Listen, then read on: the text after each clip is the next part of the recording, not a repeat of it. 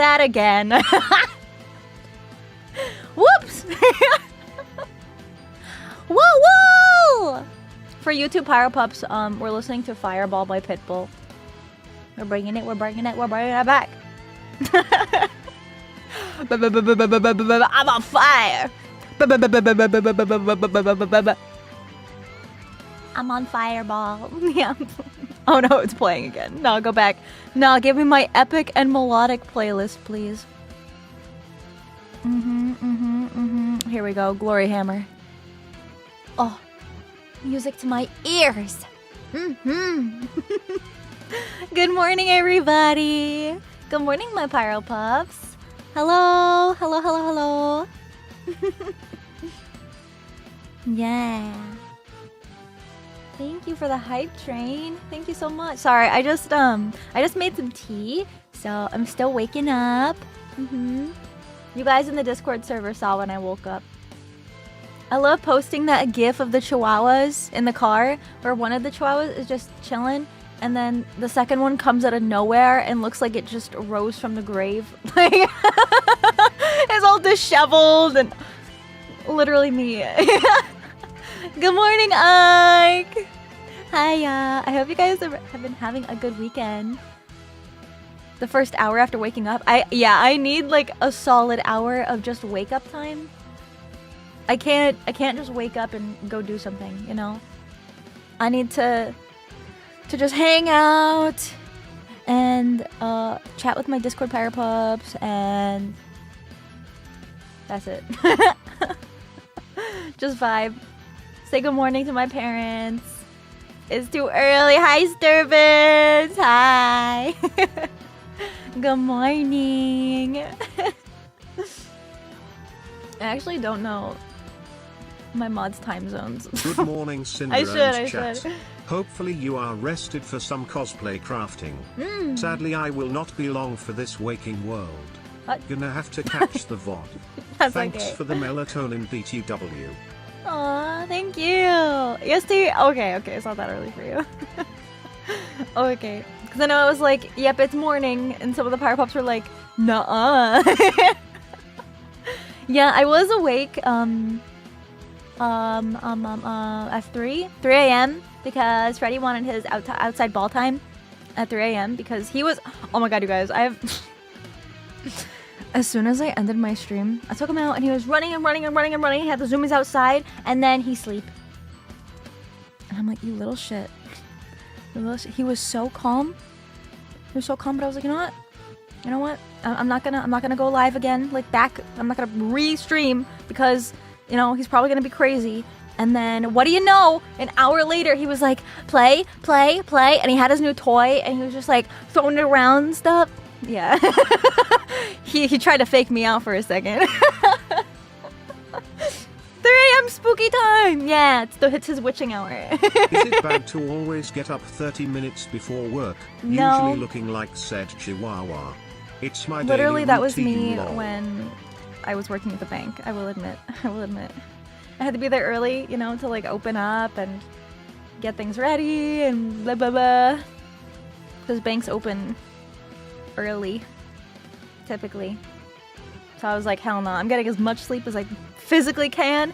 And then because I usually would shower at night. So I'd shower the night before and then I would just wake up, put a dress on, put eyeliner on, and just leave. Opening shift? Well, the thing with banks is that it's usually like a typical 9 to 5 type beat, you know? So there's usually no shifts. It depends. It depends, really. La la la la la la la la la la la. Good morning. Good morning. Good morning. We have 4 a.m. for work. Oh my goodness, that's crazy. But let me thank you guys. Let me thank you for the hype train before I fall too far behind. I really, really appreciate you guys. Thank you. Wildcat, you're still here. Thank you for the prime sub earlier. Thank you. Grim Reaper, thank you for 15 months. Sunflower, thank you for the resub. Good morning, Holy, Sinder, happy Freddy, 16 and all the months. Pyro Pups. Thank Make sure you Good have your morning morning. drink, whether Happy, it be happy, tea, happy, happy, coffee, happy. or Pyro Power Gamer subs. Got my nice hot tea. Sometimes I'll have like a nice flavored. Good morning, florally Cinder peach and tea. gang. Glad Okay, I could it's just catch a nice, part of simple black stream tea. before work, but I'll still be lurking while at work. Cinder 6 heart, Cinder 6 hug, Cinder 6 derp, Cinder 6 squeeze. Nice and toasty. Good morning, Cinder and firepower everyone. base. Let's have a good stream. It will be, and we will be uninterrupted today. Stream, great day so far. Nice, get them gains. I'm glad you're having a good day. Gonna have to get you some Pirate Power Gamer subs? Hell yeah, dude, it's so yummy. Swin, thank you for the cheer. Kurskill, thank you for the gift sub. XIV, that's 10. 4. 14. 14! Did I do my math right? Thank you for the 8 months. Thank you. Rayamena, happy 12 months. Thank you so much for a whole year. Thank you. There you go. Hell yeah, big brain. Big brain, big brain, big brain. And I haven't played the Final Fantasies. I feel like anybody who's played Final Fantasy just automatically knows Roman numerals. Roman numerals! Just because like it's ingrained in their DNA. All Final Fantasy fans. Caught, true. No, it's not something you learn. It's just if you're a fan of that franchise, you are just bored with that information. Yeah, I will not believe otherwise. Roman numerals. Ramen noodles. Oh my god, have you seen those TikToks of there's this one guy who looks at Cinder. these hacks. Looking forward to the and he crafting. Tries to like, Here is my Freddy recreate them. Feet Cinder 6 Pyro There was Bark, this one Cinder where 6 somebody Pyro took Bark. a block of raw ramen noodles and Good put it in evening ink from the other and then side of the stamped it on earth, paper Cinder and it was like 6 perfect written Japanese letters. And the guy's like, he tries it to see if it works. Dude, it's ramen noodles. Yeah, ramen noodles. Just in case, you know, you needed a hack for your Japanese homework, I guess. Pestilencia, thank you for 16 months, thank you. Indowite, thank you for the cheer. Let's see, thank you for 3 months. Arcade Max, happy 11 months. Morning Almost a Cinder year, stream with a matcha latte in one hand and Oh. Pyro Power in the other. Oh. It's a good morning. Best of both worlds. Careful with all that caffeine though. Depending if they're caffeinated. Ender Phaedra, happy 13 months. Thank you so much. Wolfborn, thank you for the 15 months. Thank you. Someone stole your Pyro Power in your mail last week? Try reaching out to Gamer Sub Support. They're super sweet. It's worth a shot because porch pirates are stinky. Oh no, help, it is snowing outside where I live, Cinder 6 It Spam. is? I know, I like the snow. I'm really excited for Freddy to experience his first snow. If I get any. Maybe I'll just go somewhere that has snow if I don't get any. I want like him to experience deep snow, like big snowfall, you know? And watch him leap through the snow like a little snowfish. A little snow angel. Record it and show you guys. Of course, literally. So it's like when I was a cosplayer, I would have so many photos in my camera roll on my phone. And then when I became, I guess YouTuber in general, I like just never took any pictures ever. Even like traveling and stuff, I just wasn't inclined to take photos. I don't know. Just like living in the moment, I guess, is something that I was doing a lot. And then as soon as I got Freddy, oh my goodness, my camera roll is just filled. It's just filled with his face. Ah, man. Instead of a hot dog, he'd be a cold dog. True. Thank you guys for keeping the hype train going. Thank you. Wolfborn, happy 15 months. And Venom, thank you for the 9 months. Hayes Porter, thank you for the tier 3 resub. What the hecky? Thank you. Thank you for 6 months. Nevs, thank you for the 5 gift subs. Coming Katsuki, thank you for the 5 gift subs. Tara, thank you for the 5 gifted subbies. Thank you so much. Alpha Samurai, thank you for 5 gifted subs. Thank you. Crunchy Oddity, happy 25 months. A chili dog. He would be a chili dog. Actually, I don't know because every time I take him out, because the weather is getting cooler, he refuses to come back inside the house. I have to bribe him with cheese. The word treats don't work. He loves ice cubes. Oh, he loves like pushing ice cubes around the kitchen floor and chomping on them and the crunch, crunch, crunch. He loves that. He loves carrots. It's like the weirdest. Good morning, Sinder. Weirdest assortment of things. And he only reacts to cheese. I've been theory crafting since the last NIKKE stream, and considering how it ended, I feel like they may be hinting at the possibility of overspec pilgrims. Just a theory though. Yeah. With all the stuff from Eden? Hell yeah. Today was the first snowfall already. Winter is coming. Are you fucking kidding me? There's no way you just said that while the song Winter is Coming by Beyond the Black literally just started playing.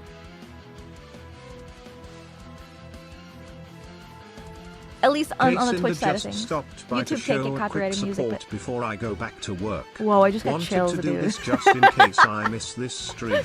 That's crazy. Love, Scorn. That's so crazy. Sniffy, happy 25 months! Thank you! Buzz, thank you for the tier 3 sub. Happy 16 years. Thank you. Sweet 16. Let's go. DK Chaos, thank you for a whole year. I said I got sprayed with poop from the sewer and we got word that snow is on the way. Him dreading it. Him going from getting sprayed with not poop the to pipes freezing. Snow. It's gonna be shards instead of instead of a spray. Sherry, thank you for the super chat. Thank you, thank you, thank you. Pronounces them as ramen. Yes, the delicious ramen noodles. I've never been one, I don't know. I never fell into the ramen craze. You know, was there ever a ramen craze? I don't know. I feel like, I don't know. At least when I was younger, I'd be like, oh my goodness, ramen noodle was Maruchan. You know? I don't know. I just think overly salty things, I'm not a huge fan of. If it's too salty, it's just like, you know what I mean? Maybe that's just my sweet tooth talking. My sweet tooth. Cheap and easy for college students? Yeah. But I feel like it was a thing even before, like, people around me and myself were in college. But it is definitely a college thing. Thank you for the reminder, by the way, Ike. Yeah, you guys, if any of you Pirate Pups are interested in helping out my lovely mod team, if you would like to join, mod applications are open only for another 2 hours. So if you were thinking about it and haven't gotten your application in yet, now is the time. We're at 297 applications. We might be up to 300 by the time they close, which is crazy. But I really appreciate everyone's interest. The applications are in the Discord server. You can join the Discord by using command Discord in Twitch chat or checking out the description in the YouTube stream description. And there's a special channel just for mod applications, and you can choose whether or not you think you would be suited for Discord or Twitch or YouTube or several. Twitch and YouTube at the same time might be a bit much, but you know what? I like I don't know the word I'm looking for. Enthusiasm? The enthusiasm is appreciated. Lord Exo, thank you for the 5 gift subs. Macy J, thank you for the 5 months. Chocola, thank you for 10 gift subs. Thank you. I really appreciate that. Spinning Pup. Uh-oh. Are you dizzy? Thank you for the 7 months. Yeetran, holy shit, dude. Thank you for the 25 gift subs. That's crazy. Thank you. My stream crashed when I gifted the subs, lol. Oh. Oops. We don't want that to happen. Yo, Scott! 51 months? 51 years! That's crazy. There's no way I've been on Twitch that long. Thank you. Thank you so much. Thank you for sticking around for so damn long. That's crazy. Thank you, thank you, thank you. What's up? Hiya, welcome in. I'm gonna drink my tea. I don't want it to get cold on me. That's the good stuff. I like just holding a nice warm cup, a nice warm mug. And it just warms up your little hands. Thank you for the watch streaks too. Really means a lot that you guys like hanging out with me. But yeah, like I was saying, today we will be uninterrupted. Yippee! Because Mama Wolf is out running errands, and Papa Wolf has not left to go work on the Hell House yet.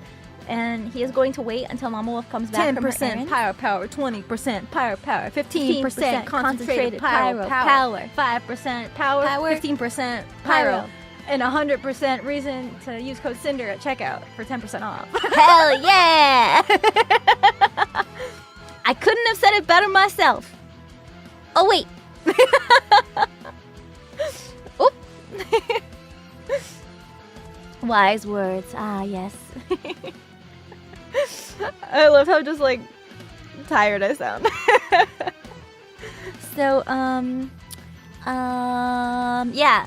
Papa Wolf isn't gonna be leaving to work on the Hell House until Mama Wolf comes back, and so Freddy has somebody to to bother. Someone to give him lots of love and attention while we finally, for real this time, craft. Yes. Yes, yes, yes. Thank you, Drifter! So Gamer Subs doesn't do restocks, but there may be new things in the future. I say that like there might be. There's always gonna be new things in the future. Let's be real, let's be real.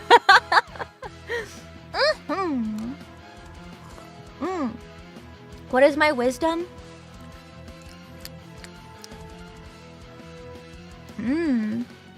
Sorry, I'm distracted. I don't have any today. Sorry, I think my brain just turned off for a second. I took a sip of my tea and was just like, There is no wisdom today, only good vibes and crafty vibes and good crafty vibes. Yes. Morning, Sinder. Good morning. What's up, Lid?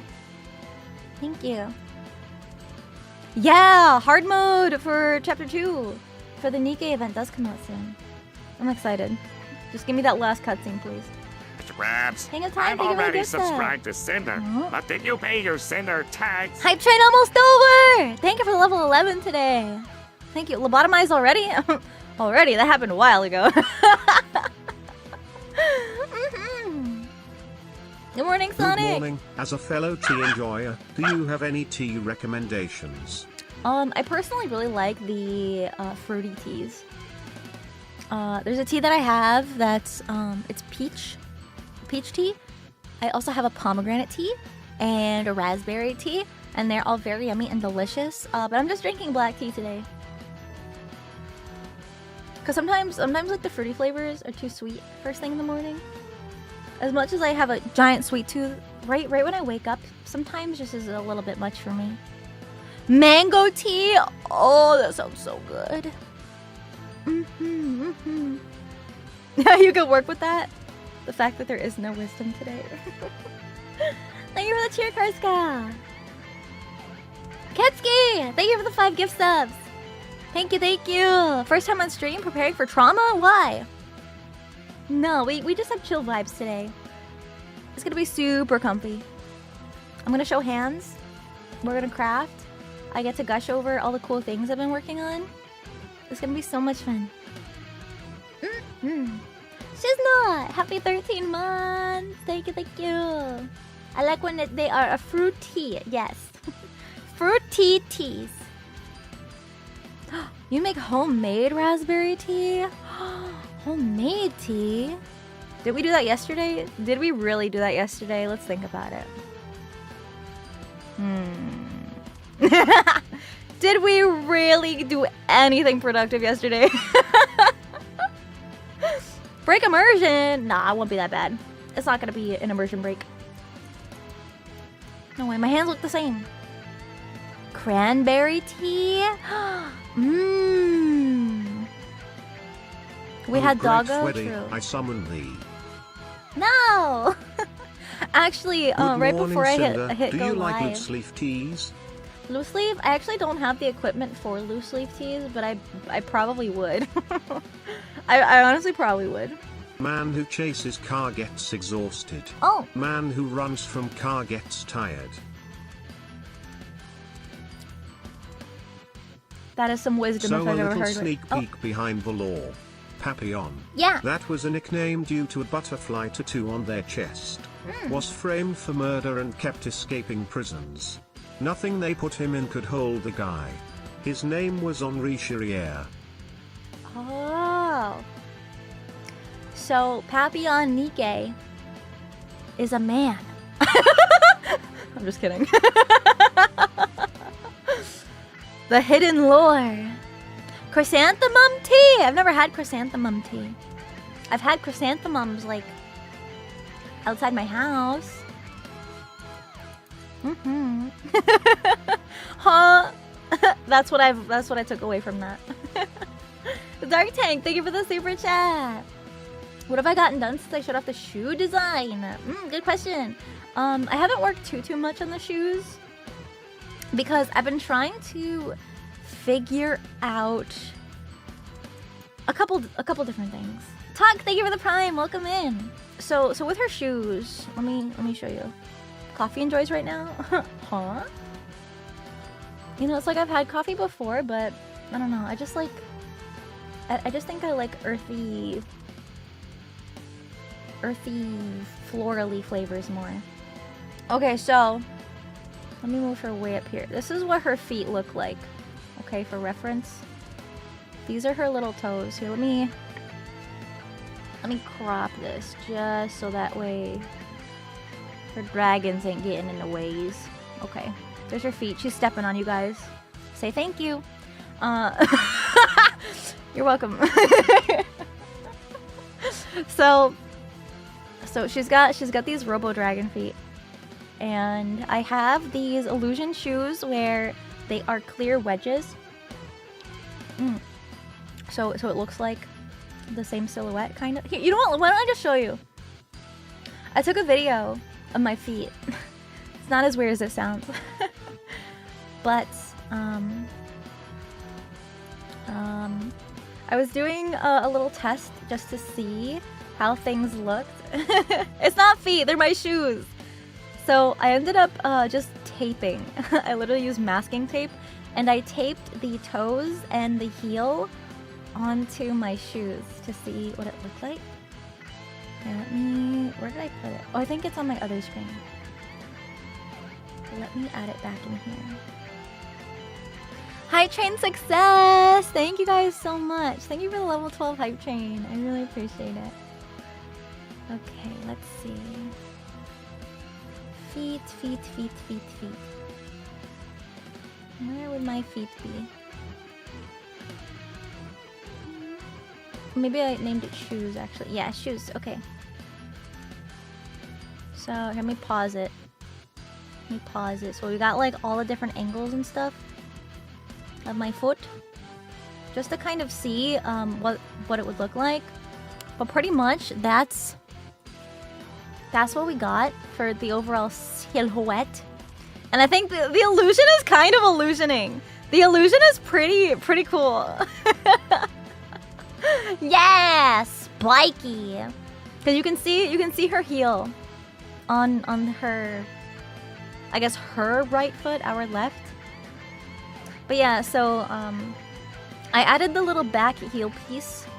But right now, nothing's attached, because part of the issue that I'm having is figuring out how to attach the toes mostly, because The ideal solution would be to add bolts to like physically bolt the toes on, because my worry is because they stick out so far, my worry is that they could break off, you know, because they stick out wide and then they stick out far. So those ankles, Harlot. I know. I like tried rolling up the cuffs of my pants because I wanted to see like where they started and stopped. But yeah, sorry, I'm showing ankles live in front of so many of you guys. But yeah, so I would prefer to have them bolted into my shoe, but because of the placement, it wouldn't go through the actual platform of the shoe. It would go through the part where my toes are, and then that means my toes would no longer be able to fit inside the shoe. Is it holding up okay? Oh yeah. Oh yeah, these are some sturdy shoes. You can actually see how thick the shoes are from this angle. You can kind of see like the little rectangular part of the wedge. Man, it looks so cool. It's gonna be so freaking awesome. But then I had another idea. Because the bottom, it's so hard to see. Is there like a good... Yeah, so you see how the part that touches the ground is mostly solid. You know, like where the balls of my feet are. So pretty much underneath the balls of my feet, it's all solid shoe. And I could drill into that. So my new idea would be to make a support on the outside of the shoe. So it would be attached to the little toe segment, and then it would curve to the tip of the shoe all the way under the shoe, and then it would bolt up from the underside. That way it's still technically bolted on, but then it would have a little bracket that would hold it in place. Yeah, like to kind of wrap it under the shoe. I think that would be the most secure way to hold it on. I would just need a really sturdy bracket so the bracket doesn't break. Like maybe the attachment won't break, but the bracket might, and then that's my other concern. But I could probably get away with just using aluminum, to be honest. Aluminum's super lightweight and really durable and sturdy. So that might be what I do. But I've still been trying to mull it over because I already bought 2 pairs of these shoes because the first one I bought never showed up, and I contacted the seller, and then their eBay account disappeared. So that was cool because these are $100 fucking shoes. Yeah, so this is the second pair I had to buy. And I don't want to go drilling into it without a solid plan. Or maybe I'll get a similar pair of shoes, at least like with the base, like the toe part, just to see how well it anchors. But yeah, these shoes actually aren't too bad to walk in. Good morning, Clock! How's it going? A chargeback? It had been too long at that point because they were like, oh yeah, because this was around the time where... One time when I visited my sister's, there were a lot I of shipment rested my delays. hand on her cat while it was Because eating. that big It looked like at shipping me for 10 container seconds, then issue resumed happened. eating with my hand still rested There was on it. something like that, I think. Oh. Typical cat behavior. Do you remember that? It was like... Or was it like a strike or something? I don't remember exactly what it was that happened with the whole like distribution center stuff, like the really big ports. But it was around that time, so things were hella delayed, and the seller was like, yeah, it says that it's shipped and it's on the way, and just please wait for it. But like the shipping never updated, and I was just like, okay, girl, like, uh-huh. But yeah, it's actually funny because people are like, how do you walk in those? So platform shoes aren't that bad because it's just like... And one day, when you're a wizened little old hellhound, you'll get a random pair of high heels in the mail from the Florida Customs Office. I don't know about that, but we'll see. But because, so the platform part is the part that is under my toes. Morning, Sinder. If that makes nice sense. to see Just you to kind of give you finally guys an got idea. and built your shoes. Only took several months. Oh, these aren't built, Glad they're to just see taped more on. of your awesome craftsmanship. I'll be lurking around since I Sounds have good. to fix up my car today. Good luck. Jeffrey, thank you for the super chat. Do you have a Welcome 3D back. scanner to make a model of the heels? No. Then you could make a mount with the 3D printer. I don't think I need to, because 3D prints can be very fragile.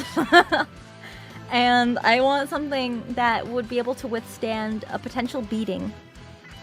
Like, imagine walking upstairs in these things. Yeah. I have worked with 3D prints a lot, though. Do platforms kill your feet by the end of the day? So it's not the platform part that'll kill your feet, it's just the extreme arch, you know, and having the weight on the balls of your feet. That's mostly what can hurt. But the thing with the platform is it just gives you extra height without straining your feet.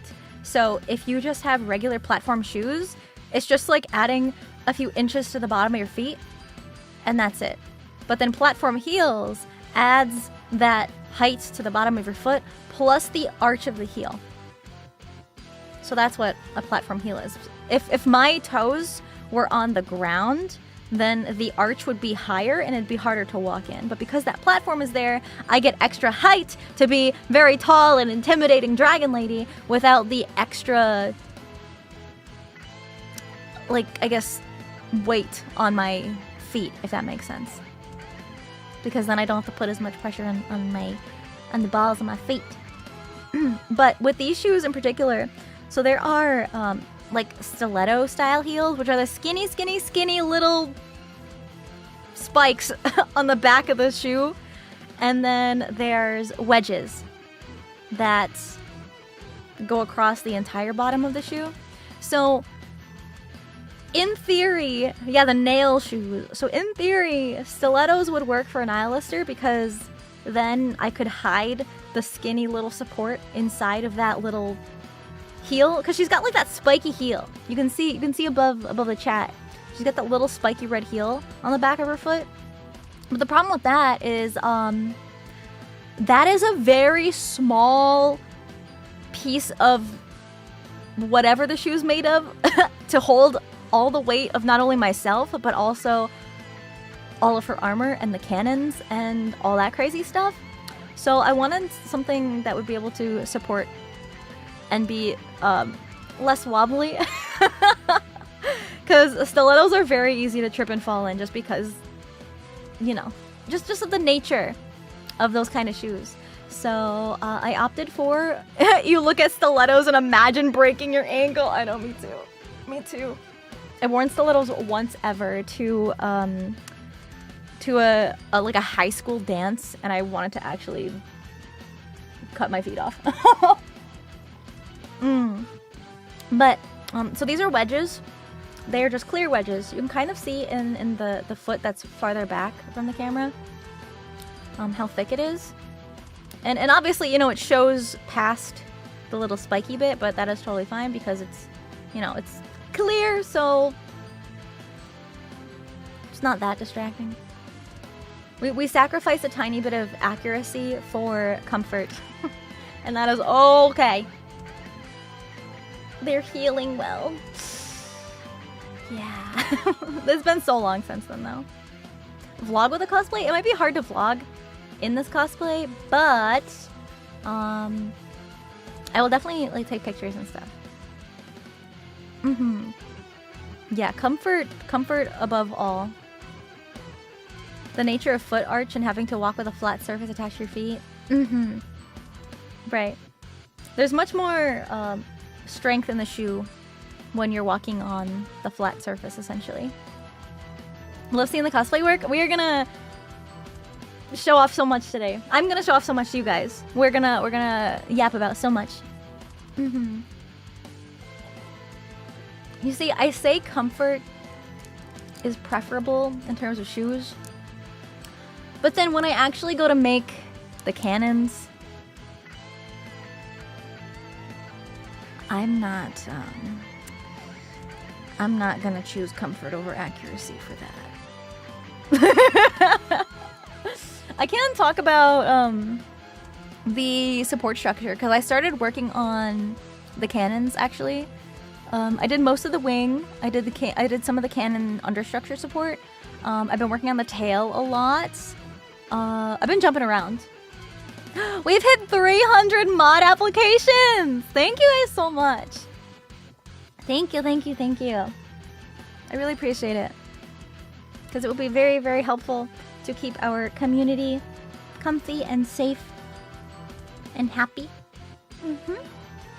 Disregard comfort, acquire dragon cannons. Yes! See, I'm glad we're on the same page. Here, let me bring her back. Where is she? There she is. Let me uncrop this beautiful woman. Make her a little smaller. There she is. I love her. She's so fucking cool. Oh, I cropped her again. Firing the calcium cannon! I mean, so yeah, this is what we're working on today. More specifically, her wing, which is what I wanted to work on yesterday. Why not get a camera person to follow you around to take photos or follow you for a vlog if safety is a problem? Have them sign the contract. True. Nikatsu, thank you for the tier 1. Thank you so much. Welcome in. Thank you. Looks complicated as hell. So, the thing with me, you know what? I'm just gonna pretend like yesterday's stream didn't happen, but also because it's a completely different time slot right now, so you might not have seen it at this point. So if you're new here, hi, I'm Sinder. I've been a cosplayer for over 10 years. I think it's like 12 now. I lost count. Anyway, I also used to compete professionally in cosplay craftsmanship competitions. So I would compete in the master category with things that I would build and put on my body. And I've won 8 awards so far doing so. I think it's 8. I've competed 8 times, but I have not won every competition. There was one time where I won 2 awards, which was really cool. But yeah, I've had some trophies in my room backgrounds in the past to represent my little cosplay achievements. Yeah, I got some trophies and some ribbons and plaques, certificates, stuff like that. 12 years? I started in 2013. Yeah, I think it was the summer of 2013. So,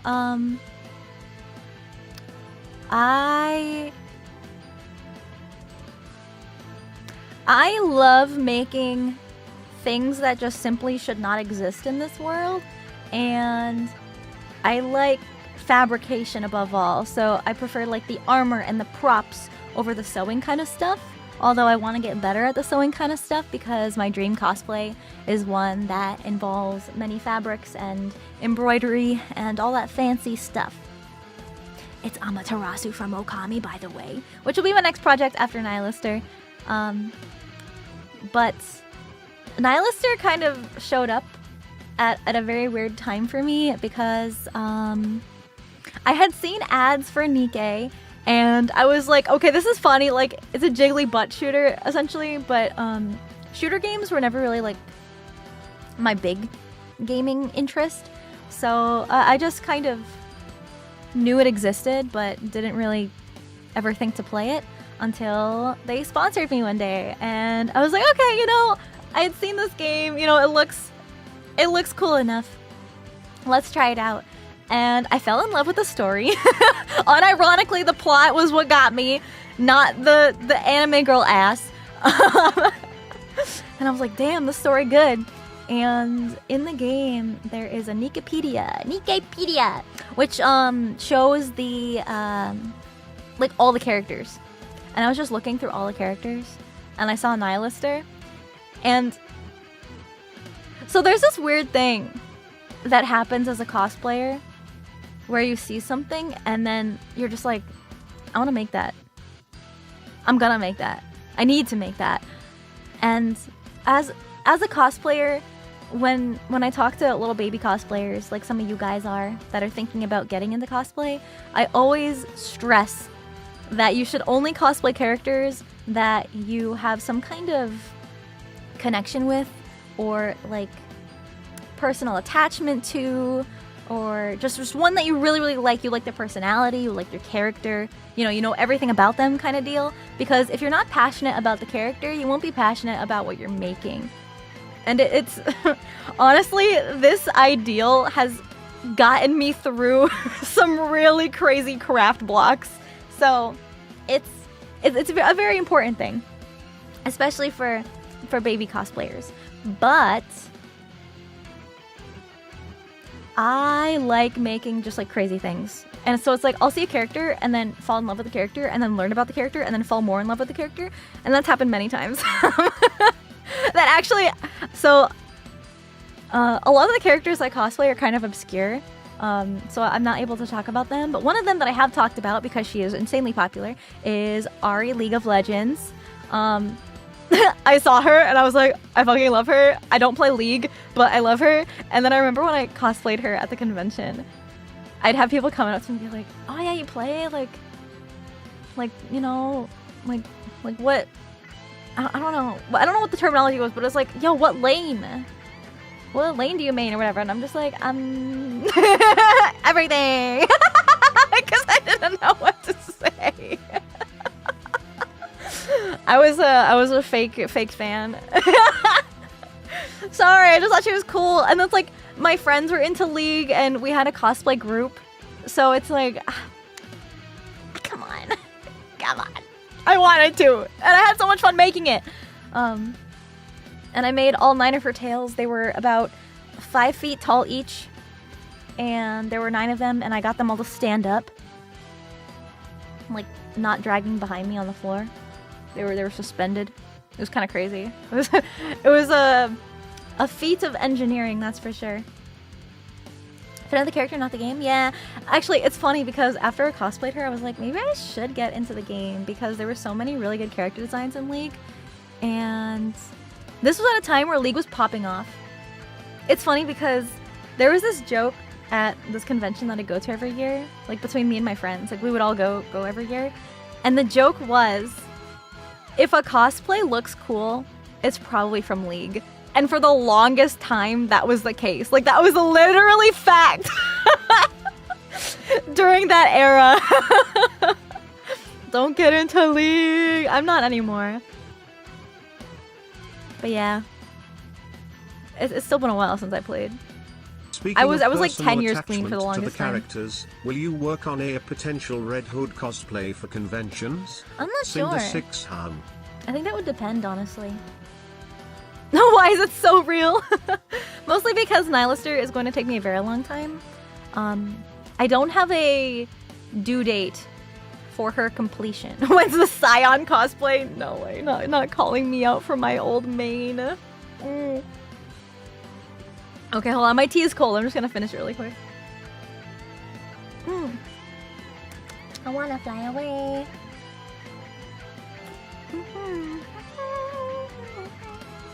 One more sip, one more sip. Ah, delicious. I got a new coaster for my desk, like to put my drinks on. And it says, do all things with love. And it's like a cute little reminder every time I pick up my cup and I see it. Yes, I have. Twice, actually. Like 2 different outfits, is what I mean. It's been more than twice, but 2 different outfits. I have, yeah. Made by my good friend, Shelly. Percy Love Cosplay. She's amazing. She's actually speaking... I don't think Shelly or Nick are in chat right now, but I'm gonna plug them really quick because Shelly is working on a crazy Final Fantasy? I think it's Final Fantasy. Cosplay. So she cosplays with her husband all the time. And they're adorable. And she is working on... I think her name's Yuffie. And so she made a Yuffie cosplay, and then she's working on Gilgamesh for Nick.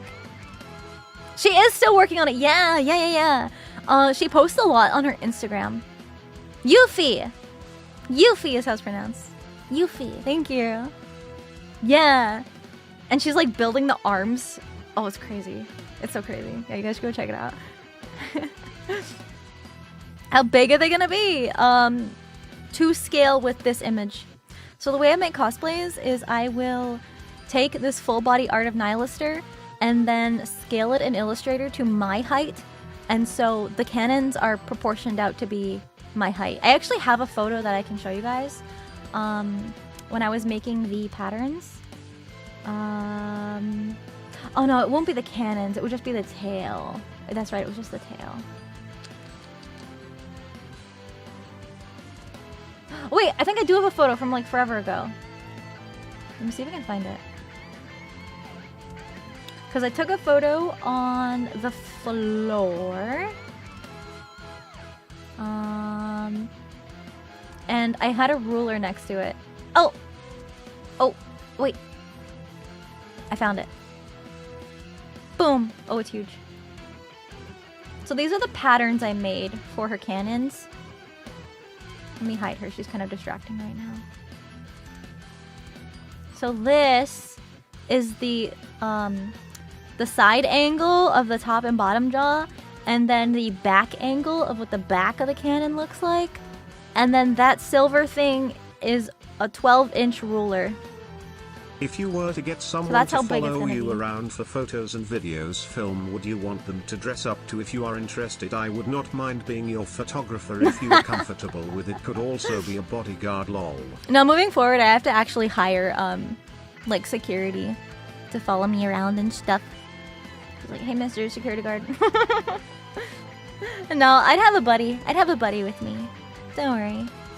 Yeah, big cannons. Big cannons. 30-ish centimeters. Thank Good you. morning, Cinder. Thank you Just for dropping my in to say hi. Got a busy day today, Cinder 6 heart. Thank you for saying hi. Good luck today. Good luck with all the stuff you gotta do today.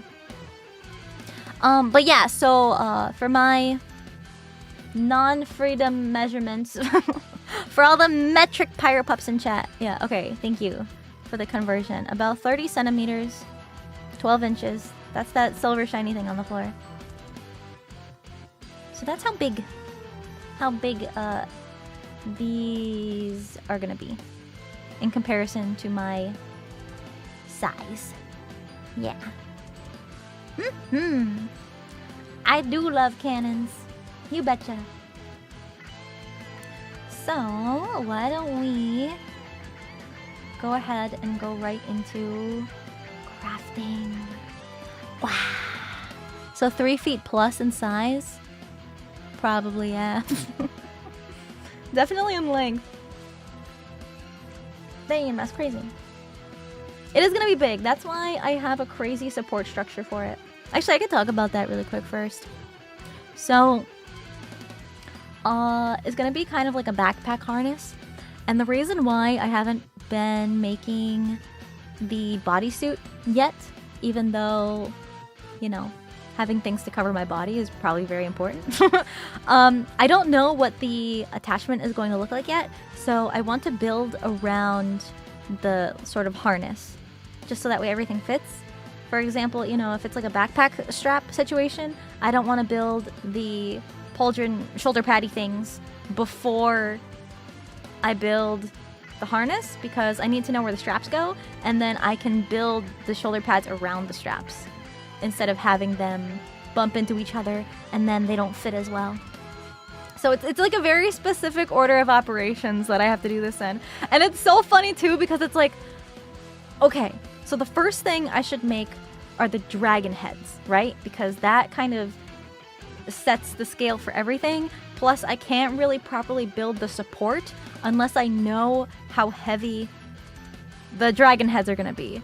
But then I ran into the problem, wait, I can't properly add a support inside here if I have it completely built, because then it's gonna be all sealed in. So I need to not finish building them yet, because I need to add a metal bracket that will hold the necks on that attaches to me, because I want everything to detach just to make things easier on myself. So I was like, okay, I can't do that until I do the neck support and stuff. So I need the inner structure for that. also, because Pop Wolf is crazy, awesome, big-brained, and knows knows all the different kinds of pipes and structurally stable stuff. So for cosplayers, typically what a lot of them use for structural support of anything is PVC pipe, just because it's very easy to use, it's very easy to, very, very inexpensive to buy. Oh, Camaris, what's up, dude? Thank you. Thank you so much. It's good to see you. But yeah, the PVC pipe is usually the way a lot of... It is very lightweight also, yes. However, what a lot of people don't realize is that PVC pipe, 1, can get very heavy very quick, depending on what you use it for. 2, PVC pipe is not very structurally sound when you use long lengths of it, because it bends. It bends, like, if you were just to hold it out straight, it'll bend with its own weight. And also, it'll, like, wiggle. It'll wobble around if you know, move. You know, if you got, like, big wings made out of PVC pipe and you walk with them, your wings will bounce.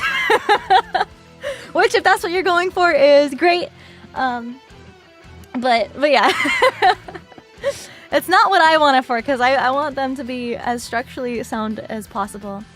So, to keep them lightweight and non-wiggly, but still relatively easy to bend, at least for someone stronger than myself, I opted to go for EMT conduit.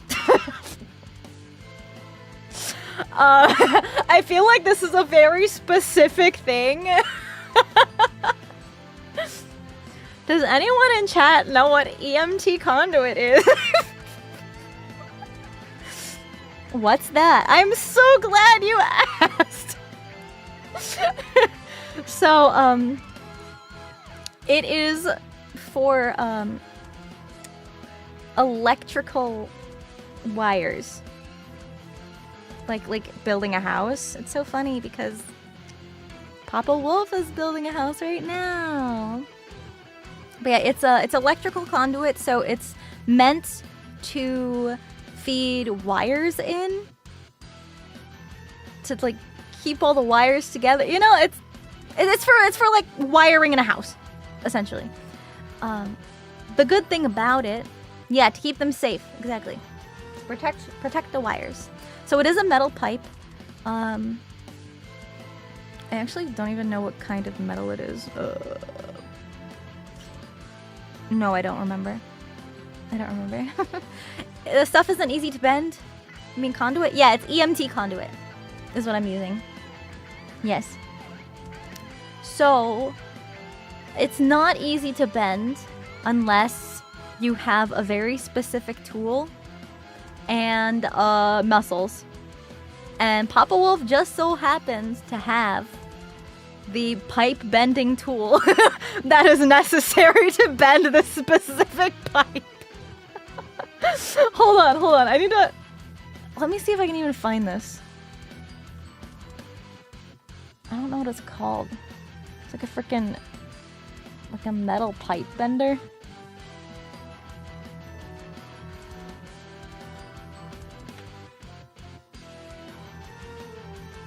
Let me see if I can find what it looks like.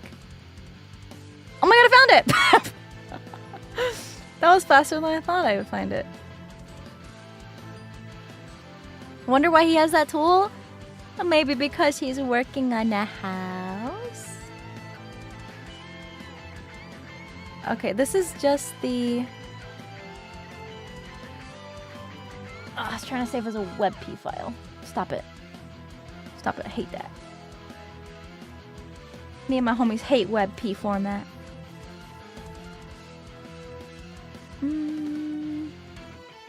There it is. So it obviously has like a longer handle, but this is kind of what it looks like. So you have to clamp it in this device and then bend it over that curved part. And my dad is strong enough to bend it with his hands. Just to like force it into the shape. But that is what I've been using to make the blink, like the neck sections of her dragons. A pipe bender is usually £30 by itself, makes a good workout. Yeah, it's a heavy thing. 2 dolphins, thank you for the 18 months. Thank you. That brand sucks. Well, it's not the same brand. It's just the kind of tool. Just the kind of tool. The one he has is just like all steel. It's like, it's just all metal. It doesn't have any fancy colors like that. It's just metal. Heavy stuff. Yeah. You think I could bend it? Well, not only are we using that tool to bend it, but also he has what is essentially a blowtorch. And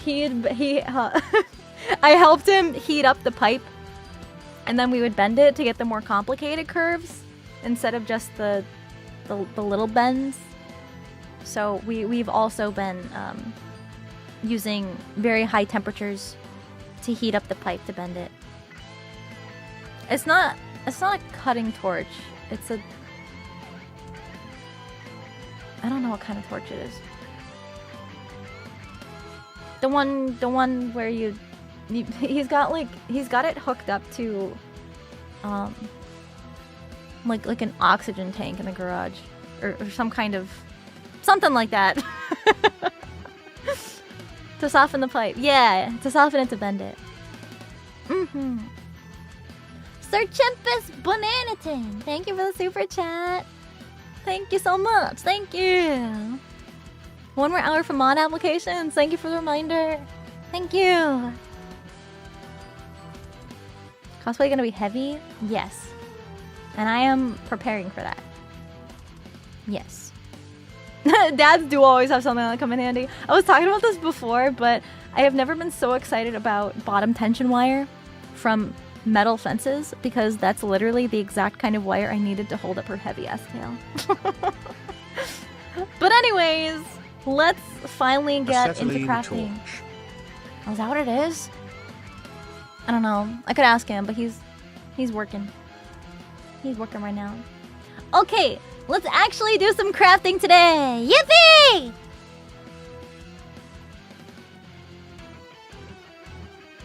We are here. Oh, I think I got some tea water on my... There we go. My bad. My bad. Yippee! Hiya! Hi, Pyro Pups! We got hands. Yeah. So, like I said, I'm just gonna pretend that yesterday didn't happen. Because there's a lot that I want to talk about and explain to you guys and answer questions you might have about what I'm trying to tell you guys about. So, what we are working on today... Good morning, chat. I hope everyone is doing well today. Make sure to drink water and eat. Thank you, or thank I'll you. steal all of your snacks. Oh. I'm joking. Oh, something happened yesterday? Yes. Freddy Doomslayer Fazbear happened yesterday. Yes, he was very needy and wanted lots of attention. So that's why things kind of had to get cut short. But today we will be uninterrupted. So this is her wing. She only has one.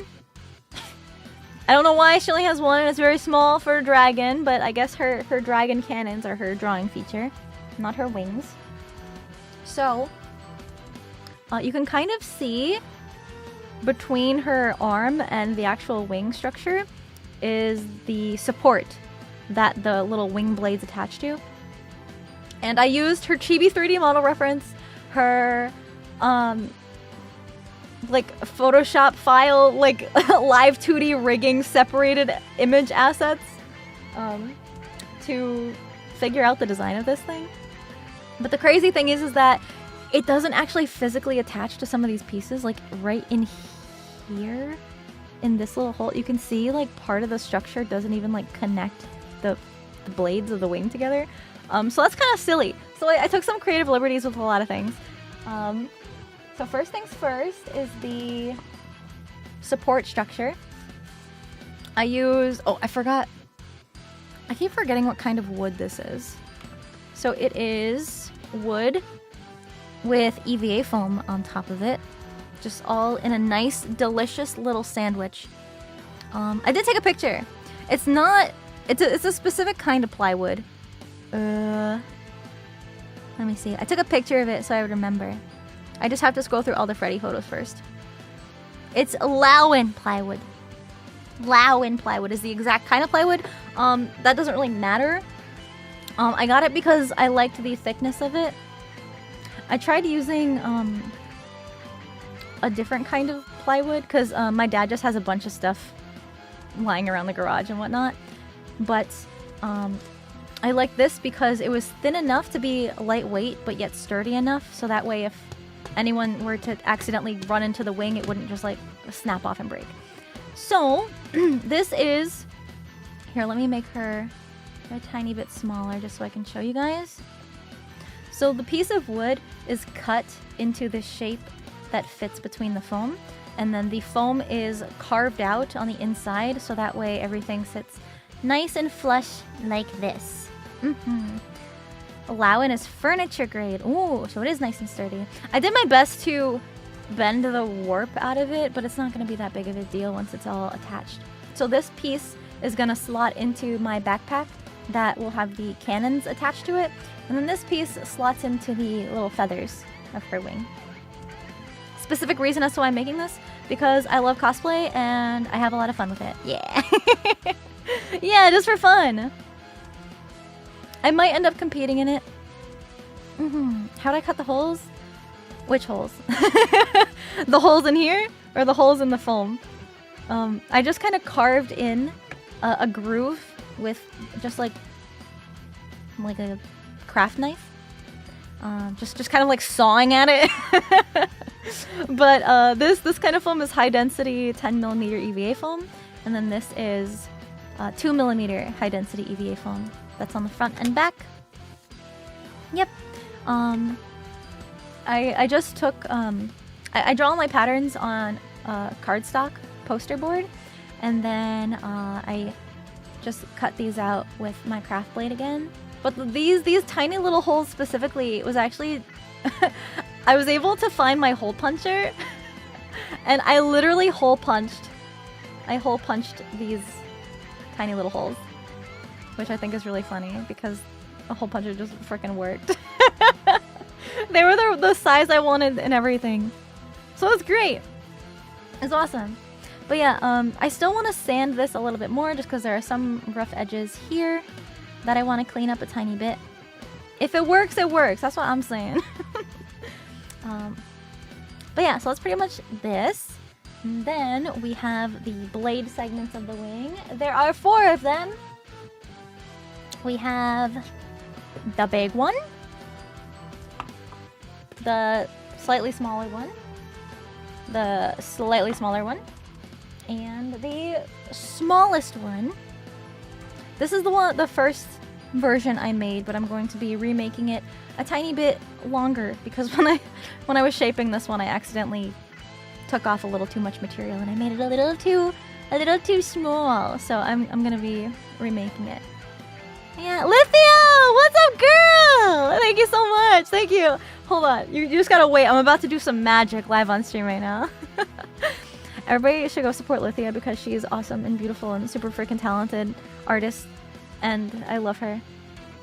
Hell yeah, thank you. This has been my TED Talk. But yeah, so this is her wing right here. And I built this to attach like Lego pieces. This is all made out of EVA foam. So all of these wing blade segments are either 6 or 4mm EVA foam. With the exception of this one that has an extra layer, you can kind of see because I haven't filled in all the seams yet. You can kind of see there's an extra layer on top of this one that is 2mm foam. That way I could get this little fun little detail. But yeah, so it's built like Legos. So I kind of cut these really rough holes because I didn't think this was actually gonna work into some of these blade pieces, so they all attach. Yeah. These are googly eyes because googly eyes work great for rivets. Honestly, I have so many. I've got I've got an assortment of eyeballs. But I didn't realize that they were sticky back. So this is just the sticky backing that is cemented onto the foam because I need to redo that. Whoops. But yeah, so let me show you the picture first of this little progress that I was doing. Okay. So this will kind of help if you are new to give you an idea of my workflow and such. So this, you can still see my fingers. This side is my paper template that I made in Adobe Illustrator using this actual official art piece as a reference. So I just traced around the shapes and then printed it out to scale. I scale it to just my height, my proportions in general, to get it to be the size that I want. And then I cut it all out of EVA foam. I cut 2 copies, front and back, so they would be mirrored, so I'd have one on one side and one on the other, you know, front, back. And then I beveled the attachment points, so that way they would have a nice sharp bend. If I were to just use one piece and bend it around, the foam would be too thick, and then I wouldn't get my nice sharp point that I want. So, using that, that's how I got these super nice, sharp, clean bevels in the foam. To get really, really nice bevels, I actually use this tool called the bevel. It looks like this. There's a bunch of different kinds for different blades. The one I use is specifically for these kinds of like box cutter style blades. You can adjust the depth that you want to cut, and you can adjust the angle you want to cut at. On this side, it's so cool. It's so freaking cool. I love it. So like if you want the angle to go this way, then you can lock it in there. If you want the angle to go that way, you can lock it in there. And then you literally just cut straight, and it'll cut an exact angle. Oh my god, it's awesome. It's made by Rocket Props. It's the bevel. There's one for the separating box cutter type knives. There's one for these also work for the square razor blades. There's one for the pen knives. There might be another one. There might be one more. But yeah, this guy's awesome. Hell yeah, hella vouch. But yeah, so some of the cuts are made with this. Some of them are just sanded in by hand because I'm crazy. But so yeah, these little Lego attachments are 10mm foam to give maximum structure. It's literally just it's just a block of foam. So what we do, this is where the magic happens, okay? So we put square block, a rectangle block into rectangle hole. Boom. And then we put square block into diamond hole. Boom. And then the last focus. Hello. Okay. And then this is the first prototype, but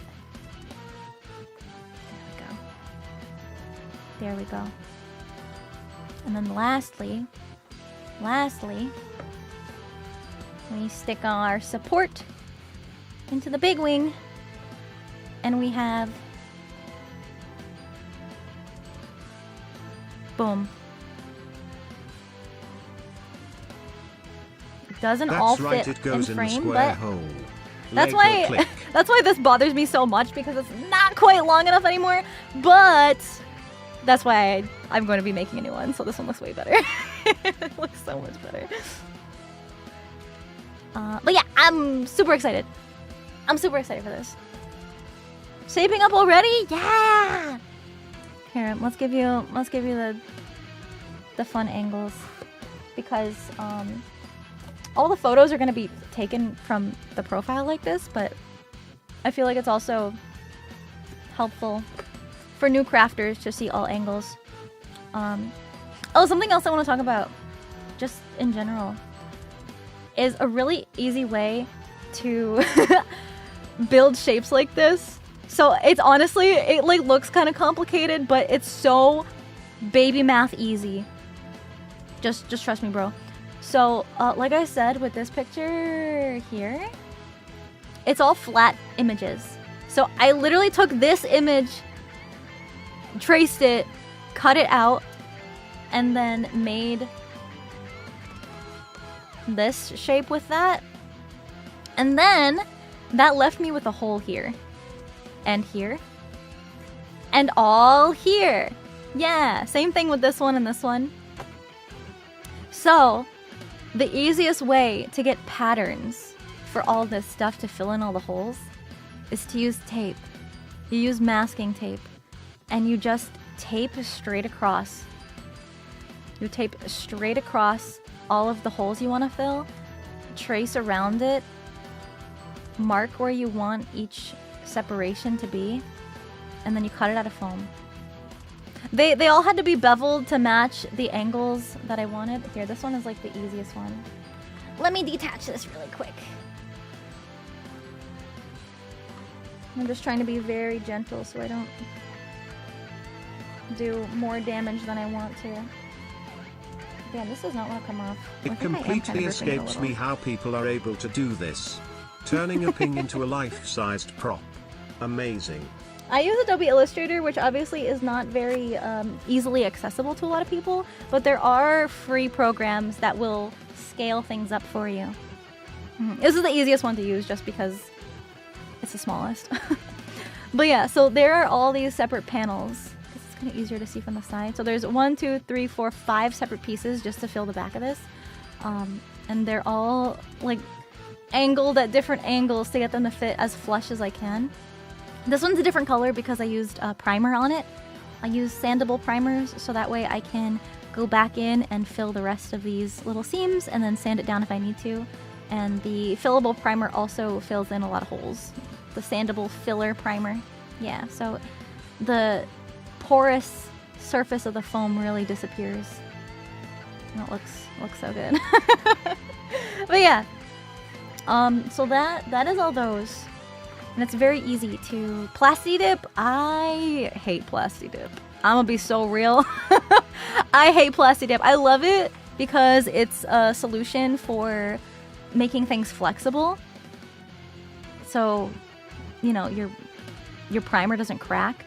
But it is so finicky. You have to heat it up before you use it. You have to baby it. You can't spray it in certain temperatures. You have to do several coats. And it's just... It's a lot. And if it's not the ideal condition, it'll show up all bumpy. And because it's a rubber coating, you can't just sand the bumps out. It's... I get psychic damage thinking about it. So my primer of choice is just like filler primer. It fills holes. And it's sandable. More effort than benefit? Sometimes. So, because I already sprayed this, if there were any imperfections, I could just sand them out. Like, literally sandpaper. Done. Boom. Then I could, like, you know, cover it up a tiny bit with another spray of the primer, and then it's ready for painting. But the downside of this is that it is not flexible, so if this were to bend, the paint would crack. But that's okay, because this piece isn't meant to bend. Other pieces I might consider plasti dip. So not with the Dremel? No, you still can use a Dremel. I sanded all these edges with my Dremel. But there's gonna be a lot of filling that I have to do with some of these seams because I used old contact cement to glue this together. And then when I heat sealed the foam, so heat sealing! Hi, if you're new. You can use a heat gun on foam to get rid of the tiny holes because foam is very porous and it likes to suck up paint. So you blast it with a heat gun and it will melt the foam and it will make it all shiny and smooth and beautiful. However, that also shrinks the foam because the pores are shrinking. It's like skincare. So because it shrinks a bit, the glue wasn't completely holding because it's old. It's so hard to see because my camera doesn't want to focus. But there's very obvious seams because it didn't want to hold all the way. So I just need to do a little bit more filling. So that's what I wanted to do today, was fill a bunch of these seams in. And also I'm gonna have to sort of fix the little holes that I made here. Just because I used just like a knife and I was just sawing at the foam trying to get the holes the right size. But yeah, it's been a process. That's for sure. But it's been easier than I thought it would be. So yeah, today is literally the filler episode. But these, I'm going to be doing the same treatment that I did with this on this. This one is made differently because it's just 3 layers of 6mm foam all glued together. I did kind of cut the edges a little bit, but it's just sanded with a Dremel, my rotary tool, to get it nice and round. Oh yeah, and then the little detail-y carved in pieces are more Dremel. This gave me so much anxiety because it's literally a bit that's spinning so fast and it's like and it eats up your foam. So I had to be so careful and precise with these. Definitely very anxiety-inducing, and I have to redo it for this one too because yeah. So that was scary, but it's okay. It's okay. It all worked out. It's fine. I do have to add some more tiny details. Let me show you those because it's like the red pieces are missing right now. Those are here. So we have this little piece that sits on this little wing, and then this one goes in there. Wow. Wow. And because I like to show trial and error, because that is a very real thing for cosplay. So for the large wing part, how many individual pieces of foam are there? Oh, good question. And is the center hollow? Yes. They're hollow because I wanted to attach them like Legos. Without carving into them. The reason I started with the wing, there's only one of them. Because every other part of her... Hold on, where is she? Let me add her. Where is she? Where is she? Where is she? There she is. My big, beautiful woman.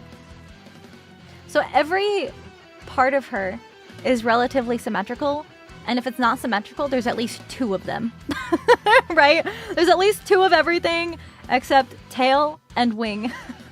So I figured the wing would be a nice starting point because there's just one. I only have to worry about one. So, yes, they're all hollow. You can kind of see in this really janky cut hole. It is hollow. So this, the big one, total separate pieces of foam. We've got 1, 2, 3, 4, 5, 6, 7, 8, 9, 10, 11, 12, 13, 14, 15, 16 pieces. 16 separate pieces of foam that had to be beveled and glued, and yeah, that's 4 floors. SCJ, thank you for the 18 months. Kane, thank you for the 19 months. Thank you. Reaper Fire, thank you for the super chat. I really appreciate it. Thank you. Yes, we are working on Nihilister. Yes, yes. Also, another thing I could have done is there's a really cool technique where you use a blade and you cut into the foam, and then when you heat it up with a heat gun, because it shrinks, it opens up your cuts because the foam shrinks into itself. So I could have done that for these. I could have just cut with my knife, but I thought it would be easier just to cut it out separately, because there's going to be a seam from there from gluing it together. So these are separate morning, pieces. Cinder, that is looking impressive so far. And Thank speaking you. of Legos, I may have spent 15 hours straight non-stop working on a Lamborghini Countach Honestly, Lego please. set, but I can't imagine how much time you've put into this so far. It's been a lot. And I will say, while I was away, I spent a lot of time working on my Nihilister build, and I have been filming as much as I can with the setup that I have. And maybe someday, I'm not making any promises just because it's a lot. Like, it's a lot of footage that I have so far, but I have been filming a lot of my process, and I think in the future it might be something that I put up on the Patreon to get like the really cool long like time-lapse versions of the things. Like, all of this was glued and cut on film, essentially. So that might be a special thing for the patron pups eventually. No promises right now, but you know, if I can find someone to help edit that together to be nice for you guys. There's like hours and hours and hours of footage right now. Just like all on my phone. How am I planning on painting it? Spray paint and acrylic. But yeah, like I said, trial and error is a very real thing of cosplay, and I am not immune to having to redo things because it doesn't work the first time. So initially for this little piece, I had it solid, like solid foam, but it just didn't, it didn't like sit right. You know, it just kind of, I just didn't like it. It wasn't doing what I wanted it to. So I threw that away, and I did it just with 2 pieces instead of the 3. And this is kind of like a good not a good idea, a good example. Don't pay attention to these. But this is how I assembled the rest of these. It's 2 pieces that are angled to sit flush at the seam here. And then it's just glued on top like this. But this looks so much better. It's so much better. Yeah, it doesn't sit at the right spot. It's just, it was this way. It just looks so much better. Working to 3D print life-size Pyropup Holy! 2.0, fixing all the mistakes of building it, and this time the mouth will be open. Good luck. Modeling things in the 3rd dimension is not easy. But yeah, so I didn't want to glue this yet because I want to fill in these seams here. And I didn't want to glue this yet because I have to do a bunch of sanding around the edges. So that's why I did what I did. Oh, I have these. Oh, I have these to show you the process of literally every single one of these pieces. Starts out as the paper pattern, right? Traced in Adobe Illustrator and then printed out on printer paper. And then I transfer it onto cardstock poster board to make it stronger than just normal paper. Because I usually end up having to trace out the same shape a bunch of times. And especially when you get to really thin shapes like this, it's really easy for it to slide around and bend on you. So that's the second step. And then you trace it onto foam. Bada bing, bada boom. Suddenly you are crafting.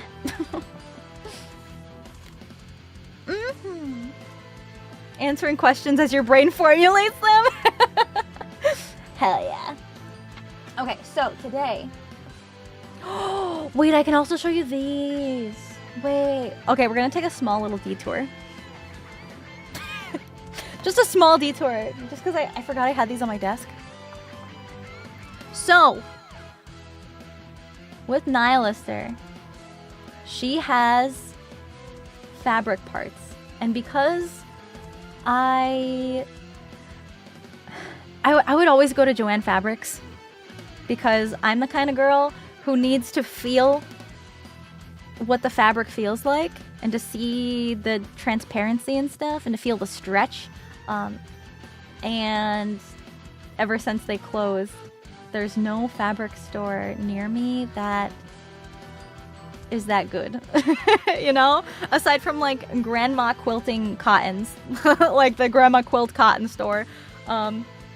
So for the first time since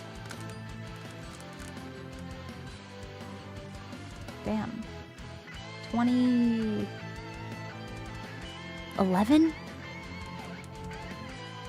think 2011 is the first time I ever ordered fabric online, and it was fake fur because I definitely was not a furry at one point. But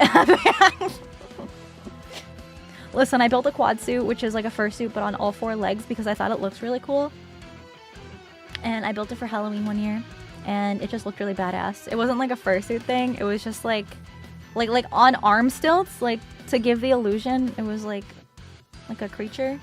Yeah, it was really fucking cool. But yeah. Yeah, Michaels doesn't have like the fabric selection that I am looking for, because these are very specific fabrics. Because first of all, she's got this bodysuit thing going on that's a very specific color, and also I'm probably gonna build fake boobs because yeah, those defy gravity. But also her tail has red fabric between all the armored segments, and I wanted to get fabrics for both of those, but also for the fake boobs skin that's gonna be layered underneath the bodysuit fabric. Yeah, I'm literally gonna be making fake boobs. I'm like not even joking. I know I might not need to, but listen. So I got a bunch of fabric swatches from Blue Moon Fabrics. Blue Moon Fabrics is the one website I used because Mood Fabrics, 1, is way too expensive, and 2, Blue Moon Fabrics has free swatches. You just have to pay shipping. So, boom. Here's all the swatches I got for the bodysuit. So, these first 4. And of course, my camera lighting is going to be so different than what it actually looks like in person. Like, these almost look identical. These literally all look the fucking same on my camera, but they're so different in person. This one is more of like an off-white beige. This one is very pastel pink. And this one is skin. And this one is just like a more tan skin. But what I wanted to do was take like try to color match as best as I can to my skin. And so I got like the more pinky toned ones, the more just like beigey ones. This one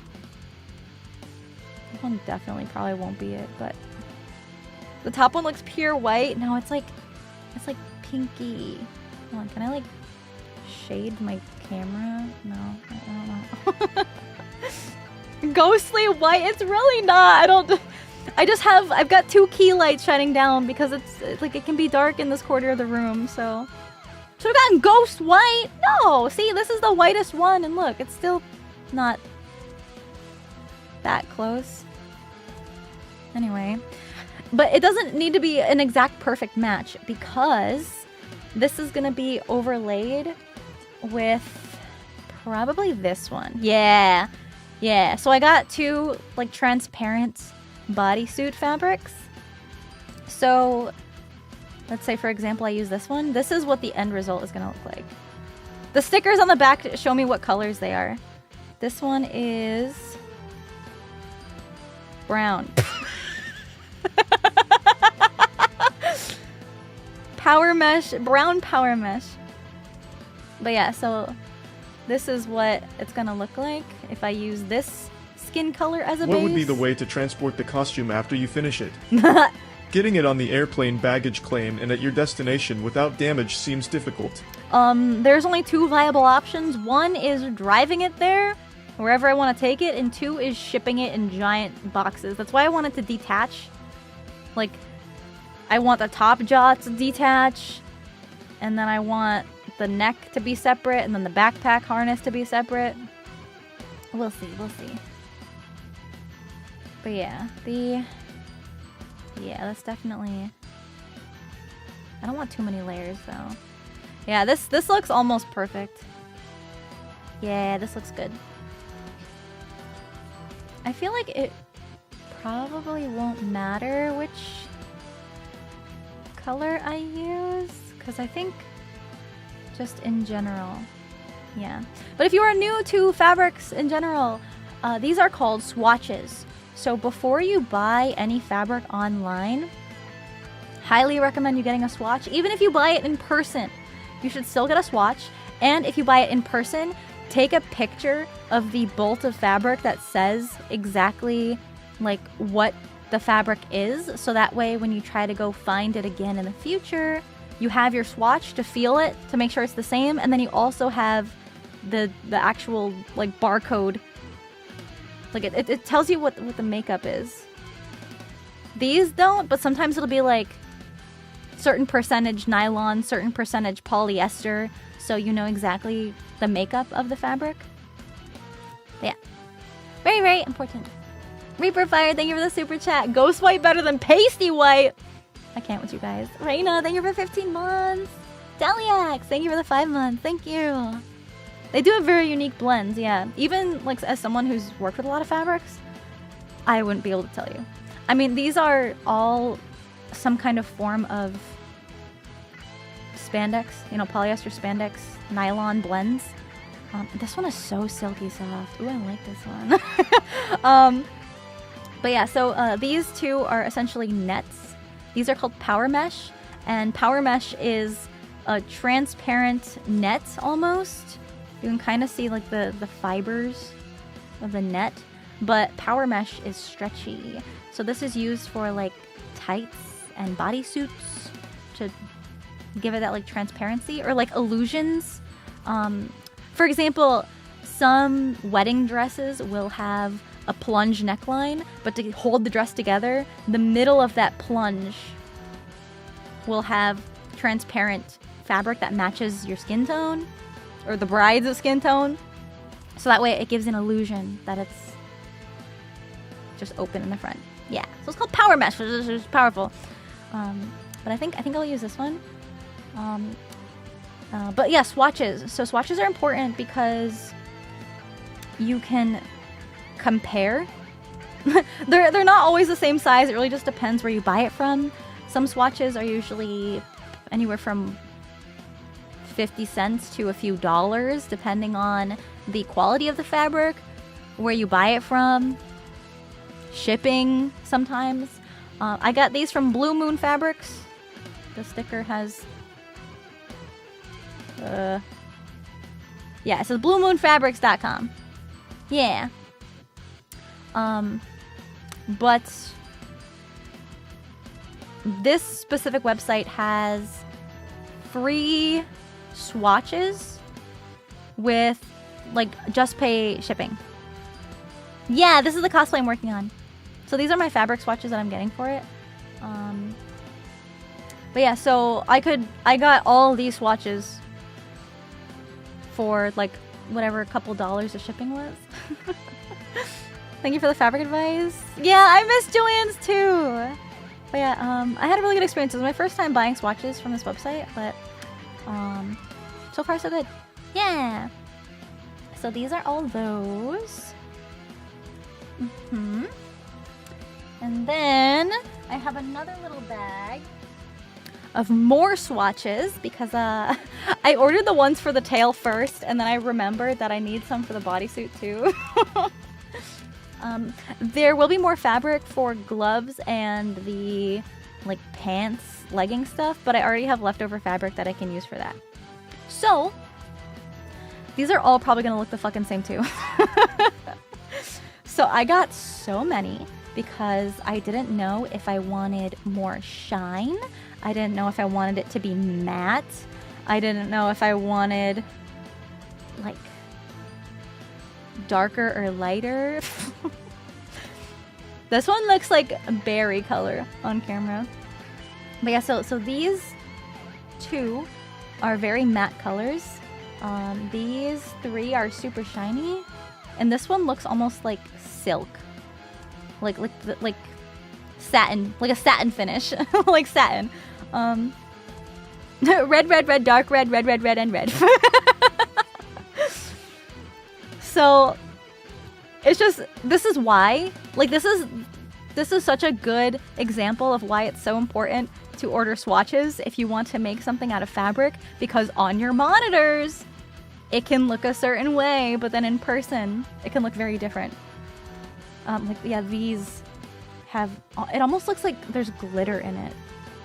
It's so, oh, it kind of reads. Like, not glitter, but it has like that subtle shine. So I didn't know if I wanted her tail. Hold on, let me get the other photo of her, where you can actually see her tail better. There we go. There she is. Look at that tail. Look at that beautiful red tail. So, because she is essentially a mech, I didn't know if having that little bit of shimmer would be cool to make it almost look like metal. Because it is going to be fabric. But then I also didn't know how dark I wanted it to be. Because right now this looks the closest color match on screen. But in person, it's probably more like this. Like, that's how crazy, that's how crazy the screen stuff is. But yeah, I ended up, this one feels so soft, but this one doesn't have as much stretch as I wanted it to, because I have to stretch it over foam. It's a huge process. I looked at a bunch of tail tutorials for like for tieflings and Karlach, Baldur's Gate 3, because they're smooth tails, and I wanted the understructure of her tail to be that nice, smooth, long, slender tiefling style tail, but then it just has armor on top of it. So I was just seeing what other people were doing to make that, so I'm making mine kind of similarly, but still pretty different. Yeah. So I'm still kind of deciding between these, because I might also airbrush the fabric too to add depth and dimension to it, because she's got like musculature in her tail. So I'm probably gonna airbrush it a little bit. But yeah, this is essentially all my fabric swatches. Hopefully I won't have to order more, because I'm pretty satisfied with these. I was really worried about finding the right color for her bodysuit, because in some pictures it almost looks like purpley, which is so weird to say, because like just looking at it, it's like, no, brown. It's brown. But I swear, in some, like I had a picture of her character next to the listing, like on the same monitor, and some of the purplier fabrics looked correct. I don't know why. But yeah. So, I guess I could talk about the tail. I'm really excited about the tail. So, because I bought a new toy. I bought a handy, helpful little tool that will help me later. It has already helped me. So I have another cool video to show you guys. I showed you a video of my shoes, but now I have a video of my tail work in progress. Oh, where'd it go? Hello? Pause. Okay. So, this is my new toy. It's a foam shaver. It's literally, so I saw this on the internet, and it was like, I don't know, like 20 bucks. And I was like, I don't need to spend 20 bucks on one tool for one piece of my costume. So I tried using, like, I asked my dad, I was like, hey, do you have like a cheese grater on a stick, like a rasp? And he's like, yeah, I've got a bunch. But the kinds he had were just bumps on a stick and not like cheese grater, like with the holes in it, which is essentially what this is. And so I was like, all right, fuck it, I'm just gonna buy it. And oh my god, you guys, this thing is a game changer. So this is upholstery foam. It's couch cushion foam. It is on carpet, yeah. I didn't want to do it on the hardwood floor because Freddy was out there and I didn't want him to eat this stuff, so I did it in this room that I'm streaming in. 20 bucks, hella well spent, plus shipping.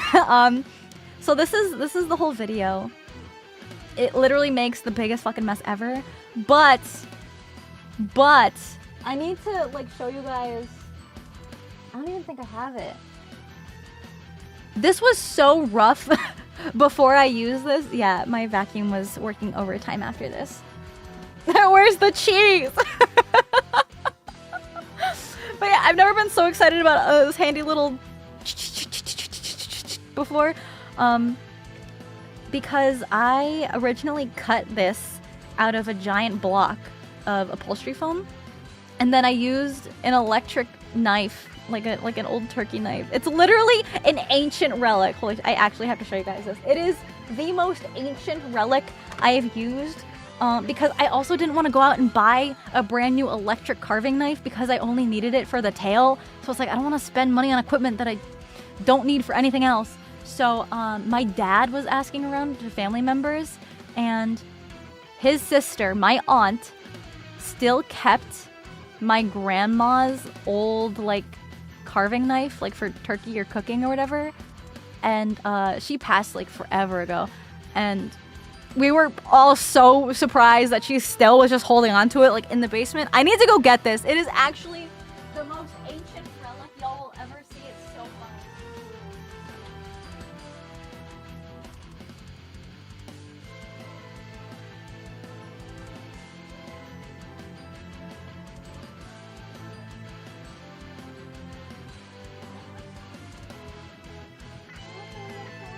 Papa Wolf is the key to a great cosplay.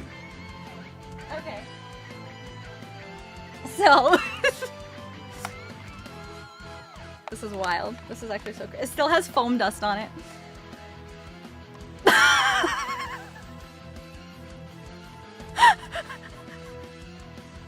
Look at this thing! It's actually antique, bro. But yeah, it plugs in. Yep, it's got the plug. It's got a little blade protector on it, which is really cool though. But yeah, it's actually ancient technology. I mean, it works, but it was chugging. It was struggling. Struggle. Straight from the 90s. Yeah. If not late 80s.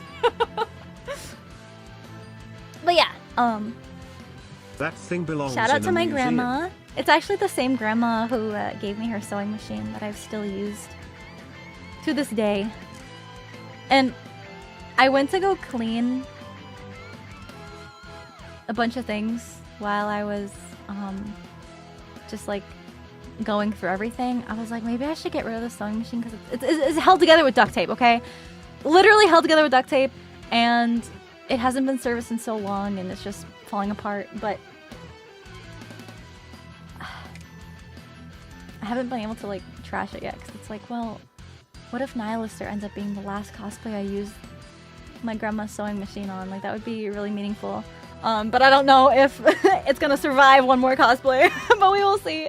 Light Ice Storm, thank you for the tier 2 resub. Happy 32 months, thank you. Oh, Ascended Blades, thank you for the tier 1. Welcome in. A sentimental value, yeah. The same grandma that I stole. She let me borrow forever her hot glue gun and then her sewing machine, and now, even after she's gone, now I have her turkey carving electric knife. So silly. But yeah, I think that's everything I wanted to gush about. But yeah, I don't think you guys understand how crazy that foam thing, the foam carver is, because it was very jankily carved down with that old ass 80s electric knife, and this foam shaver literally made it look like so smooth. But yeah, so now that I've smoothed, or is it?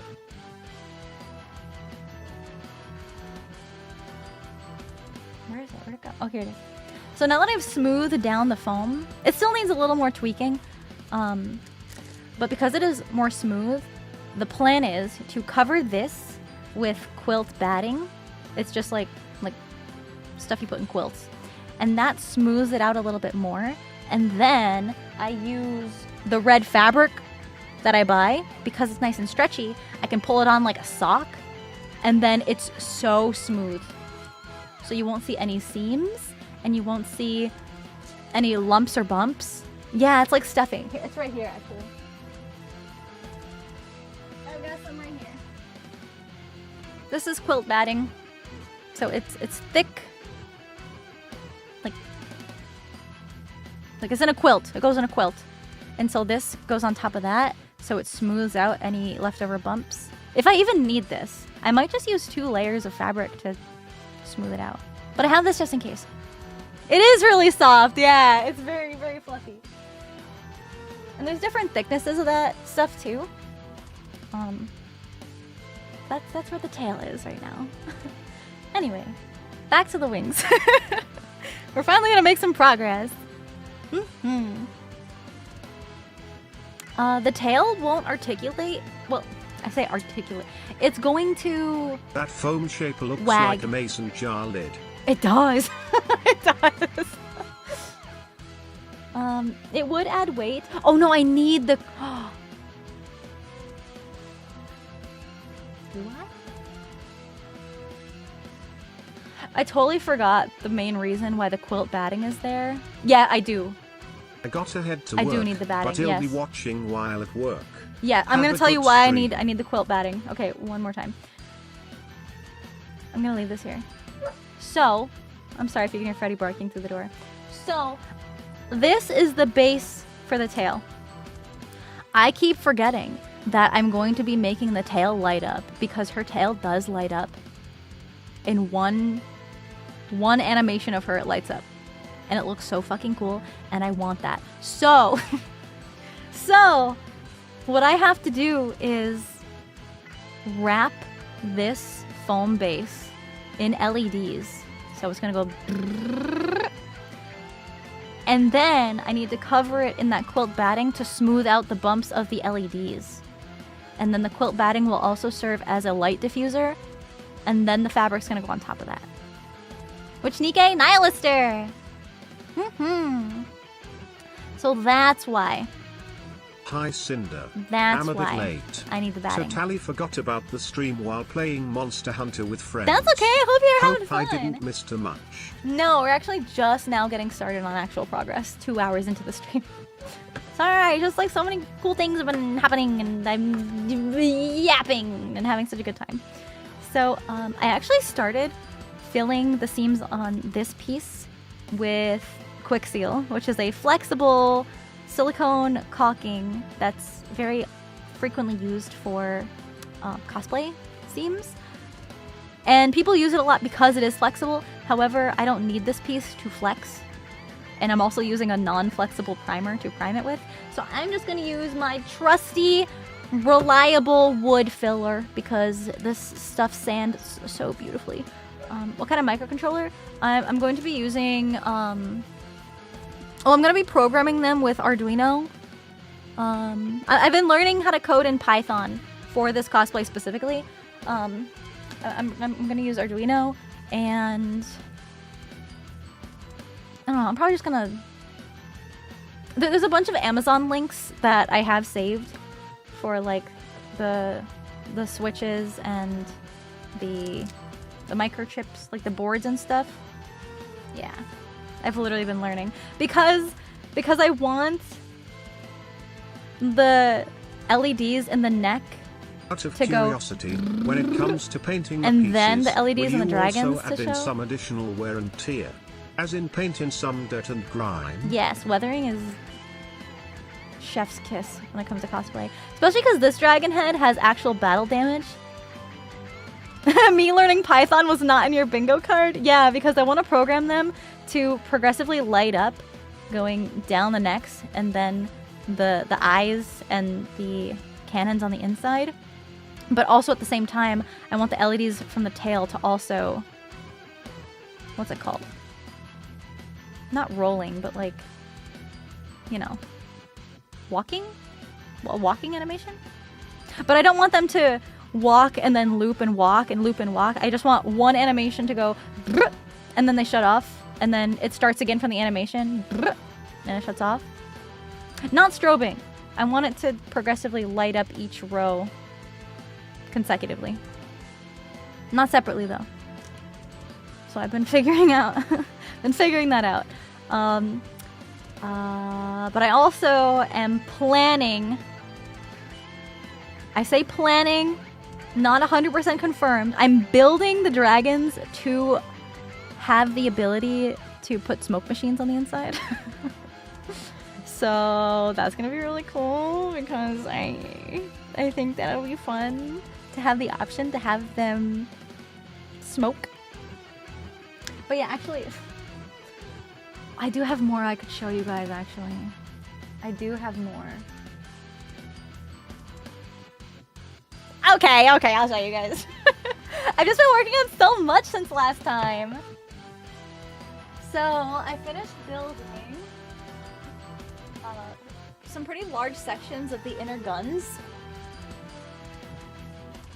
So if this looks familiar, it should. Now remember this piece? This is her now. So these are attached. This segment and this. This is carved the same way I carved the little slots here. I just use, instead of my little rotary sanding bit here, I actually just used a fucking drill bit to get these grooves. Same with these. These were also a giant drill bit. How long does this take? Hours. But I also built the box section of all of that. But because she has 2 dragons, there's 2 of them that are identical with the same little carvings and whatnot. Here, let me pull up. Y'all, if you're new here, you're probably like, what the fuck is she even talking about? Here we go.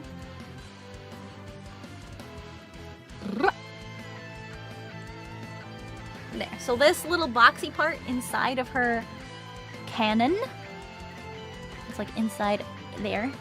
That's what this is. You see the vision? You see? Yes, isn't that cool? Yeah. But I was also working on the part that goes under that. Let me grab. There's 2 of them again because there's 2 heads. This diamondy part. I had to kind of use more creative liberty with this just because of the angles that I need to achieve. But there's 1. And there's 2. Looks the exact same. Thanks. Thanks. These are super light. Everything's made out of EVA foam. This one is made with 8. Yes, 8mm EVA foam and 2mm EVA foam. Looks pretty spot on. Stop, you guys. So yeah, this attaches to the bottom. Oh my god, like can barely. This shit does not fit in frame. But yeah, it attaches there. You see where it goes? Yay! And this barely fits on my frame. You can see hand size comparison. This really goes to show the scale of how big these are gonna be. And this is just the inside. This is the inside gun part. And it's not even the dragon heads that go on top of the gun. Bankrupt? No, I already have all the foam that I'm using for this. I have so much foam. I bought like 20 rolls of foam forever ago. They are going to be really big, but I wanted to build them to scale. And that's also why I'm using real metal steel for the support structure. Yeah. What scale is it? To my height. So I scaled full body standing Nihilister to my height and then printed them out to my height. Most detailed cosplay I've done? Yes. Yes. But this, don't look at the back too much because it's kind of jank. This is just a triangular piece of foam that helps support the angle here, because the base is 2 pieces of foam that are beveled to be flush together to get this angle. And then this is like a weird order of operations, because I didn't want that seam to be visible. I used 2mm foam and glued that down to cover it. But before I glued it, I cut out this tiny little like hole for the details there. Here, let me mega enhance right now. So you can see how this part, this little engraved piece, has more depth. So I was like, you know what, I might as well cut it out of this piece here, but you can still see that it looks geometric and cool. Yeah, smoke machines aren't always allowed at conventions. That's why it would just be for photo shoot purposes, but I want to build it to include smoke machine if I want to put them in. But I could also take them out just in case. Covering seams with a thinner sheet. Yeah! And then after I covered that, I glued. This is another piece of 2mm foam with the border also 2mm foam. Oh my goodness. And then these, there's 1, 2, 3, 4 pieces, also 8mm thick, that are glued on top. All the yellow parts are literally just craft foam. And then these details all are carved in the same way that I carved the ones on the upper pieces with my Dremel and the drill bit. And these are cuts. I cut into the foam with my craft knife and then heat sealed it with a heat gun, and that opened up these cuts. So this was using the like heat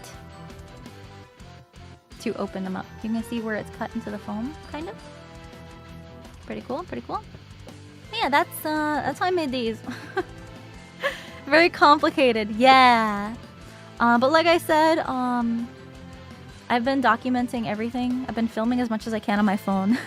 Actually, I have an old phone holder clamp that I used to use for my face tracking, but I got a new one just because it works better. And so I've been using my old face tracking phone holder to film on my other crafting desk. I have just like one of those like white collapsible folding tables out in the kitchen, and that's where I've been doing like most of the dirty crafting, because sanding and gluing needs lots of ventilation and space, and I don't want to get foam dust in my PC fans and all that junk. So I've been doing that out in the kitchen. Final count 308 mod apps. Thank you guys so much. Thank you, thank you, thank you. I really appreciate all of your interest. But yeah, so that is the other big thing that I've been working on. And then I realized, oh wait, there's one more piece, and then I'm done. One more piece. It literally doesn't even look like anything.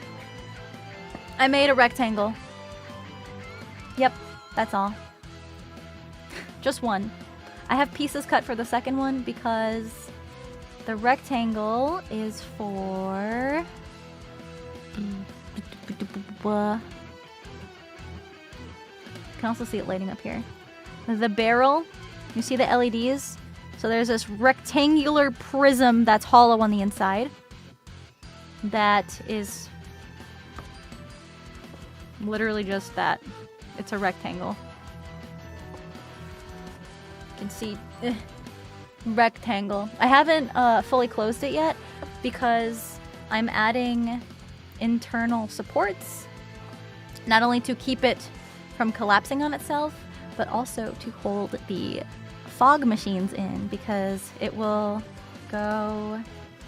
Yeah, this is gonna be the end that sticks out, so like tilt it that way. Sorry, I literally have no room to show everything. And and then there's this piece of foam here. There's gonna be a hole cut in the middle of this support, and then the fog machine is gonna sit back here, and then that way the tube will stick out of there, and then all of the fog will pool outside of this end. Yeah. But it's all just... Here, let me take this out just to show you. It's just cut to the same dimensions of this little rectangle. You can see on the inside, it's all more beveled edges. That is just contact cemented together. So 8 pieces in total. I'm really excited. It's gonna be awesome! Do they produce heat? Very minimal heat. They mostly overheat when there's no more liquid, like the fog liquid. So I have to be careful because you have to monitor how much liquid is left in the smoke machine, which is something that I'll be able to do because I'm gonna have a little compartment that will be magnetized, so the magnets will just... I can't pop. There we go. There we go. The magnets will pop off. Yep. And then I'll be able to access the fog machine on the inside. Alright. So, we're going to work on... wood filler! Wood filler! Clog the heating element. Yeah, if you run it while dry. Yes. Okay, I need to cut... I need to snip the tip. Oh, I also grabbed paper towels because this stuff can get messy.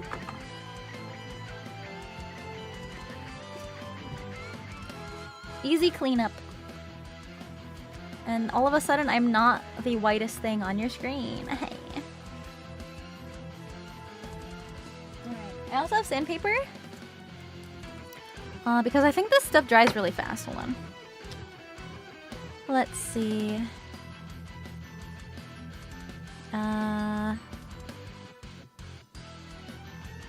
Oh shit, no. 2 to 6 hours for shallow fills. Okay. Never mind. I feel like this stuff hardens up after like 15 minutes, I swear.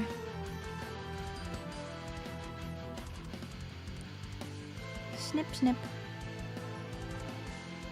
It's kind of a big hole. I don't want it to be that big though. It's gonna have to be.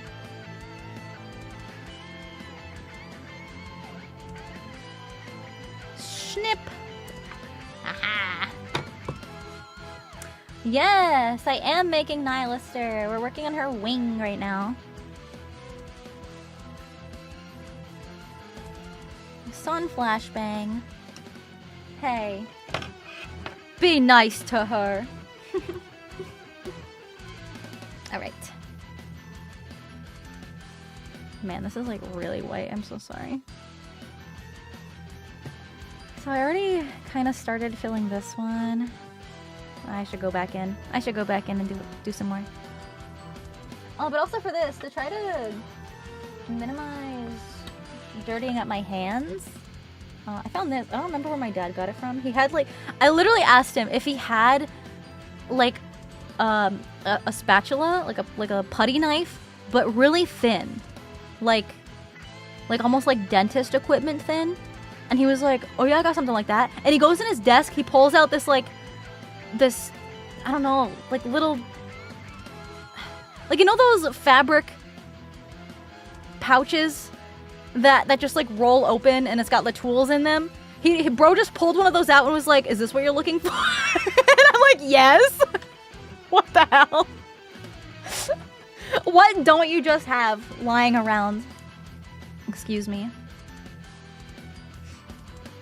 Modeling foam and then spray paint. I use EVA foam.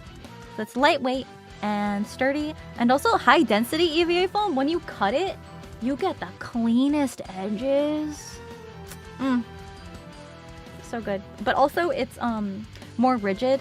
The reason, the biggest difference between high density and lower density EVA foams is that the high density stuff has less pores in it, so it has a smoother paint job after it is sealed with heat, but also it's not as squishy.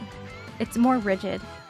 So I would recommend high density EVA foam for anything that has sharp angles, more geometric shapes, and I guess like the more robotic, like mech type things. Papa Wolf just casually reinforcing that he is, in fact, the goat. Literally. And anything with organic shapes that's gonna need a lot of texturing and more sculptural kind of work, it's much easier to use the lower density foam for that kind of stuff. Yeah. He does have a motorcycle, yeah. Yeah, how'd you know? How'd you know? Okay. Let's just get started here. Jack, thank you for Sinder, the tip! don't mean to disturb you, No, but don't have worry you heard about of a mobile game called Idle Angels? I I don't like think so. Sweetheart Always Loki. Ew. Why is it wet? Why is it... There was so much moisture right there. This stuff usually isn't that wet. Look at... Can you even see? I don't know, man. I just work here. But yeah, the goal is to fill the seams because there's just so many separate pieces of foam here, and I want it to look At this point, more I mechanical. think Papa Wolf is just a server admin, spawning in anything that's needed at the time. Maybe. That, or he has a bag of holding that has any tool you would need. Yeah, he literally has like one of those magic pouches where you reach inside. It's like bigger on the inside, and he can just like manifest anything out of it. Might have to shake it a bit. Yeah, that's what I was thinking too. I just wanted to get this smoothed out before it started to harden. I will shake it though. Surprise! It's not glue! It's wood filler! Kit Wolf! Thank you for 3 months! Thank you for the lurk. But yeah, once this hardens, I can sand it nice and smooth, and then the seams will all disappear. But yeah, just because I think the seams kind of look ugly.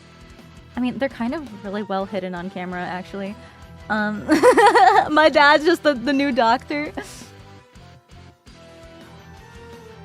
Shh, nobody's supposed to know. No, the color doesn't matter. Just because everything's gonna be primed again anyway. Oh, also there's a hole. So sometimes when you get foam, there will be flaws in it, which is Finally okay. got We're all some a little time bit checking flawed. on the stream, though my time is limited. I am happy to be That's watching okay. you. Even I'm if glad it's you're just here. for a little bit. Thank you. So this is a really good example. If it will even show up on stream, there is a tiny little hole. You can kind of see it right there. That was already a part of the foam when I cut this out. And, you know, it just happens sometimes. Especially with craft foam, because that's what this kind of foam is, a 2mm foam. It's easy to sometimes get little pores that are bigger than usual. So I'm actually going to try filling that. I need more filler. Oh, no, there we go. Your Yeah, I'm nails gonna- look sick, BTW. Thank you. Just gonna smooth that out. So now you can see where the hole was right there. Because now it's filled in. But I will be hitting this with another layer of primer. Just a light layer. Because I like to... Here, so it's hard. It's always hard to tell when you just have the raw foam how visible your seams are going to be. Because it's like, you know, the seams are there and it's all the same color. So sometimes adding the primer that has the filler properties will help just visually show you what else needs to be touched up and filled in a little bit more. So that's why I like to use the primer for that. But this one looks a lot smoother because it's a piece of thin foam on top of it. whereas these are two separate pieces of foam that are joined at the middle. But it also depends on the sharpness of the curve that you want. But the foam underneath was built the same way. Just because I wanted these little details carved in, I cut out a whole nother piece of thinner foam and just glued it on top. Big Dog, thank you for the 5 gift subs. Thank you so much. I am gonna try to shake this. I don't know how. I'm just like, because this stuff is like, it's like a paste. It's like, can I even shake the paste? I'm trying. It's like very runny. I just bought this. Can't be bad. So it's easier to add than remove. Yeah, especially when you're filling holes. Although, what you can do to smooth down seams, I don't want to do this because I want to keep the really angular geometric angles. But what I could have done is sand down. Let me use this because it doesn't have the piece sticking out of it. I could sand this seam. It would make it more round, which is what I don't want. But if I didn't mind that, I could sand this down, and that would also minimize the seam. Instead of adding filler, you could just sand it and then put primer over it. Or you could sand it and then put less filler on top. But I'm gonna need a lot. Coming by to say hi. Hello. Thanks for coming in to say hi. Alright. Try this again. I'm also going to occasionally wipe off my little palette knife here. Oh, I guess. Sorry, my hoodie is so gross right now. I was petting Freddy and he like slobbers everywhere. Yeah, this feels dry. This is bone dry already. What do you mean 2 to 8 hours, bro? Let's just try it. Let's just see what it's like if I try sanding it right now. I have some sandpaper right here. I'm gonna use a very, very high grit sandpaper just because I don't want any visible sanding lines. And this is 320, by the way. 320 grit. There is higher, but this is just what I had on hand. For any detail work, like filling seams, I'd recommend a higher grit just because you don't want to rip up your foam, really. I mean, unless you do want to destroy your foam, then by all means. How hyper was Freddy after stream? It's so funny. I was talking about this right at the start. He took a nap. Because I brought him out again right after I ended stream, and he was running, and then he sleep. So what I do is I take a rectangular strip of sandpaper, and then I wrap it around my ruler. This is really helpful, especially if you want super flat, straight edges. So I wrap it around and I just sand like this. Instead of just like getting a sanding stick. This is like my jank version of that. But yeah, some of it's coming off.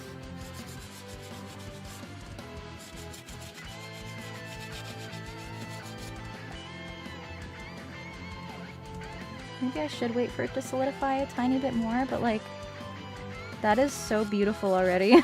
That is so smooth. My holes are filled.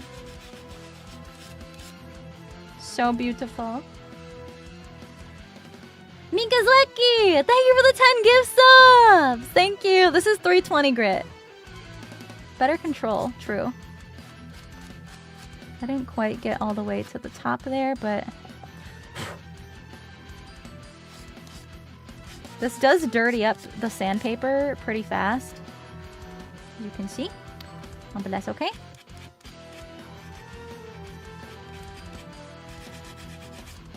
I also don't want to sand down too much of the actual shape.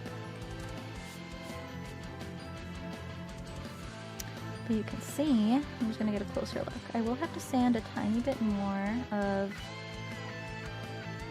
the edge.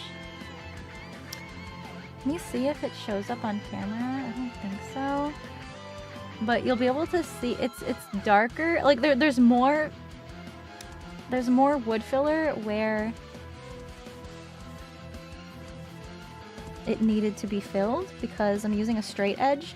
I'm not accidentally sanding out all that filler. That looks nice. I do want to just...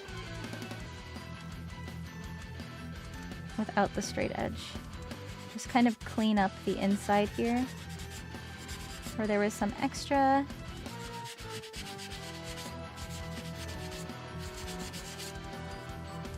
So that way there's no bumps from the extra wood filler. That's on the smooth part. And it looks bad.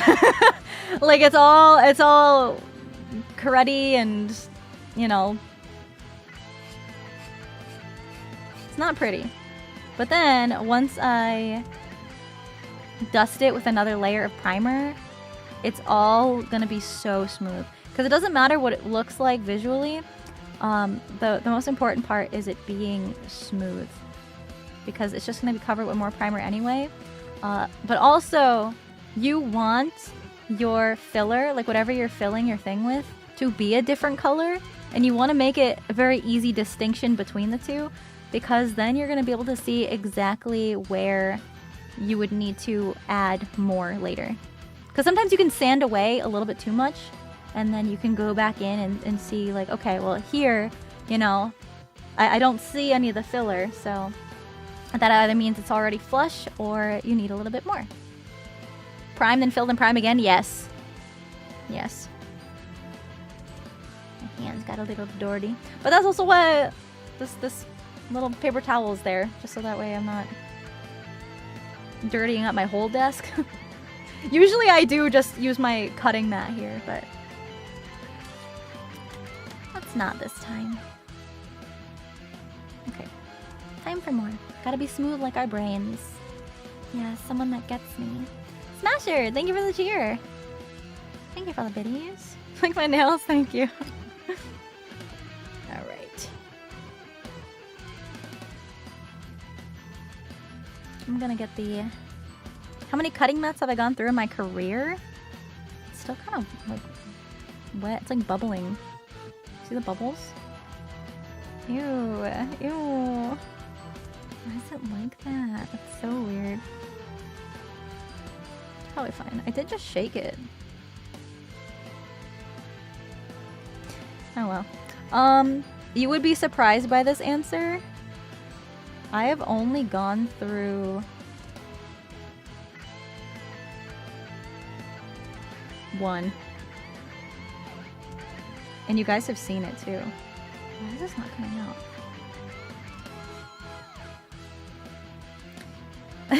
It was this tiny ass blue one. Maybe I just scrape it out of here, to be honest. It's like not... Is this stuff bad? I don't even know. But yeah, it was the my old blue one. It was like, I think it was 12 by 12. And now I've got like the big 36 by 24 one. But yeah, I was using this little dinky cutting mat for such a long time for all my cosplay projects.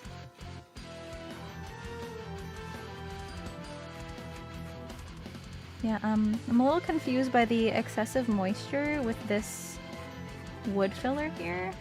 But I haven't used this brand before. So I guess we'll just have to see how it works after I use the primer. Let me see. You don't oversleep on Sunday because I stream? Aww.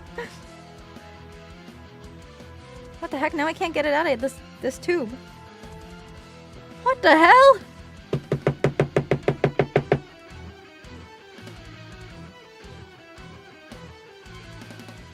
Is it bad? There's no way. There's no way. It literally looks fine when it comes out, but I don't know why it's not. Do I need to cut a bigger hole? Maybe I do. Desk minus 1 HP. My bad. Savvy. Same. You guys wake up early just to watch my streams? What the heck? You don't have to do that. It means a lot to me, though. It's nice having you here to hang out with me. True. It could have been sitting in the store forever. It's a good point. I actually don't know what expired wood filler looks like. Can somebody look up if expired wood filler means it's runny? I feel like expired would mean it's solid, but I guess it might be solid and runny because it's like stuck. Don't know. Comfy Sunday, yeah. DAP wood filler is like that. Oh, okay. Okay. This is DAP. DAP me up. I'm gonna cut more of it. Looks dry, crumbly, and can have hard chunks or lumps. Okay. So this definitely is not expired. Let me just cut more. See if that frees it up a little. Toss that.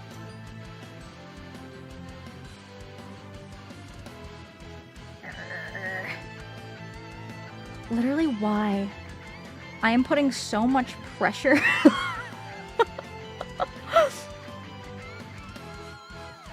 Okay. Looks like mushy sand if it's gone bad. Okay. This is not mushy sand. It's just normal, everyday wood filler. Okay, this is more the consistency I was expecting. Okay. Much better. That was kind of weird. Normal wood from the plastic tree. Ah, yes. This is natural color. Natural wood. Yep. The reason why I'm using the wood filler on this like entire edge is because there's this extra 2mm foam layer that I kind of want to reduce the edge of. But for the other pieces, it will just be this inner seam here. Makes it easier when you're actually using it on wood. Yeah. Not me. I've used wood filler on foam many times in the past. I've used it mostly on 3D prints. This stuff works beautifully on 3D printed stuff. Sand's so nice. Makes all my things nice and smooth. Love it so much. I just haven't used this brand before. The brand that I had been using, I couldn't find in any of the stores that I used to get it at, so I don't know what happened to it. But I was just like, hey Dad, can you just like pick up whatever for me? I need more wood filler. And he was like, I got you. I'll pick out a good one. Thanks, Dad. He's like, oh, it's all the same stuff anyway. Thank you for the anonymous gift sub. Yeah, so the reason why I'd use wood filler on these seams is to, or on foam, is to fill the seams. You normally don't want to use wood filler on anything that will flex because this stuff will crack if it bends. But these specific pieces aren't intended to bend. Like the physical foam is not going to bend like this, you know? They're going to be very rigid. So it's much easier to smooth out the seams when you have a rigid piece like this. However, if you do have a piece that will flex, there is... Here, let me just go grab it really quick to show you guys what it looks like. I'm a visual person, so I don't want to just be like, go buy this without showing you. It's just in the next room.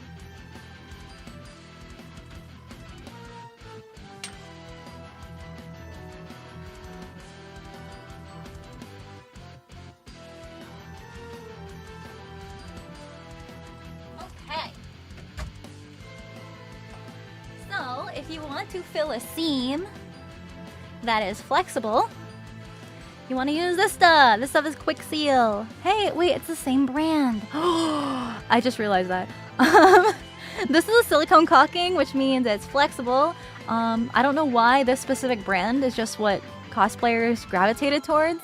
But it is waterproof. It's flexible. You can paint it.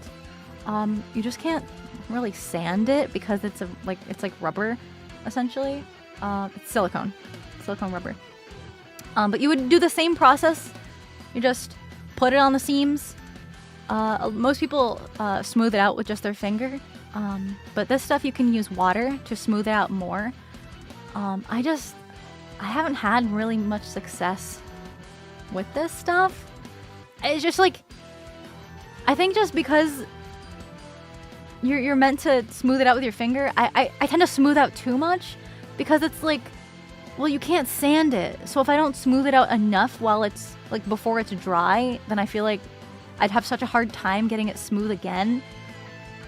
So I tend to overdo it. So all of these seams were used with this, and you can still see, like, especially here, there's not enough. And I think I just, like, this seam here was pretty good, but you know, yeah, I pulled my cock out. You're welcome. Here, take a picture. It lasts longer. Take a clip. Yeah, it's best to smooth with water. Yeah, but it just, you know, it's not really what has been working for me. But yeah, if you want it to bend and flex, like if you have foam armor, like on your shoes are a point, like you know, the bend in your foot when you walk. Yeah, I would recommend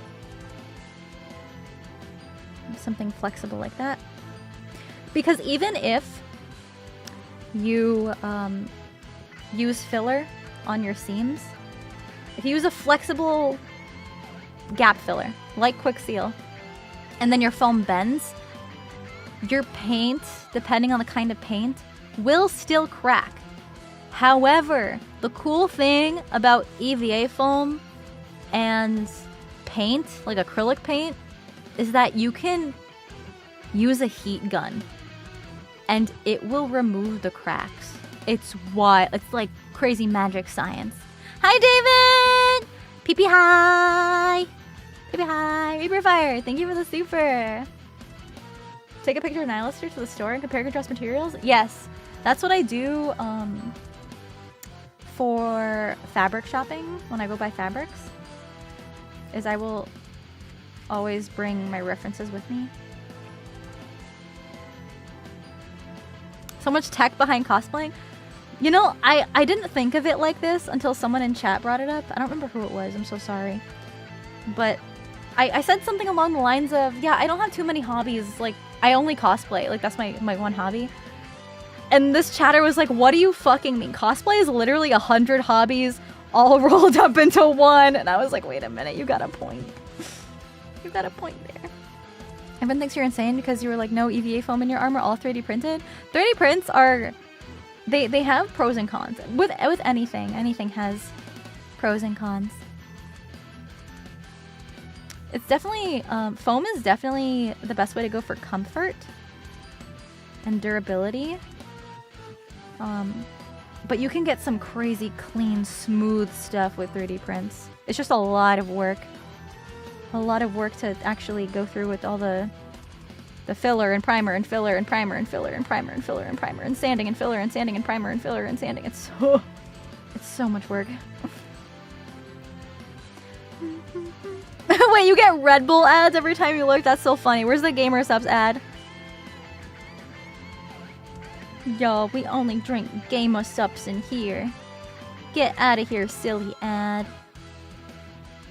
But yeah, I don't run ads on my channel. Unfortunately, Twitch requires some semblance of ads, but we don't have like ad breaks here. Just because, I don't know, I'd rather hang out with you guys than you guys who aren't subbed to have to wait however long the ads run.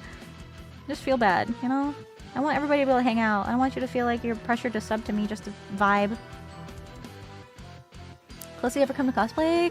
Cool outfits and MMOs! Yeah! Just make your video game character cosplay. Easy clap. 10% pyro power, 20% pyro power, 15% concentrated pyro power, 5% power, 15% pyro, and 100% reason to use code Sinder at checkout for 10% off. Can we tell the EU Gamer Subs branch actually stocks merch and powder? Yeah! I'm gonna push for that. Well, I have been pushing for that. Before they announced their EU like shop online store, I was like, guys, you're gonna want so much stock there. Please, for all my EU pyro pups. Literally anybody else that's not in the US that would benefit from a shipment center anywhere else but the US. I love NIKKE's 3rd anniversary event so freaking much. That scared you? Oops. Whoopsie. Sorry, I'm just cleaning off my little spatula. Suffer? I know, like, not only just like shipping wait times, but also shipping costs. Like, those are freaking killer. That's why I was so pumped when they told me. Okay. Today's your birthday!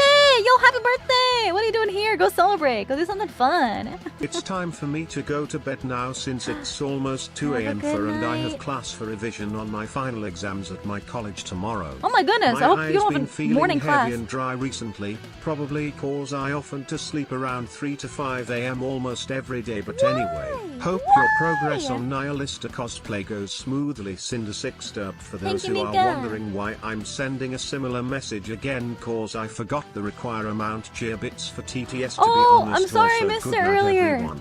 No, you never have to be feel inclined to cheer more. I'm just sorry I missed it. It's just it's really convenient for me to hear some of the messages, especially when I'm crafting. So I'm not always looking. But I hope your classes go well. Good luck. Have a good night. Please get lots of rest. Oh, I don't think I got. Oh, I didn't get the seam all the way over there. Let me go back in. It looks ugly before it looks pretty. You just have to trust the process. Yeah, Twitch asks for a phone number. So the thing with Twitch, and the reason why, I know a lot of you YouTube pups are like, what the heck? That's such a silly thing that Twitch asks for. That's a setting that I put on Twitch because raids are such a common thing on Twitch, and raids are good. Raids are awesome. However, some people do raids with bot accounts, and the bots won't be able to like mess up my stream, like just like flood my chat because they're not verified with a phone number, you know, because they're bots. So it helps cut down on how many bots are able to get access to the chat here, just to keep things more comfy and chill for you guys watching and We need participating in the chat. pyropower to the GGEU store more than ever since Gamer Bulk have quit importing gamer subs. True. I will ask them about that when we do a new shipment order, a new restock. YouTube now requires you to verify. But yeah, I haven't multi-streamed or streamed in general on YouTube for as long as I have been streaming on Twitch. But it's been a very big thing with the bots. A silicone sculpting tool? This is just what I have. Just any kind of flat spatula. Sometimes I'll just use like thin cardboard. I literally just use whatever. But this has been a little more precise. Oh yeah, it's crafting time. That looks good. I might need a little more in here. But we'll see. Whatever's on hand, yeah! I almost said credit card, but I would not recommend using a credit card that you are actively using. Whoops. Don't do that. Thank God for the free shipping codes for GGS. For anyone who True. want to know what they are, ask on GGS website in the chat for it. Smile. Well, free shipping was the promotion they were running last week? Week and a half ago? Yeah, but right now, code Sinder will save you 10%. But every once in a while, they do make creator codes free shipping. So I would recommend waiting to the next one if you are looking for free shipping. $13,000 in credit card debt! Oh! Better use my credit card to fill in the seams of my cosplay. Oops. Nice and flush and flat. Beautiful, smooth seams. I say beautiful, but like on camera it looks so ugly. Listen. I mean, Trust they the are special process. codes for only free shipping, but not Okay, for we supporting only the use creator code sadly. Sinder here! Thank you very much! Unbelievable. Unbelievable. Trying to be sneaky. Shaking my head. They don't want to support me with my code Sinder.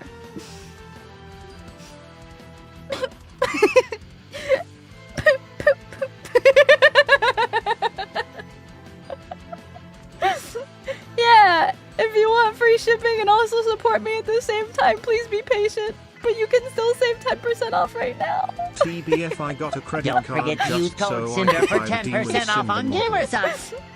Yeah.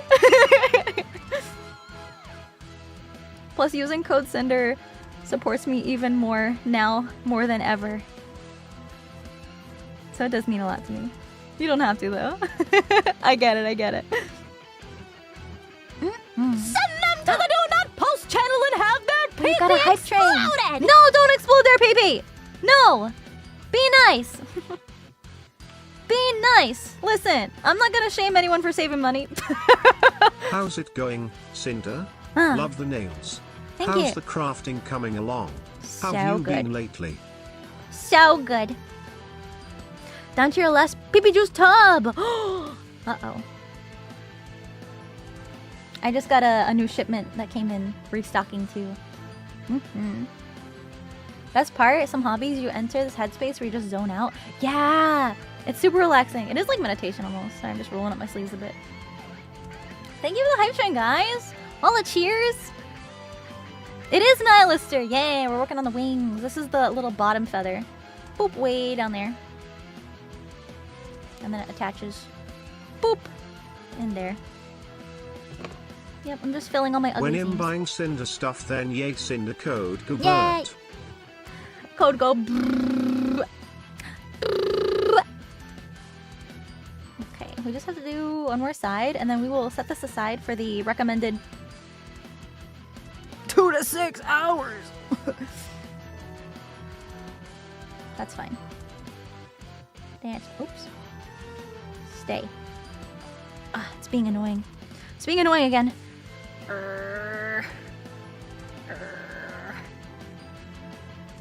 Don't know why it's fighting me so much. How's it going? It's going good for me. How's it going for you?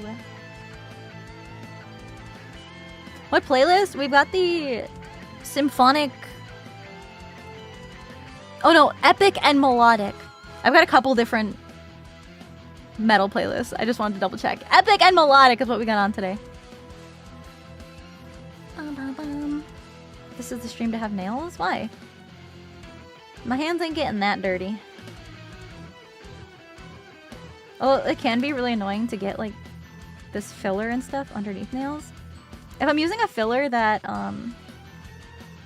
that's like recommended to use fingers for, you know, if I'm doing this the whole time, then I'm definitely more prone to get it stuck under my nails, which is so annoying. So they are typically shorter for those kind of applications. Or when I'm cutting out foam, I definitely dull down my claws, because if I'm cutting foam and I like poke it, then there's like a permanent puncture in the foam. Actually, wait, that reminds me. Hold on, I need to check. Okay, My let me bank look at- account is in pain, but I am happy. What? I ordered 2 Sinderdarky as well as a Cinder mousepad and Wow. some pyro power. What? Thank you so much. Thank you for supporting me. Yeah, I wanted to check. So when I was carving these pieces, when I was carving out these little divots, in order to get the line straight, all I had on hand was my dad's level, like the big steel levels, and I held it in place. But I think I used a lot of pressure to hold it down. So there were like marks on the level, like indented into the foam a little bit. So I just wanted to check to see if time softened them up a bit, and they don't look visible anymore. I'm glad. I just wanted to check because like I just remembered that. Yeah. Brighter than the surface of 1,000 suns. Bing! Crazy. I'm literally not paper white. I'm not paper towel white. It's not that bad. I'm making this! Night Lister's wings. I had never had pomegranate or anything pomegranate flavored before. Really? But I decided to get some pyro power from the Halloween sale with code Sinder. Oh, and I really like you. it. So I will be getting more when I run out. Wait, that's so sweet! Thank you, Chocolate! I'm glad you I like love it. these crafting streams, they Thank always you. inspire me to work on my own projects. But remember to stand and stretch if you've been sitting for a while. So true. Also stay hydrated. Sometimes I'll stand and work. When I get really into the groove of making a costume, every room of the house is taken up by cosplay supplies. Especially the kitchen. Because, so we don't have a dining room table right now. So there's room for me to have that little folding table for me to craft on. It's like a long story. It's a long story why we don't have a dining room table. My kitchen is very empty right now. I mean, it's not that long of a story. My aunt has it. Because she was like, do you still have that table? Because it was also my grandma's. And my aunt now lives in my grandma's house. And she was like, hey, do you still have like the furniture she had in her kitchen? And we were like, yeah. And she was like, can I have it? And we were like, okay, like we're gonna be moving eventually, you know, in our new house. Now so would have just been like, a good time let's to chill. play the hydrate We just don't redeem, have a dining room but I table. can't We help barely but use it ask, anyway. What happened to it? I almost drowned live on stream from my hydrate redeem. But if you want to yell at me in TTS to hydrate, I will do that right now after I finish this because I don't want it to harden up while I'm trying to fill. But yeah, so I've got that little folding table, but sometimes I'll use the kitchen countertop because it's taller than the table and I can work pretty well standing at the kitchen counter just because it's a counter and not a table. So sometimes I'll work up there too. But yeah, Pyro Power. I know that a lot of people haven't tried the pomegranate flavor before because it's not as common as like a strawberry or raspberry, you know? But also, pomegranates are kind of expensive, and it's a lot of work to actually eat the pomegranate. Drink your fucking water. Because but down round this time. Lol. okay, okay, I've got my water. But the thing with pomegranates is that they're these little tiny seeds that you eat, and the actual fruit part is around the seed, and it's this tiniest little bit of fruit, and it's like so much work for so little fruit. So it's like I get why people don't try to eat them. Okay, I took a sip. But also, if you ever tried pomegranate juice, like 100% pomegranate juice, it is so strong, and it is such an acquired taste, I feel. Like it's one of those drinks that you really have to get used to if you've never had it before, because it's so strong. It's tart. It's very tart, but not lemony tart. It's like a different kind of tart. But yeah, not a lot of people have had it because it's also kind of expensive for how much work it takes to actually harvest pomegranates. So I knew going into making my flavor that not everybody has tried pomegranate before, but I wanted mine to be like a subtle pomegranate flavor because I know not everybody likes that 100% pomegranate juice flavor. But I'm always really happy to hear my GamerSupps flavor being their first time trying pomegranate. Or maybe if they don't really care for 100% pomegranate juice, but they still like Pyro I'm still Power. working on my energy Pyro Power so nice to because hear. I was really grinding for the 1/10th label. Aww! I got it Cinder 6 cheer. I also got Sweet Dreams AFK, and it is legitimately the best AFK flavor. Thank Cinder you! 6 hydrate. Thank you so much. That's so sweet. Oh, thank you for the Super Reaper. Oh, I'm glad you like the AFK. It's so yummy.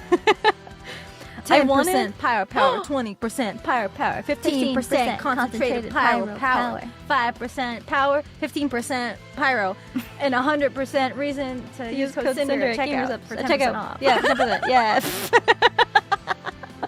Yeah. Yeah. So sweet dreams. If you are new here, Pyro Power is my energy drink flavor that also comes in caffeine free, so you can drink it all day. But Sweet Dreams is their sleep aid, the AFK, and you drink it right before bed, and it is so nice. It helps you sleep all night. It's a magnesium-based sleep aid, but for Americans, you can also get it in with added melatonin. But my flavor is raspberry peach. Raspberry peach AFK.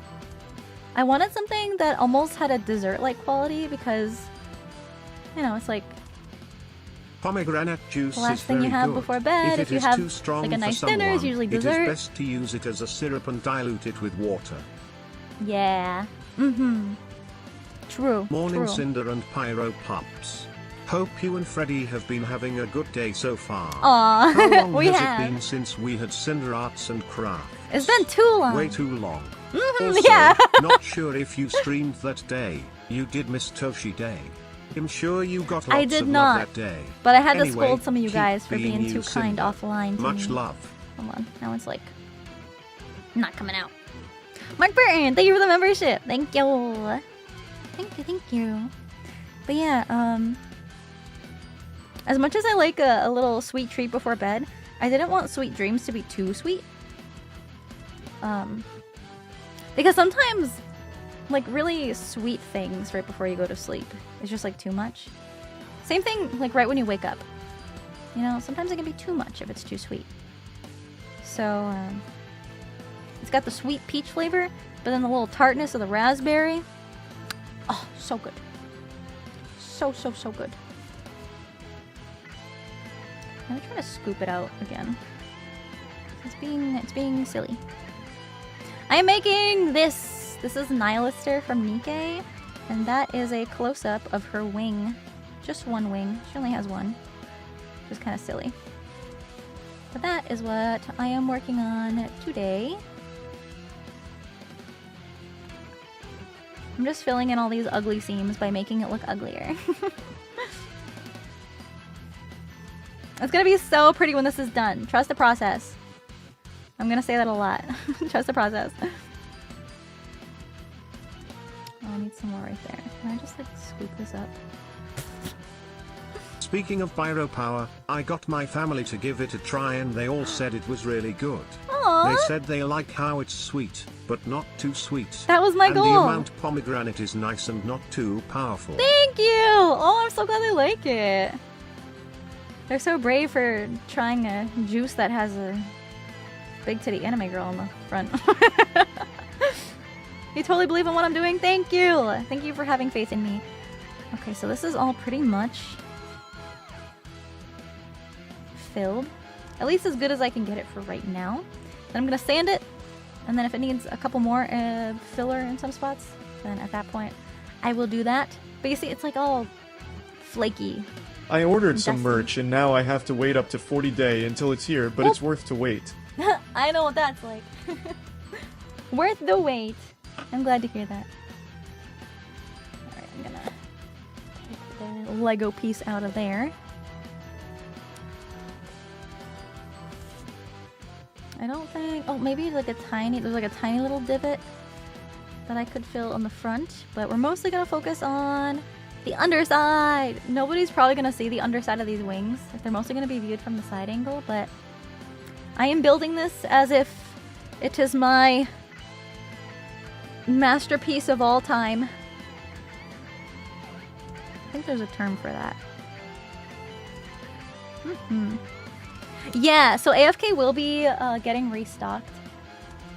It just takes a while for the like production pipeline. Magnum opus! Yes, this will be my magnum opus until my Amaterasu cosplay. Speaking of NIKKE, N90 sure how your pulls have been, but I did get some super rare pulls, but most of Nice. mine have been ultra rare, purple, and rare, blue, pulls of characters I already have. That's typically how gachas My are. go-to NIKKE has been Rappy, I love her. She's such a good girl. I will say, last night I was doing my dailies for NIKKE, and my free pull for Liberalio, I got another copy of her. But the day before that, so day before yesterday, I know, I was like, what the fuck? Day before yesterday, I lost self-control, and I was like, nope, I'm just gonna do another pull, because I wanted another copy of Liberalio, and I got her, and I was like, okay, cool, let me see if I can get another copy of Nayuta, and I got her. But a lot of artists die after creating those, so maybe not the best choice of phrase. Oh, well, see ya! It's like that Bayonetta meme. See ya! She struts away into the sunset. Alex Coon, thank you for 13 months! Oh, don't worry. I didn't show them the tub itself. I didn't think they'd try it if they knew, cause you know, parents be like that sometimes. Lol. Trust me, I know. But yet now my parents are like, yo, when are we getting more anime girl thigh? That's their favorite flavor. Nice! That's some good luck right there. That's some good gacha luck. My parents literally just like, they don't even care. They're just like, yo, where's the anime girl thigh? We want to drink anime girl thigh. Can you restock anime girl thigh for us? I'm like, you still have pyro power? You can drink. When are we getting more thighs? Daughter, we demand thighs. If you do not know, anime girl thigh is an orange creamsicle flavor, which is not my cup of tea personally, but if you like, you know, the orange creamsicle vibe, it is literally the most perfect orange creamsicle flavor. Throwing my merch to your Catholic family. Oop. Oop. It's fine. I recall doing free pulls for Red Hood this current anniversary. One free pull gave me Red Hood, but the next free pull for her, I ended up getting D. Ooh. It's still kind of crazy to get any SSR in a free pull. Like the chances of that? It's wacky. Also, they've been giving out one free pull for the Red Hood Dorothy Maternia banner. Every time you do your dailies, like they'll give you an extra pull for that banner, and I think that's awesome. Dearest daughter, we require a restocking of your finest anime girl thigh, gamer subs. I don't know why this is.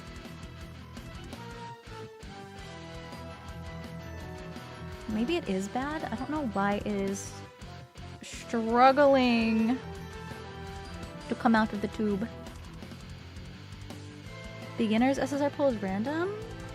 I think it's just the same. Parents be like it might be that. the same rates. Right now got Ma on Arctic Cooler. Still awkward when watching streams cause on the off chance she walks in sun. Is this your anime prawn? Is it easier to just say yes? Is it easier or harder to explain what a VTuber is?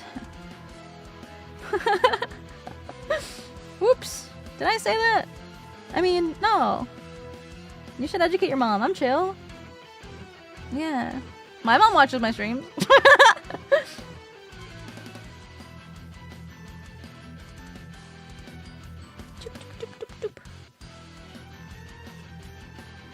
definitely feel like maybe it was a good thing that there was some moisture in here at first, because now there's like no moisture and it is hella dry.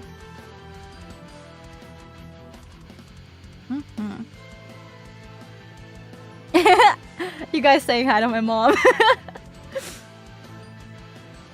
She probably sees you. She might be busy with Freddy though.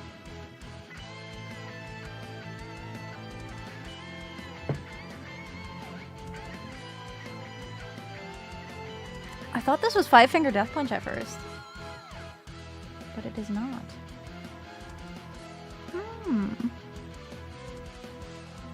Interesting. Lossless. Huh. Copyrighted music for the Twitch Pyro Pups. On Twitch we're listening to Epic and Melodic playlist on Spotify. My only problem with Pyro Power is that I can't bring the tub into work without potentially going to the HR office. Cinder 6 lol. Oh, come on. But you can always mix it up and bring it in with you. It'll at least get you through the morning. Worth it! Now, I don't want anybody getting in trouble. But if you do get in trouble, it's not my fault. The generic tubs and sneakily replace the powder.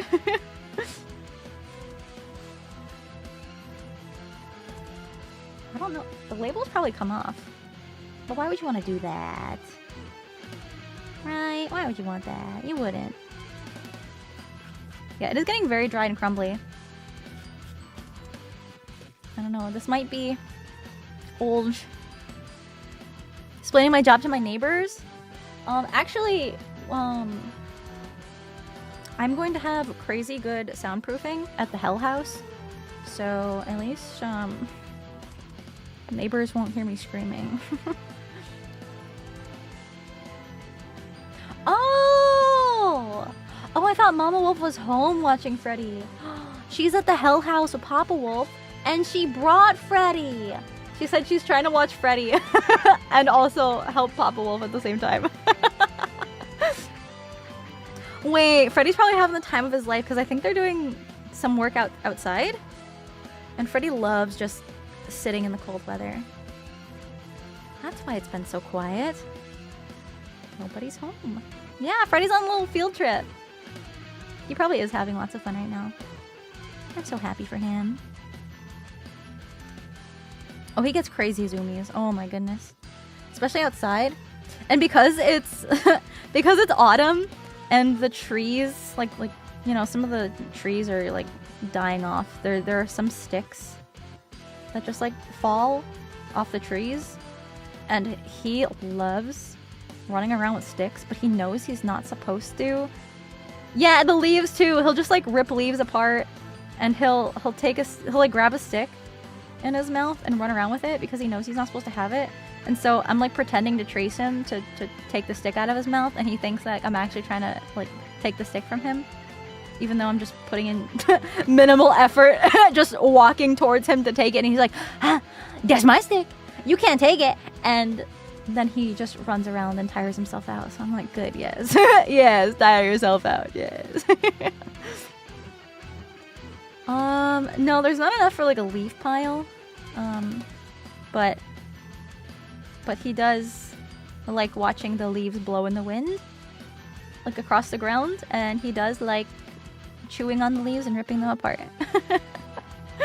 This is a nihilistic cosplay, yeah! You can kind of see this part of the wing here is what I'm working on. Yepers.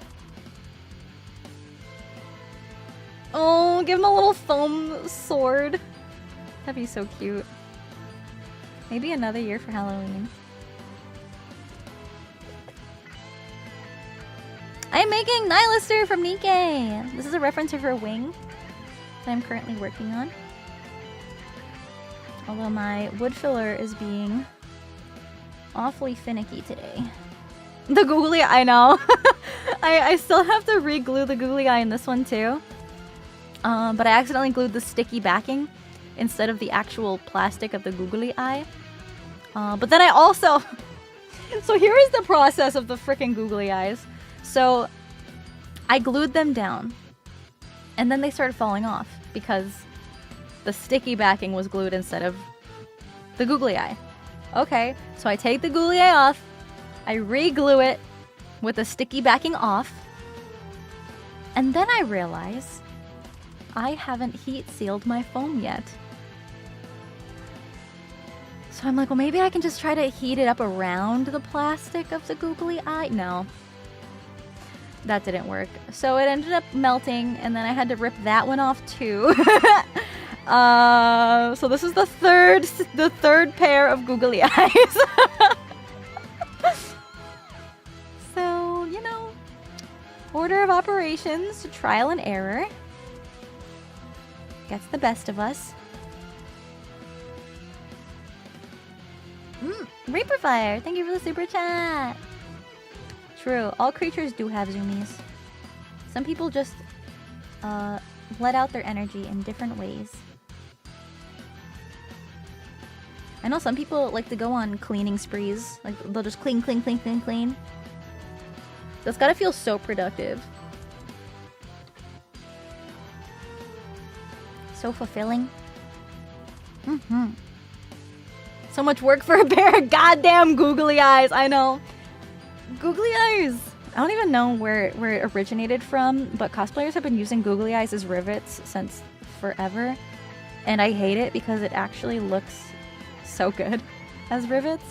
Her rivets have extra details that I'm going to be adding on top later. But,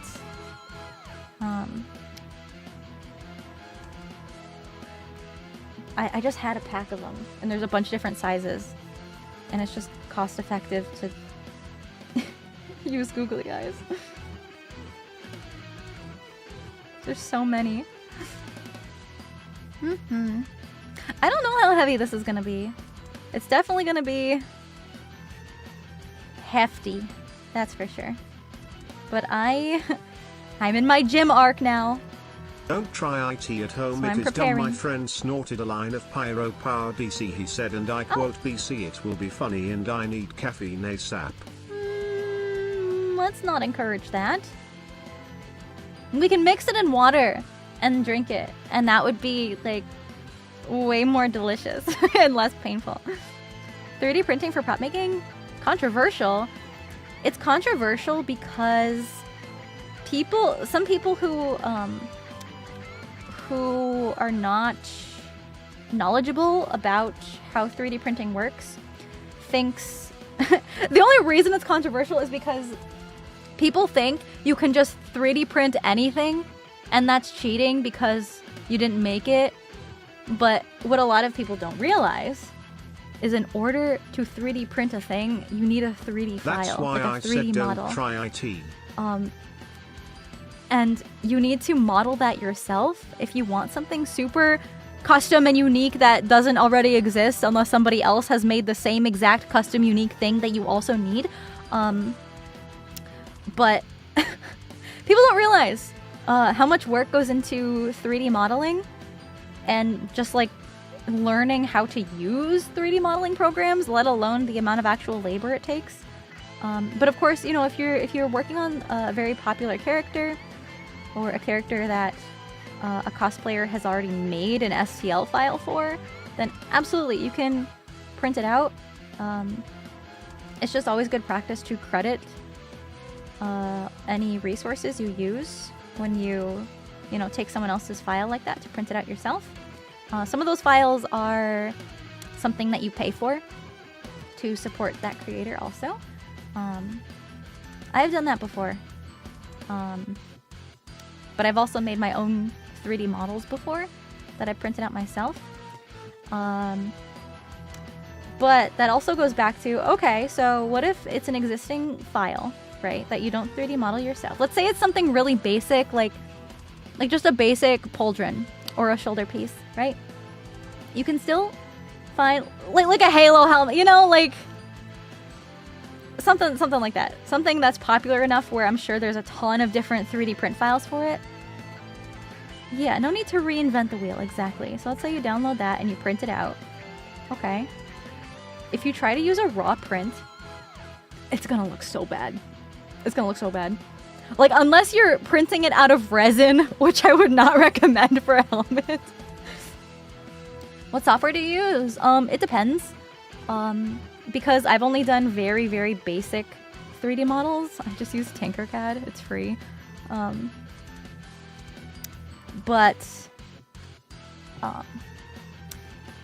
the way 3D printing works is it prints in layers. So when your print is completed, you essentially have the piece that you want, but it's covered in these ridges, like these little lines that are very visible, especially if you paint it. And you can tell a raw 3D print because it just looks very unfinished.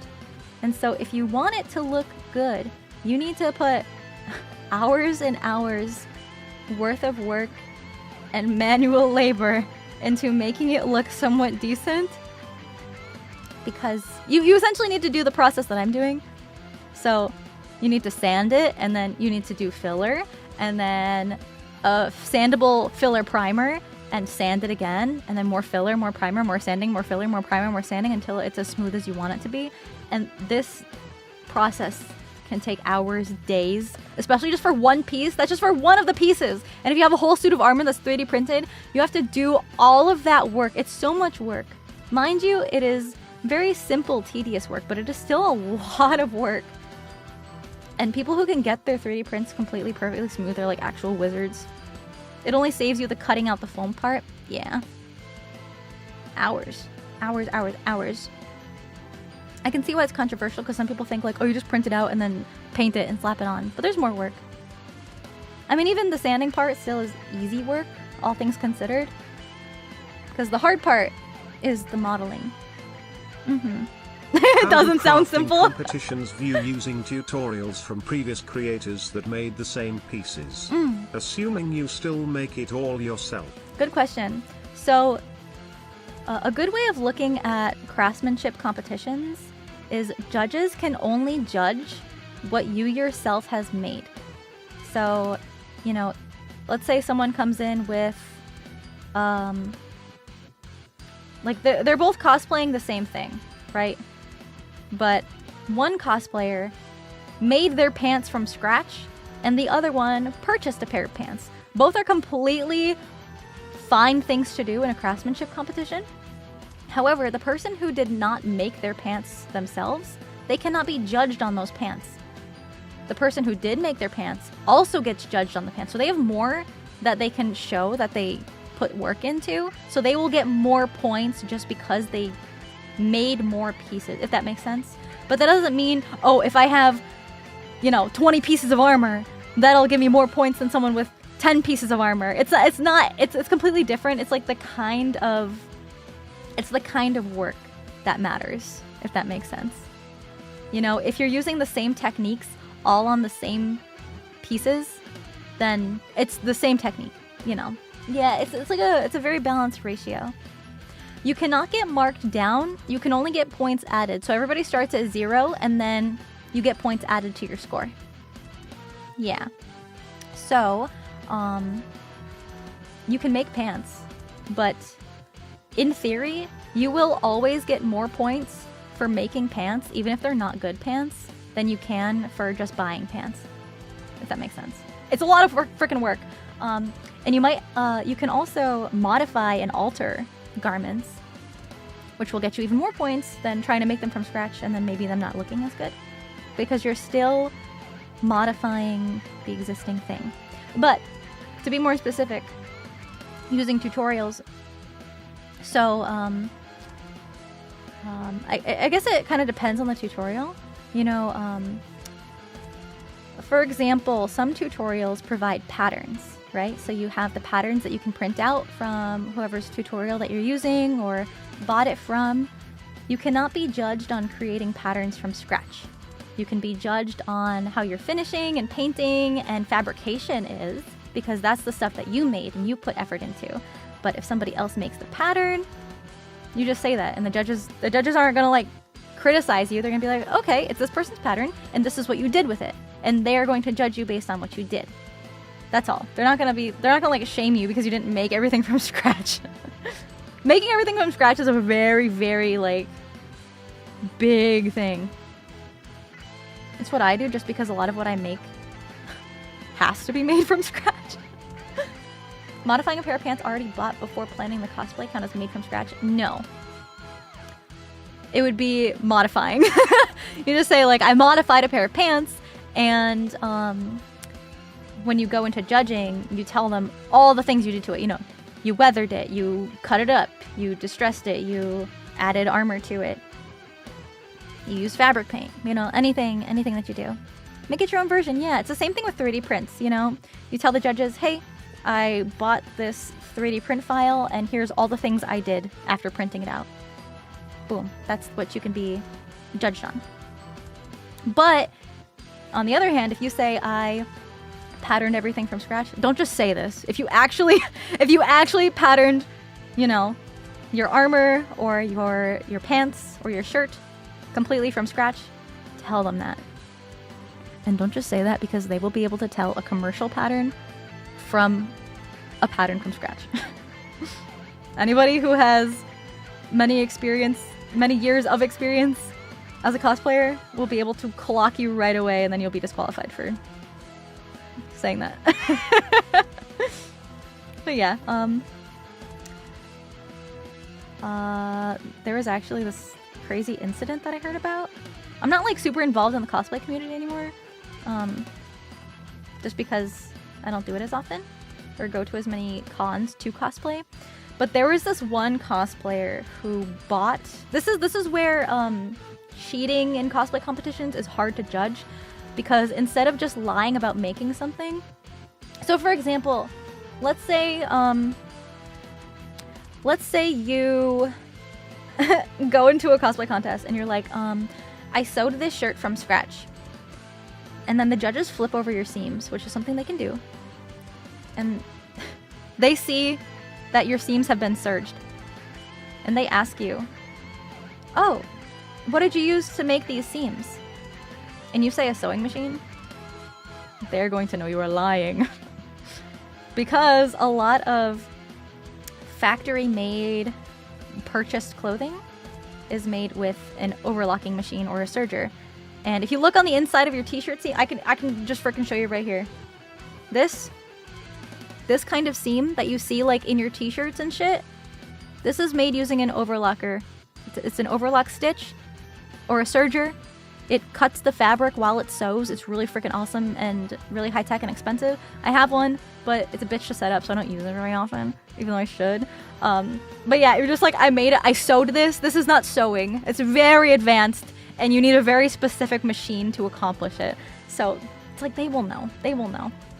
You know, it's like, if you don't know what it's made out of, they know that you won't know. Yeah, so, that's a good example. So that's how a lot of judges in prejudging kind of pick up on people not being truthful about what they made or how they made it. However, there was this one instance that was within the last year, I think, of when she was caught. But she had been doing this for like years, essentially, where there was this one cosplayer who purchased a cosplay from another cosplayer. So it was handmade. But then she started entering it in a bunch of craftsmanship competitions. And because she was also a cosplayer, she knew a lot of techniques. And the judges didn't catch it till like after she had already walked away with so many of these awards. And so there were two problems with this. One of them was the most obviously were that she was using somebody else's work, like handmade work. Yeah, I saw Sarah's video on it too. That's where I heard about this. I love Sarah Spaceman. She's awesome. But yeah, so that was the big problem. You know, obviously using somebody else's work, and she wasn't a US-based cosplayer that she bought it from, so like nobody had seen this cosplayer's work because she was a smaller creator and she wasn't in the US. So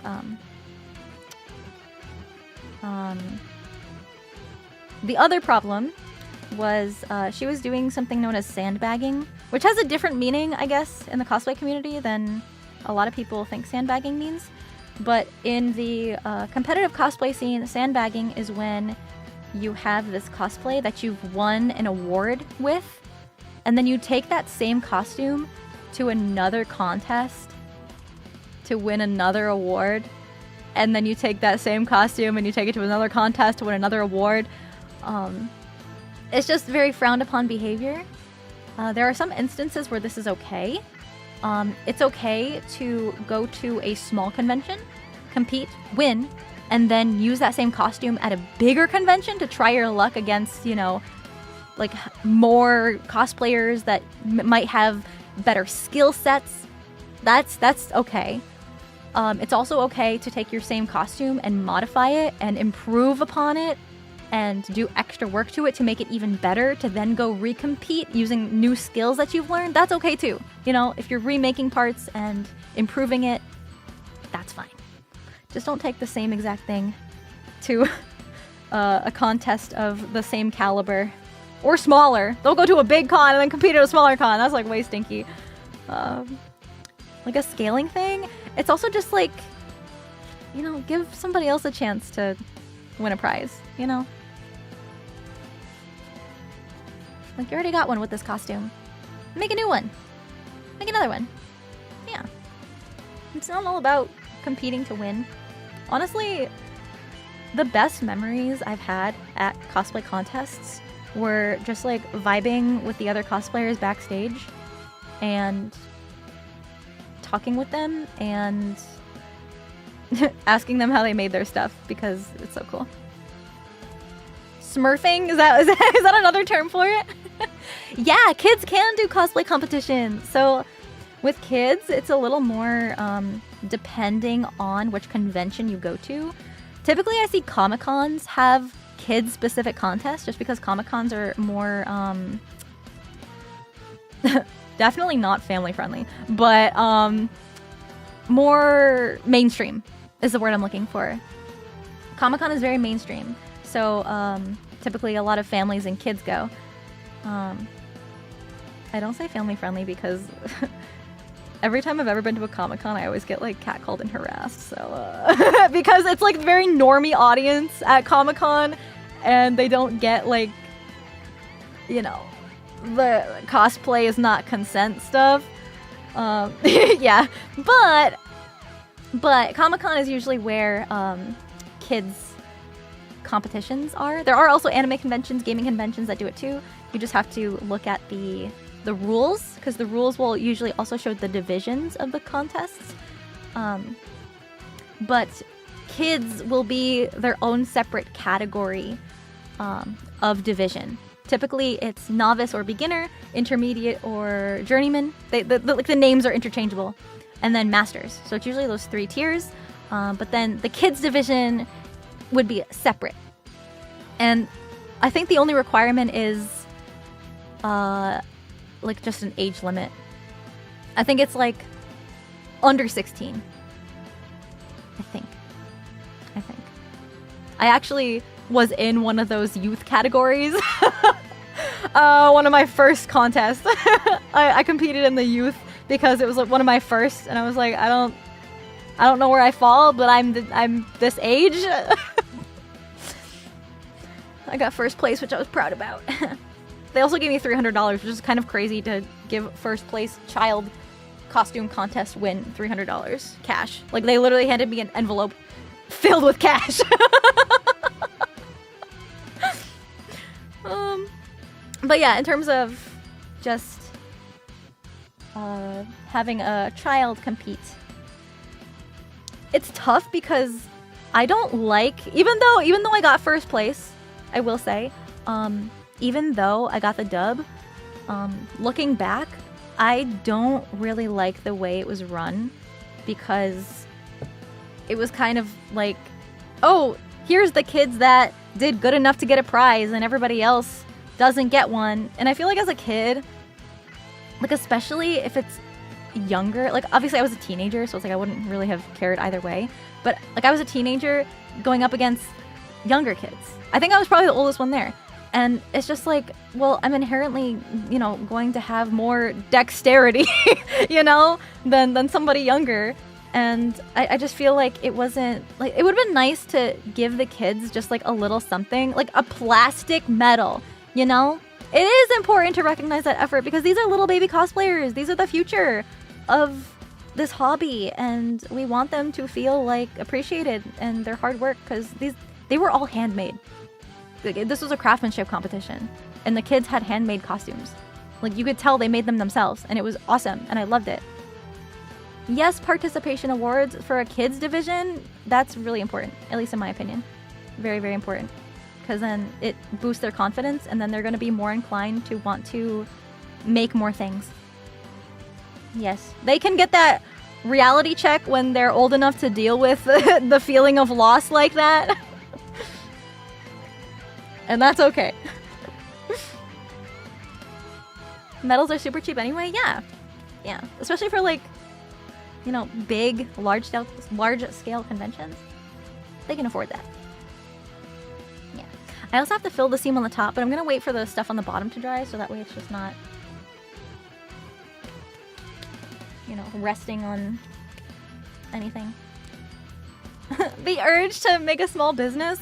I actually used to have, it wasn't even like a small business. I had like an eBay account where I would make like little tiny cosplay accessories. And they were very specific accessories for specific characters. And it was like this little charm that this one specific character has. And I would bulk order like several dozen. And then every time I get an order, I would make, I got these bubble mailer envelopes. Like the little like beige yellowy ones with the bubbles on the inside. And I would put them in there with like tissue paper to pad it out. And I was like making, you know, a little bit on the side just by selling these very specific accessories that I would make. And it's funny because I made my own design for them, like to match the character. And then I literally just uploaded it into like one of those charm websites that you can bulk order off of. Which is what people do, you know, when you have a small business like that. But then I would just sell them. Yeah, like as a little like cosplay accessory for cosplay characters for people to cosplay. Yeah, I was doing that for a while. Oh, correct me if I'm wrong. Cosplay competitions and craftsmanship competitions, 2 different things. So, Smurfing yes and also no. works as a term for what that cosplayer did. For competitive games, it means making a new account/character specifically to stomp on the lower level / not as skilled players. Yeah, I have heard of People that. typically do it cause they've either plateaued in their own skill and have been on a losing streak and want to win again, or they want to actively ruin people's games or win / lose scores. Damn. Either way, it's stinky behavior. Yeah. True. So cosplay competitions can be so many different things. Because some cosplay competitions are craftsmanship, some are performance, like skits. Some allow purchased costumes. There's a bunch. But craftsmanship is specifically for the craftsmanship competitions. Those are the ones that I do. You know, I don't do the skits or the acting performance type ones. But a cosplay competition can have skits and craftsmanship all bundled into one big show. It's typically how they do it. But me specifically, I have experience doing the craftsmanship ones. But I have seen lots of cosplay performance competitions. Yeah. Flashback to cosplay deathmatch. I've been to a cosplay deathmatch. Oh my goodness, those are fucking wild, dude. They're acting ones? Yeah. So they'll have different skit performances. So they go on stage and like it's almost like a play, like a skit. Yeah. A what? Cosplay deathmatch? So what it is, they have a roster of characters, usually pretty mainstream characters that these people are cosplaying, and you can apply. Let's say like I want to apply as Naruto. I want to apply as Sailor Moon. You know, like all of these, they're pretty well-known characters that they pick because the way a deathmatch works is based on audience participation. So they will have two cosplayers come up. Let's say like Naruto and Sailor Moon are up on the stage together. And then the MC of the deathmatch is like, okay, let me hear you cheer for Naruto. And then the audience cheers for Naruto. And then they go, let me hear you cheer for Sailor Moon. And then they cheer for Sailor Moon. And then when Sailor Moon inevitably wins, because the crowd would cheer louder for Sailor Moon, they have a fight. And they get tips before the show starts on how to do like stage fighting. And they fight each other, and then Naruto would like be defeated, and then Sailor Moon moves on to the next round. So Sailor Moon could go up against Alphonse Elric, and then at that point Alphonse would beat Sailor Moon. It is really fun to watch. It is just very loud. Death battle IRL, pretty much. Pretty much. But yeah, it was so much fun to experience. Just cheering. Yeah, Sailor Moon could take Naruto. I agree. Panchi! Happy 19 months! Perform fatalities! Actually, I did see one where they had the dead characters come back as like zombies to take the other ones off the stage that would lose. So they'd still get stage time and participation, even though they were knocked out of their round. But yeah, it was fun. Sailor Moon God powers. Yes. I love taking pictures. Craftsmanship competitors are amazing. I want to see yeah. this cosplay when you're done. I will post many a picture. Ideally, I'd like to take it to a convention, but just like the logistics of getting it to a convention. We will have to see. The dream would be to take this to Anime Expo and Booth Babe for NIKKE, but we'll see. I'm making this! This is Nylister's wing. This is part of her wing. She's a two-headed mech fire dragon from the hit mobile game NIKKE that I love so much with the jiggly anime girl physics. But Nylister kind of reawakened my passion for cosplay because when I became a VTuber, I thought I would never make another cosplay ever again, and I was like kind of content and sort of came to terms with that just because I knew realistically I wouldn't have a whole lot of time because I love streaming so much and hanging out with you guys, and cosplay takes so long. Especially, you know, with the level of detail that I like putting into my craft. But after I played NIKKE for the first time and saw Nylister, I just got that cosplay itch again. And then I was like, wait a minute, why don't I just stream making a cosplay? And then I started arts and crafts and streaming all this stuff. I can't stream every single part of the process just because some of it is very messy and I don't want to destroy my PC fans or my monitors or any of my equipment. But now I'm like, yeah, Nylister broke me out of my cosplay funk. When worlds collide, you can run, but you can't hide. Some materials banned for cosplaying? No. You can use whatever you want to make a cosplay. However, whether or not you're going to be let into the convention with said materials is another story. There are prohibited items that you are not allowed to bring into certain conventions, like real knives and swords. Because some conventions you can actually buy real swords, like actual katanas and stuff, and like kunai, all that stuff. You can buy it, but you have to keep it in the box that you buy it in. And then when you come back into the convention, like the next day, you can't bring it with you. Yeah, it's kind of crazy. Typically, oh, I just got some. Oh, well, that's in there forever now. Okay, that's fine. Kautica, thank you for the membership. Thank you. Oh, Angel Dark Gamer, thank you for the 5 months. Thank you. I'm sorry I missed that earlier. With Thank all you. this talk about cosplay, I was Yeah. wondering, have you ever watched My Dress Up Darling? No, and I'm It kind of heavily hesitant to. focuses on making cosplay and the techniques they use. Does it? I thought it was about, like, the beauty side. I don't know. I feel like I'm always hesitant to watch anything about cosplay because it might give new cosplayers the wrong impression.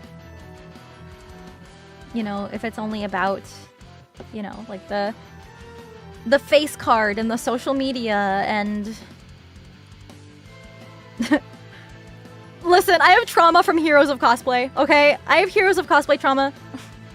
It was a TV show on Sci-Fi.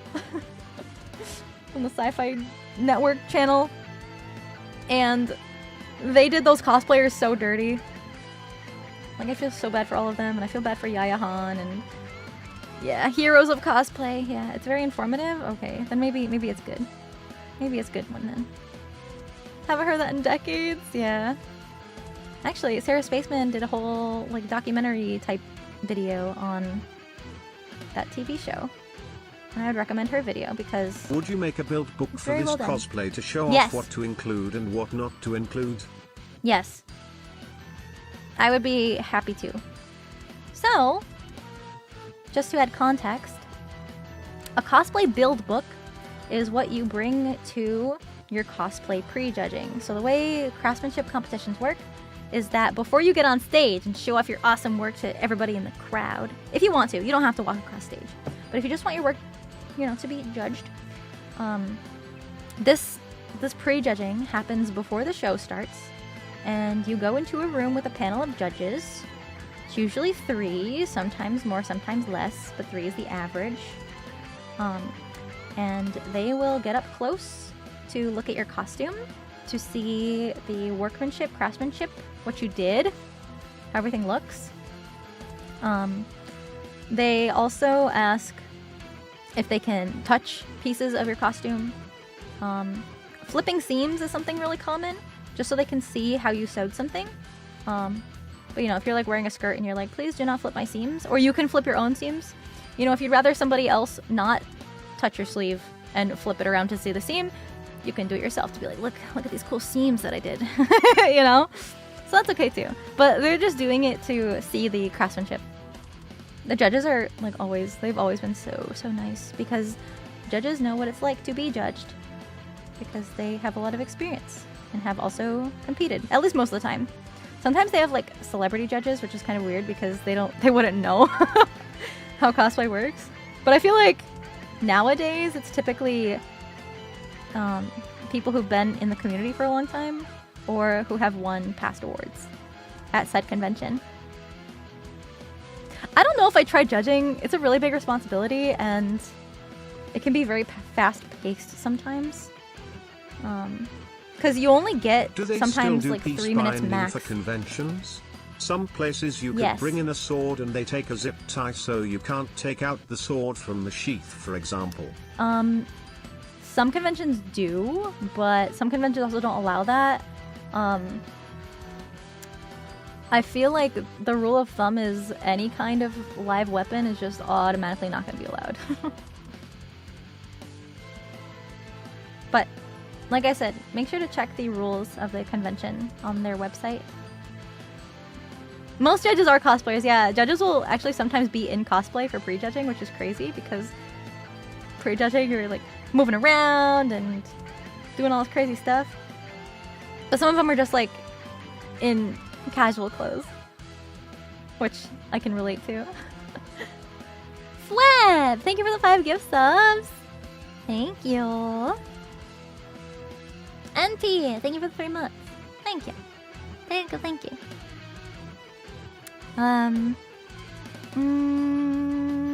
But yeah, build book. So, when you go into this pre-judging room, you are typically required, but even if you're not required to, you should do it anyway. You want to bring, one, a reference of the character you're cosplaying. So in my case would be this image.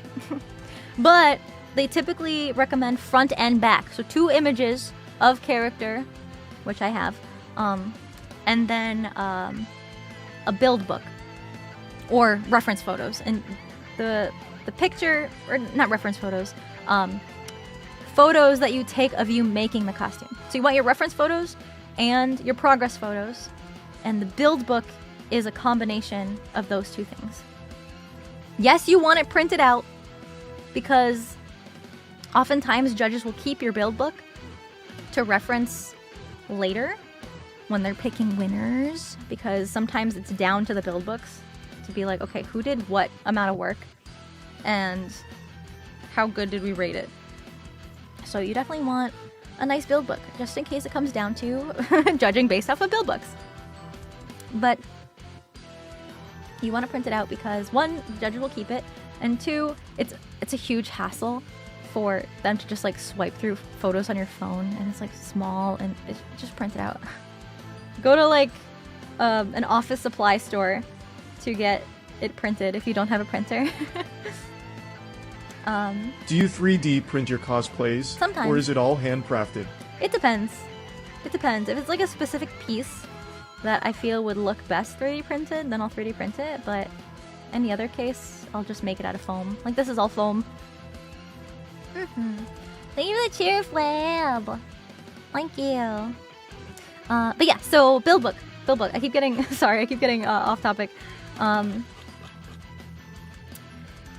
It's the guidelines specifically for it will differ based on how many pages they want it to be, what they want it to include, blah blah blah.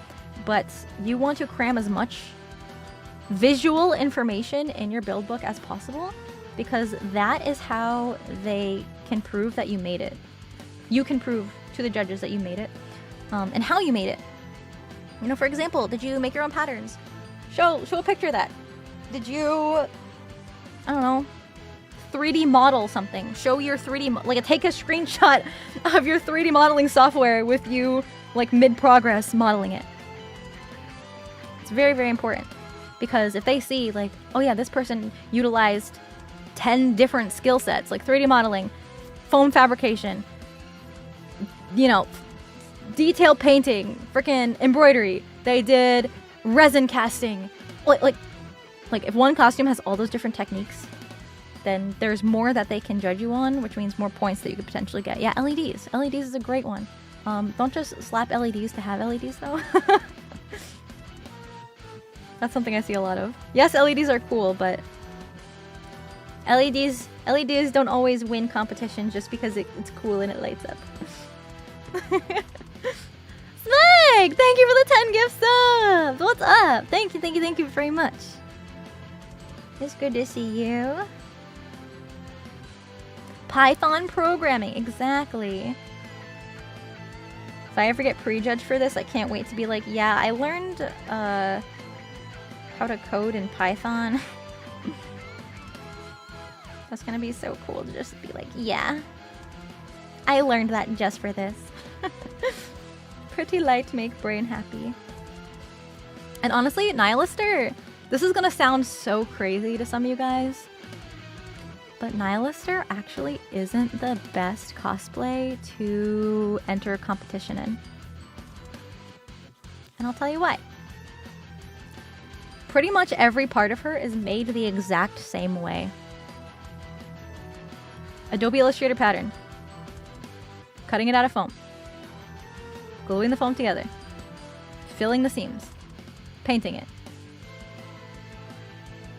That's how I made the wing. Okay.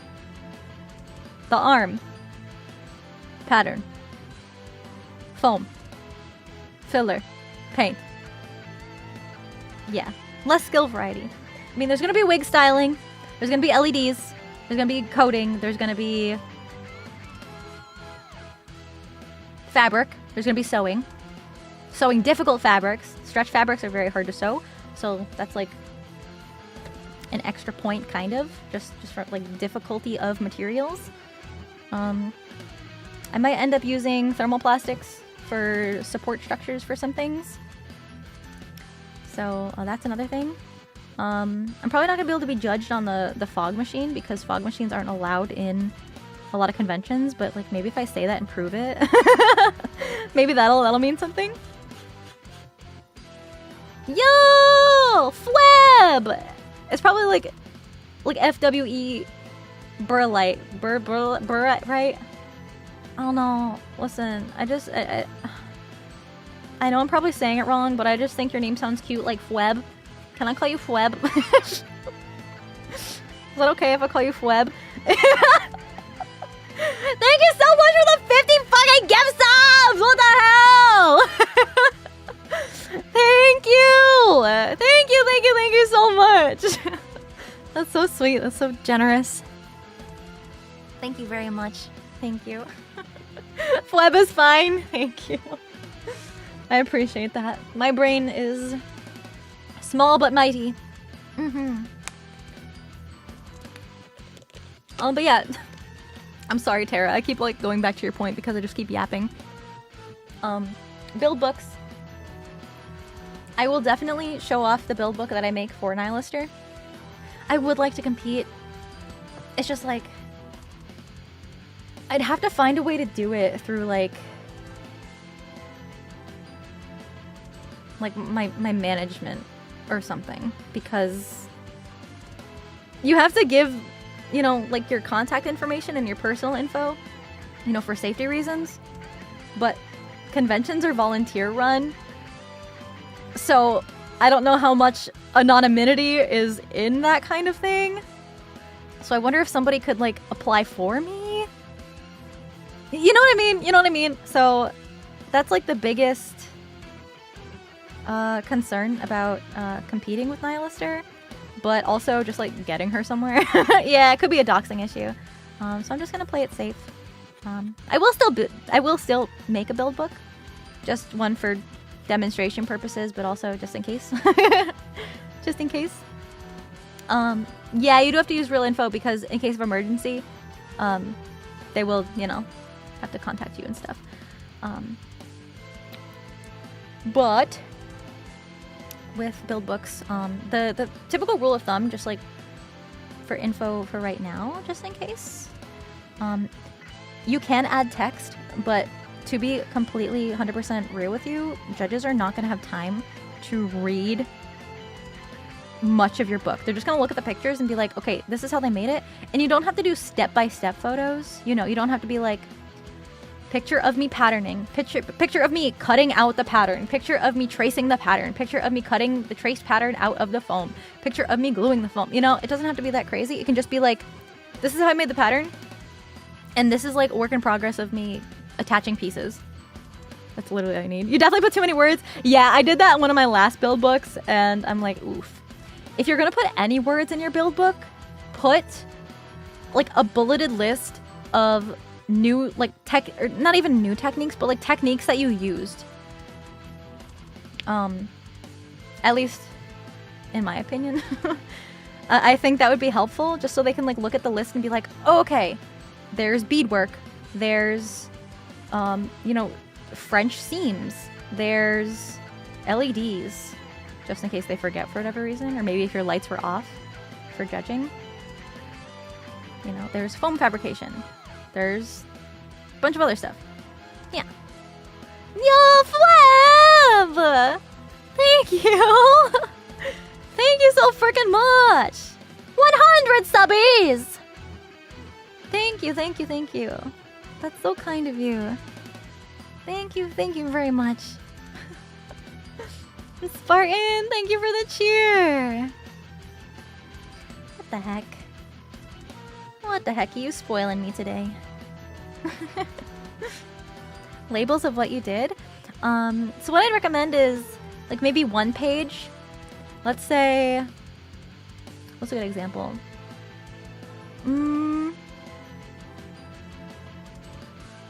So you can either do it by breaking down separate pieces by like body part. So like you can be like head, and then you show wig, and maybe there's, I don't know, horns. Maybe you did something else, and that's one page. Next page, you know, arms. Maybe there's complicated arm armor. Top of gift leaderboard. Hey, were you just trying to get the rank? Thank you, Fleb. Thank you for the cheer too. Thank you. let's say you're trying to make like One Punch Man, what's his name? Genos? That guy. He's got really fucking complicated arms. So maybe arms would take up more than one page in that instance. But you know, if you just got like, you know, typical armor, pauldron, bracer, some kind of gauntlet. Yeah. That could probably just be one page. Oh, oh, I got it out! Yeah! You pesky little piece of wood filler. But yeah, so it really depends on how much work. Because like for Genos, it's like, okay, maybe you custom 3D modeled it and then 3D printed it and then added LEDs and then maybe... I've seen this one cosplayer who had mechanical moving parts, like servos and shit. So it would open up when he opened his hands. It was crazy. But it's like, that's like your whole build book. But yeah, so I would just recommend breaking it down in sections. That way they can be like, okay, this progress is for the pants. And then they can see, you know, how you made that pants. But you don't really need too much text other than that.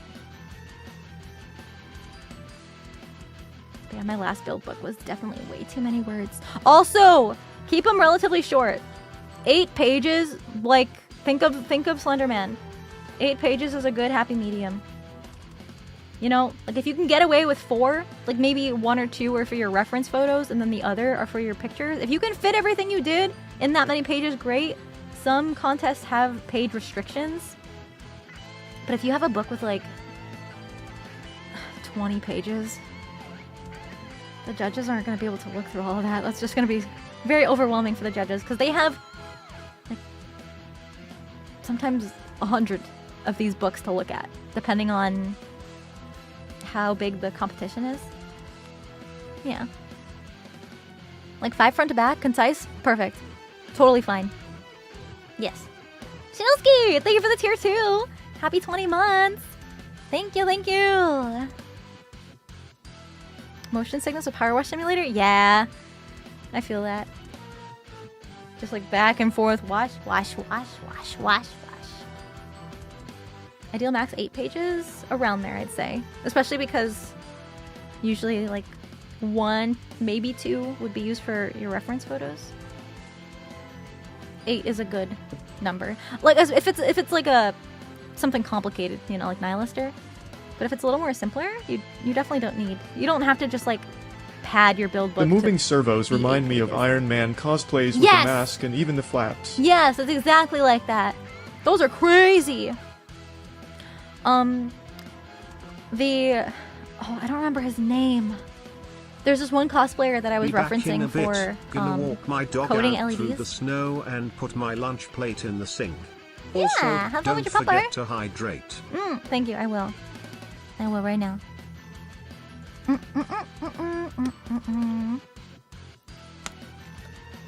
Okay. So, the cosplayer I've been wanting to learn about LEDs had been working on a Overwatch. Farah, is that her name? Farah? With the big wings? The big mechanical wings? I think that was her name. And he was making like a male version of the character. And he had these giant wings and had like servos to make like the shoulders open up and stuff and like thigh armor open, like these panels opened up. He had hydraulics to get the wings to move and everything lit up. It looks so freaking cool. It was so cool. I mean, you could probably just like go on YouTube and like search like Farah cosplay or like Farah wings and he would probably pop up right away. But yeah, I was watching his tutorial because I love sharing information because I know that watching other cosplayers talk about stuff is how I learned a lot, especially as I was starting. So I'm going to tell you right now, you do not have to learn how to code to get custom LED animations. There's a website that literally does it for you and then writes the code for you, and then you just have to copy paste the code. And that guy has a video on it. I can't for the life of me remember what the website is. I think it's It might be like a Adafruit, like on the Arduino website. I think it might be on the Arduino website actually, where you can take some of the existing animations and just like pop them in and customize them a tiny bit. And I know that this one website you can pick the colors and you can pick the kind of animation. It's a little limited. I was thinking about using it for Nihilister, but it doesn't do exactly what I'm going to need it to, so I will have to learn Python. But honestly, it's way easier than I thought it would. I use Kamui Cosplay's videos to help like get a basic understanding of coding. So that helped as like a beginner. Flab, another 25 gift subs, dude! Thank you so friggin' much! Thank you! Thank you, thank you, thank you! Oh wait, I've got hands. I can do this now. Thank you! Thank you very much. Smasher! Thank you for the 5 gift subs. Thank you so much. So multi-talented? I wouldn't call it talent. I would just call it years of experience.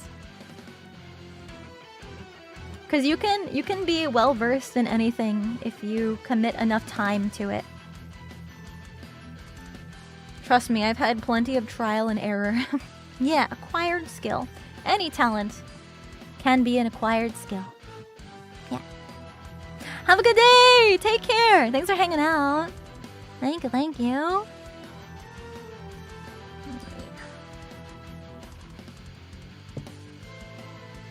We're making good progress today.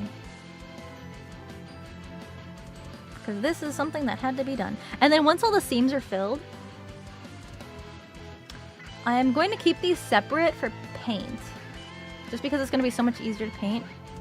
And also, actually, there's a really fun hack that I use to spray primer. Either like the spray primer or the spray paint on certain pieces of foam.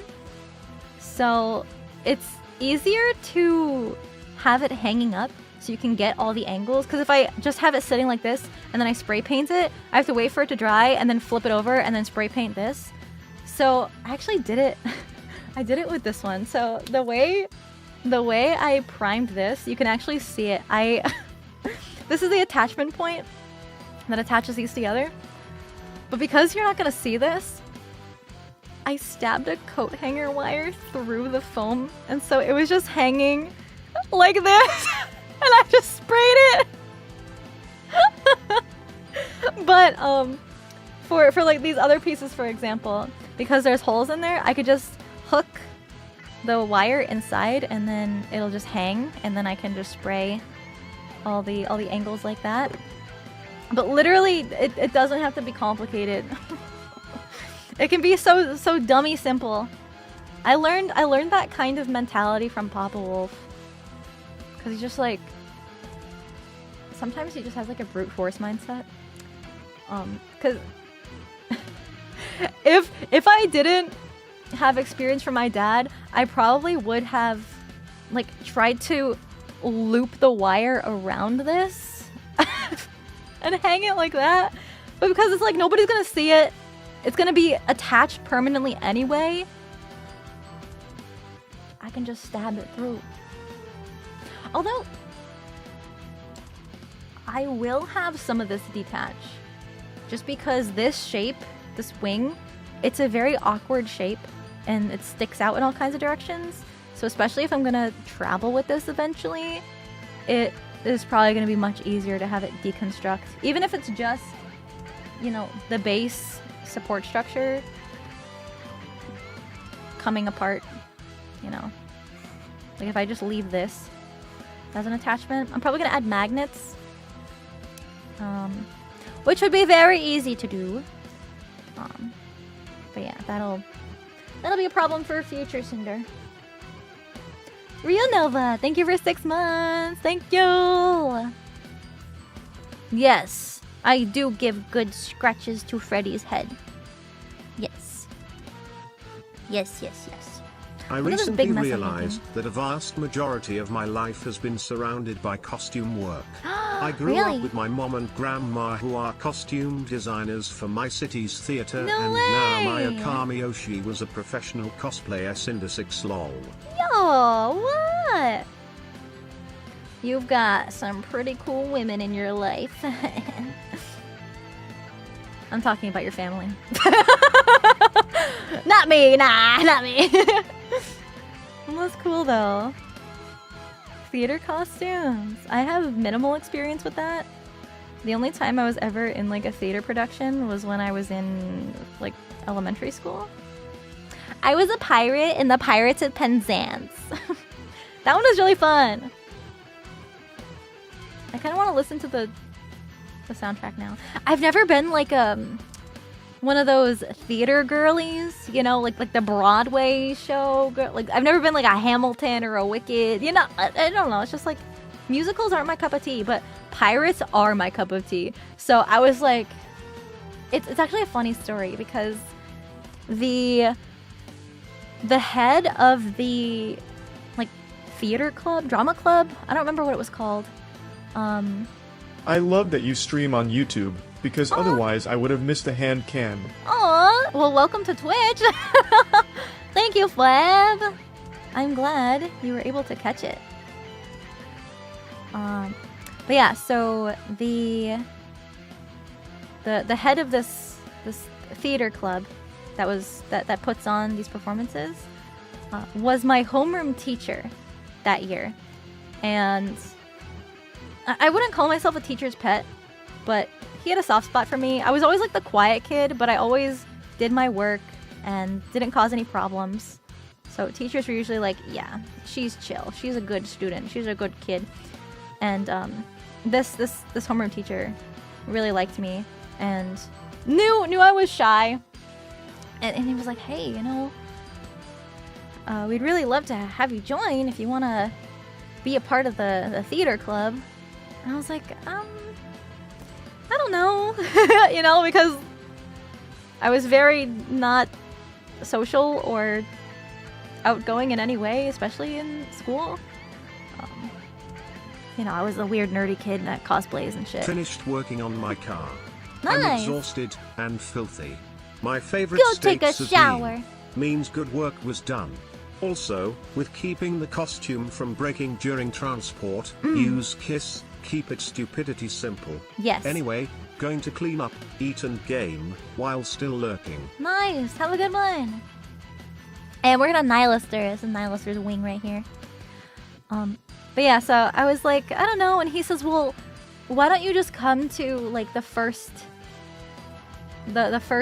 like after school meeting, you know? Like, why don't you just come see what it's like, and then you can decide. And I showed up, and we got like this booklet of all the songs and how to sing it, and he's like kind of guiding us through the songs. And I was like, I don't know about this. Like, I'm a little nervous. I don't know about getting up on stage in front of a ton of people afterwards now. So I didn't show up to any more after that. And then he pulls me aside like a couple weeks later, and he's like, you know, things haven't been too far along since the first one. If you want to hop in and just kind of join, we'd be so happy to have you. It's like, you don't have to have a main singing part, you know, it's like part of the ensemble type deal. And I was like, oh, that's a thing? You mean, because I had been in the school choir before, where it's just like, okay, it's fine, because I can do like this extra cool activity, and my parents will be proud of me, but I won't be nervous because nobody will actually hear me in between a sea of voices. And when I realized it'd be like that, but yet I get to dress up like a pirate this time. Odd question, but are you sealing the wing part? Yes, I use a sandable filler primer.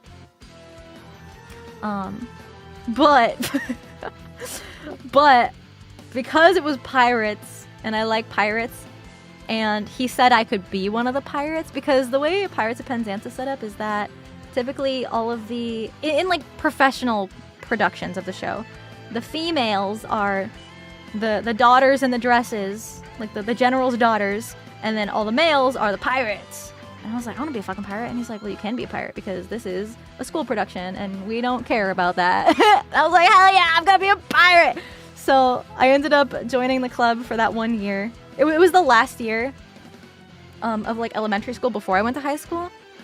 So it was like the last possible year that I was able to do this with this teacher heading it, and he was so nice. He was like the sweetest guy. I think he had extra style points because he had a handlebar mustache. The bro looked like a super villain. Like Dr. Eggman, but he was so nice and he was so cool. And so I had to catch up a little bit learning the music. And then we got fitted for our costumes. They had like this like someone's mom who knew how to make things and was like helping assist with the costume department. It was awesome. And I was able to just be a pirate on stage. Handlebar mustache is tough to pull off. Oh, he pulled it off so well. And he just like twirl it in the middle of class sometimes because he was also my homeroom teacher. Yeah, it was sick. Very nice man. Out of curiosity, considering your crafting and building hobby and talents, were your parents self-repair handyman/woman? Lol. Oh, actually, it's funny you say that. My mom, definitely not. My dad, he, honestly, it's like, what job hasn't he had? He's just an all-around, like, knows how to do a lot and knows how to fix a lot. He was never, like, a handy... I don't define handyman. Are you planning on doing ASMR and our script reading? Maybe sleepy theme. Maybe eventually in the future. I do ASMR streams every once in a while, but sometimes it's hard for me to focus because talking to Twitch chat is very much not an ASMR thing. Damn, Fab, thank you so much for all the bits. Thank you. But yeah, I have done ASMR, like, I've done 3D on stream. And actually now that... Ooh, now that I'm in like a more soundproof place, I might be able to do more 3D streams. I just thought of that. Like, obviously, it won't be as good if Freddy's barking in the background. But like today, they brought Freddy to the Hell House to work on it. To like build the new house. So it would be so quiet. So maybe I could. That is definitely a possibility now. Gamer! Thank you for the tier 3! What's up? Happy 28 months! Thank you. I thought this was ASMR cosplay building. Nah, this is just chill cosplay building. So what I mean is like, if your cat broke down, did he fix it? Yes. Something My went car? out in the house. Yes. They replaced it kind of thing. Yeah, that's him. Emo L asked, cause you seem really good at crafts. You know, it's funny that you say that because my dad is actually the one who taught me how to use a sewing machine. Bro just like knows machines. He was just like, okay, let's figure this out. It looks like this is where the thread goes, and I think this is how you thread it. Yep, that looks right. But yeah, he used to work on cars, like as a job. He used to work in like a machine. Just a little nickel kick over plating. first place. Flab! Okay, you get bragging rights. Thank you so much. Thank you. That's super sweet. I really appreciate it. But yeah, my dad, he taught me how to use my sewing machine. He taught me... I didn't go to driving school because my dad just like knew everything, and he knew people that worked at driving school. So he's like, yep, this is everything that you're gonna need to know, like for the test, whatever, blah blah blah. And so we would just drive around together, and he would quiz me while we were driving for my test, and I didn't have to like actually take driver's ed or anything. So he's like, yep, this is what you're gonna need to know, and I passed my first try, so I guess he was right. What else? He has like Hey, DJ this isn't the equipment lurk button. Hold on a for like second. family parties and stuff. Kazu!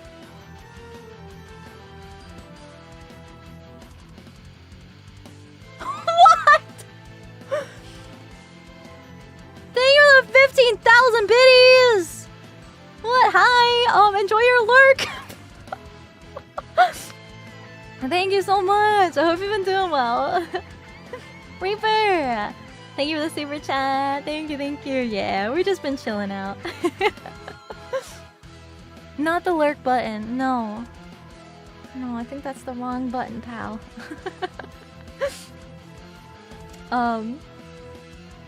Sorry, I completely lost my train of thought. Oh yeah, Papa Wolf. He's also done, yeah, like machinery stuff. He taught me how to use the 3D printer, and he's got like the software for it and stuff. I'm like, dude, where do you even get this stuff? I mean, I guess the most telling one was while he's building the house. Thank you, Flem! Thank you so much. Thank you, thank you, thank you. The most telling of his knowledge of the strangest things is when he designed the blueprints for our new house himself. He like found a software that he downloaded that allows him to make house blueprints, and then he got those blueprints approved by an architect, so like, you know, an actual professional would look at it. But the architect was just like, yep, just gotta change a couple things and then you're good. Yeah, he designed it. Like, in a program. Not just like talking to an architect to be like, this is what we want, this is what we want. Nah, he like... Verily, the bit war has returned. What? No bit wars! No way! Back up there. Flab! Thank you! Thank you! Thank you very much. You've been so generous. Did the same thing on house software. Hell yeah. Yeah, YouTube copyright is a very finicky thing. I think I said this in the Discord when we were just hanging out yapping. I think I said, like, you could play the first note of Careless Whisper on YouTube and then have a strike on your channel. Which is like the big one. That's not just like a copyright warning and then demonetization. A strike is like you get 3 of those, The your bit entire wars channel gets begin. removed. All PPs get in the bunkers. No! Helmets are on the left. Look out! Pyropire is on the right. No, I don't think it's that bad for playing Careless Whisper. That was just, you know, hyperbolic. A sandstorm, yeah, that too.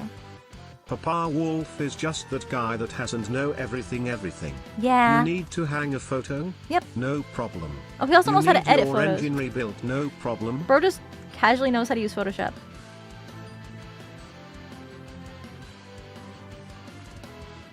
It's like, anytime anybody at his job needs anything, like, hey, my computer's broke, do you know how to fix it? He's like, let me look at it.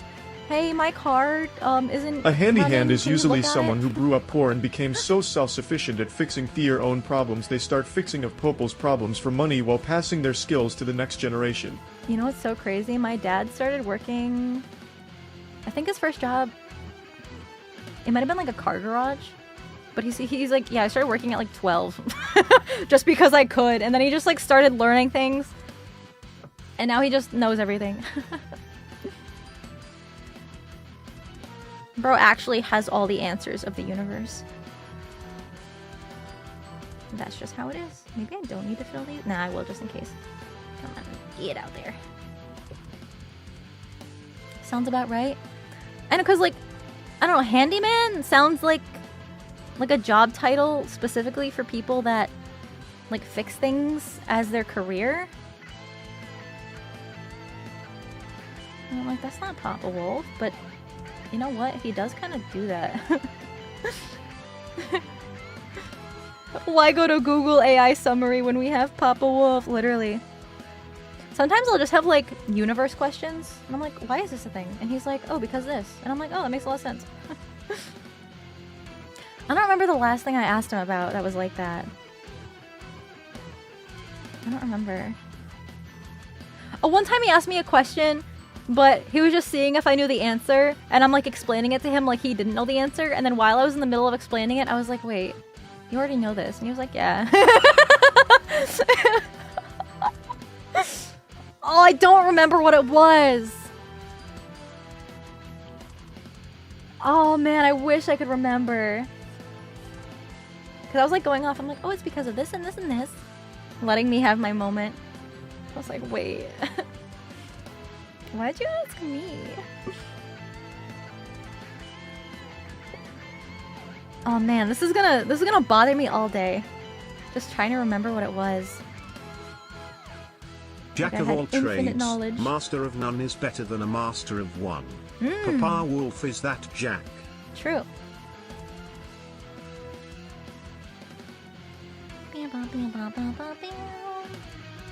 I have a friend whose dad was also a jack of all trades, and it was funny because his name was actually Jack. Like, no way! That's actually destiny. If your name is Jack, buckle up. You've got big shoes to fill. I'm making Nylister from NIKKE. This is her arm with a wing, and we are making her wing. So his last name was All Trade. Yep. Yep.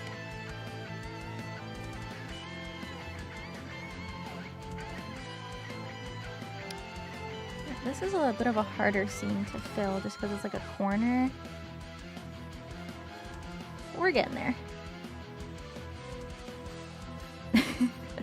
He does know a lot of answers, I know.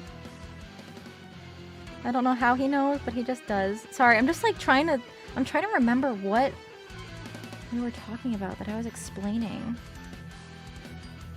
And I bet if I asked him, he'd be like, I have no idea. When was this?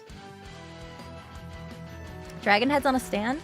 As of right now, I'm gonna try to keep them attached to my back, but if they end up getting too heavy, I will build a stand into them. Which is probably what's gonna have to end up happening.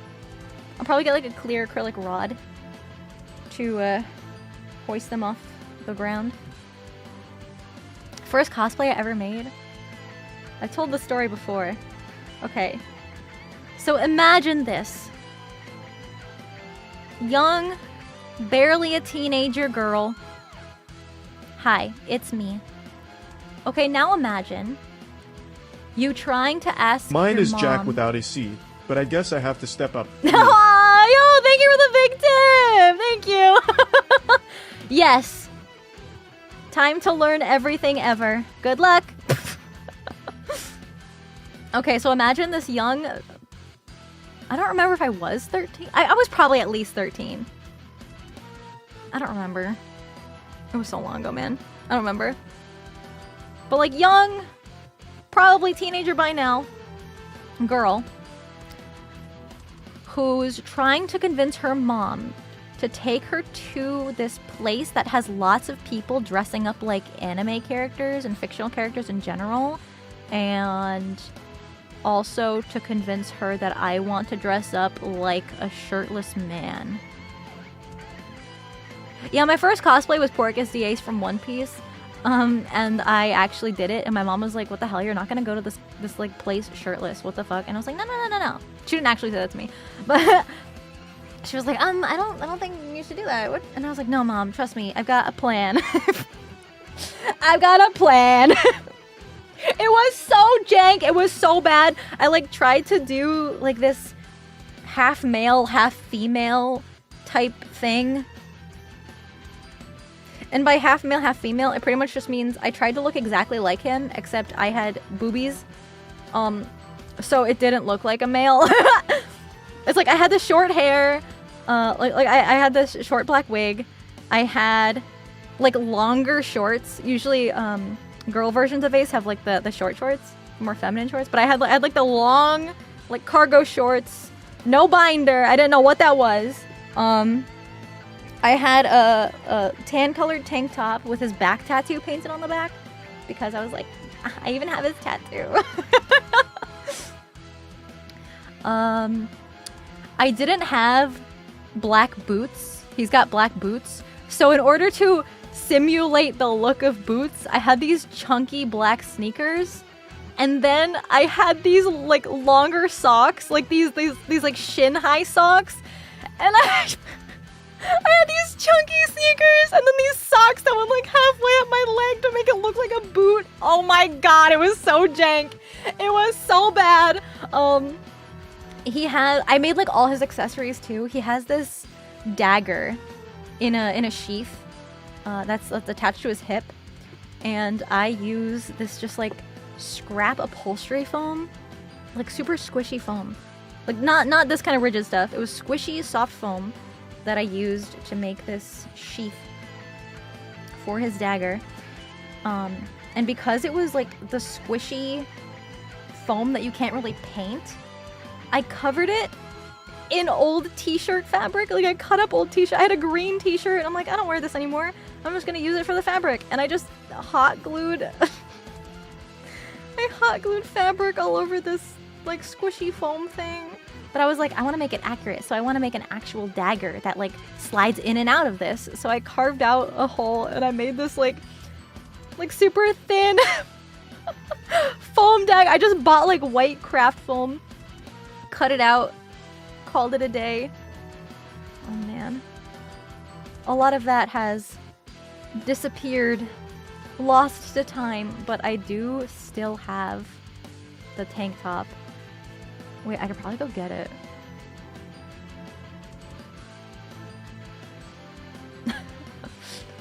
I think I know where it is in my closet, because I like just cleaned not too long ago. No way? Yeah, I'm being dead ass right now. You guys want to see the workmanship on my first ever cosplay? A relic from the past? Yeah, you guys want to see it? Okay. Alright, I'll go run and grab it really quick then. You guys seem to be really excited about it. Please! I'm even getting please! Okay. Okay. I will, just clean this up a tiny bit. You know what? Because I'm making a big mess, I'm also going to take this opportunity to go get another paper towel because ooh, this is getting everywhere. All right.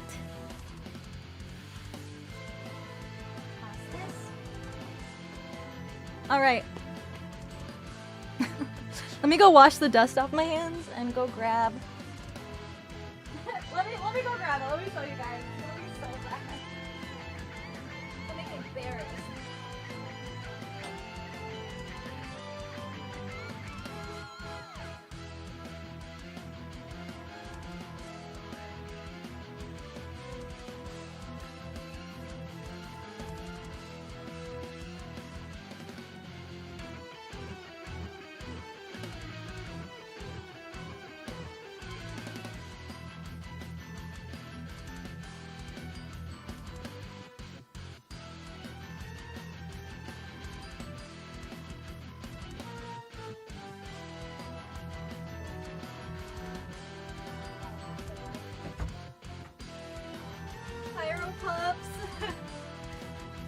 There's a feature of this tank top I forgot about. It's a lacy tank top. It was probably the only one I could find. Oh my god, my mom probably thought it was so weird. And also, I have it on a bra hanger because I didn't have any other hangers that would hold up a tank top. But like, I'm covering up the size of it because some of you guys are weird. But it's like, it's hanging up in my closet like this. Let me take it off the hanger. Yeah, it's got lace on the top and bottom. I guess I couldn't find just like a plain one. This was the one that was like the closest to my skin tone because it's kind of like a really like pale beige. So imagine I've got the boy cargo shorts.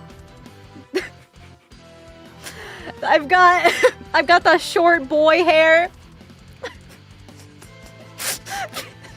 It's got lace on the bottom.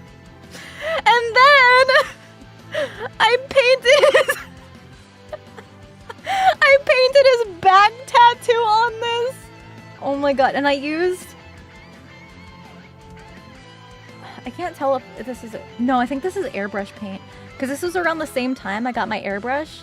And I made a stencil that I was going to airbrush.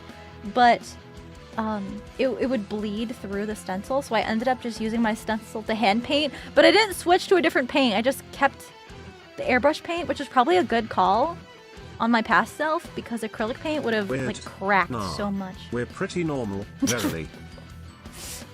I mean, the lines are kind of wonky, but I guess the stencil I made did a lot of the heavy lifting. But yeah, this is the last relic of my Ace cosplay. Verily. But yeah, imagine. The tank top is still in really good condition because I only wore this like once ever. Her first one was pretty good. The pictures of it tell a different story. I wouldn't call that good, but you know. Baby's first cosplay.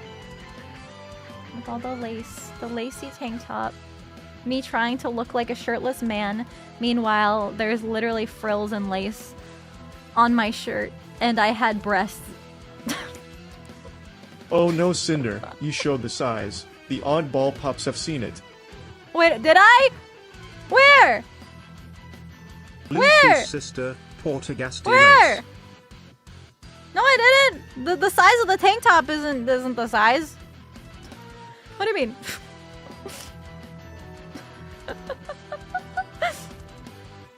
You guys are crazy. Crazy. Alright, I'm gonna put this back on the hanger. Oh, the physical size? Well, this is stretchy. This stretches. It's very stretchy. Try it on now? I wouldn't want to tarnish this relic. No way! Put it back on the hanger. Completely normal. Completely normal stream.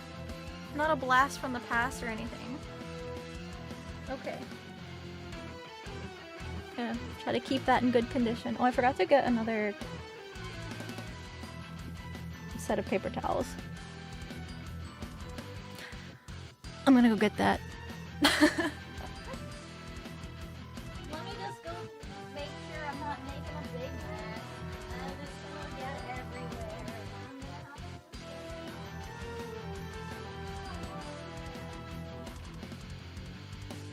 Okay, I'm back. I'm back. Okay. Oh, I got some of the wood filler on my chair.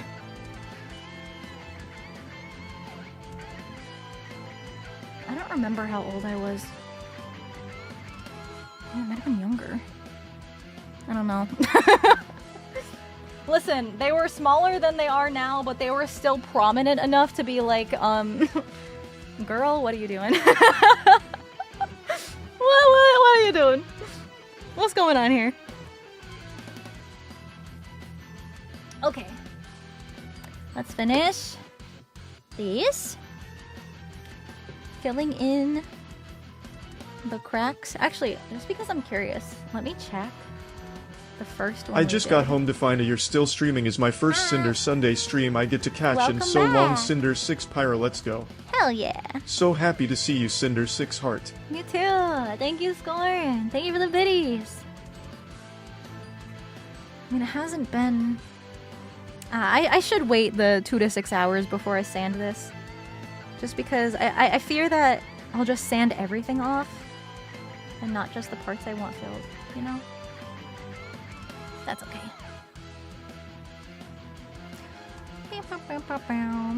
20 eye patches out of 10. Yarr. He is a pirate. Gotta have patience, yes. Cosplay masterclass. You know, we all start somewhere.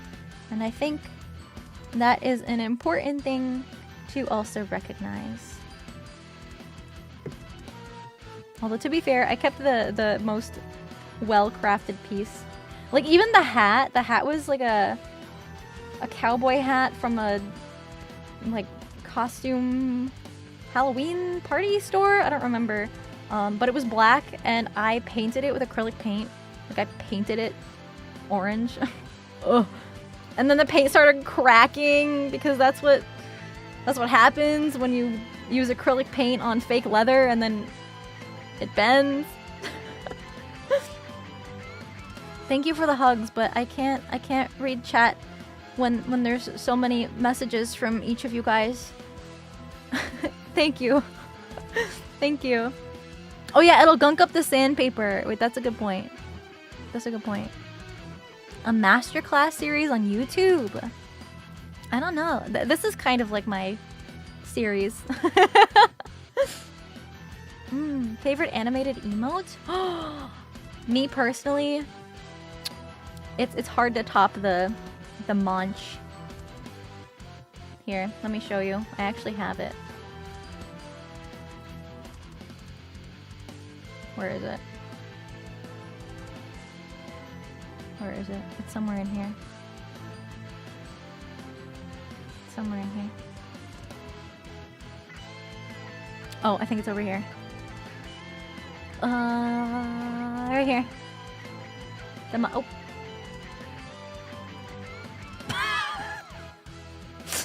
Hold on. I have to set it to loop. There we go. This is my favorite. This is the best one. Yep. Yep.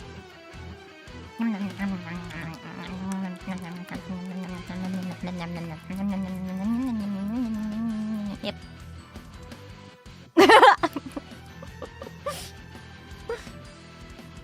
That's what peak performance looks like.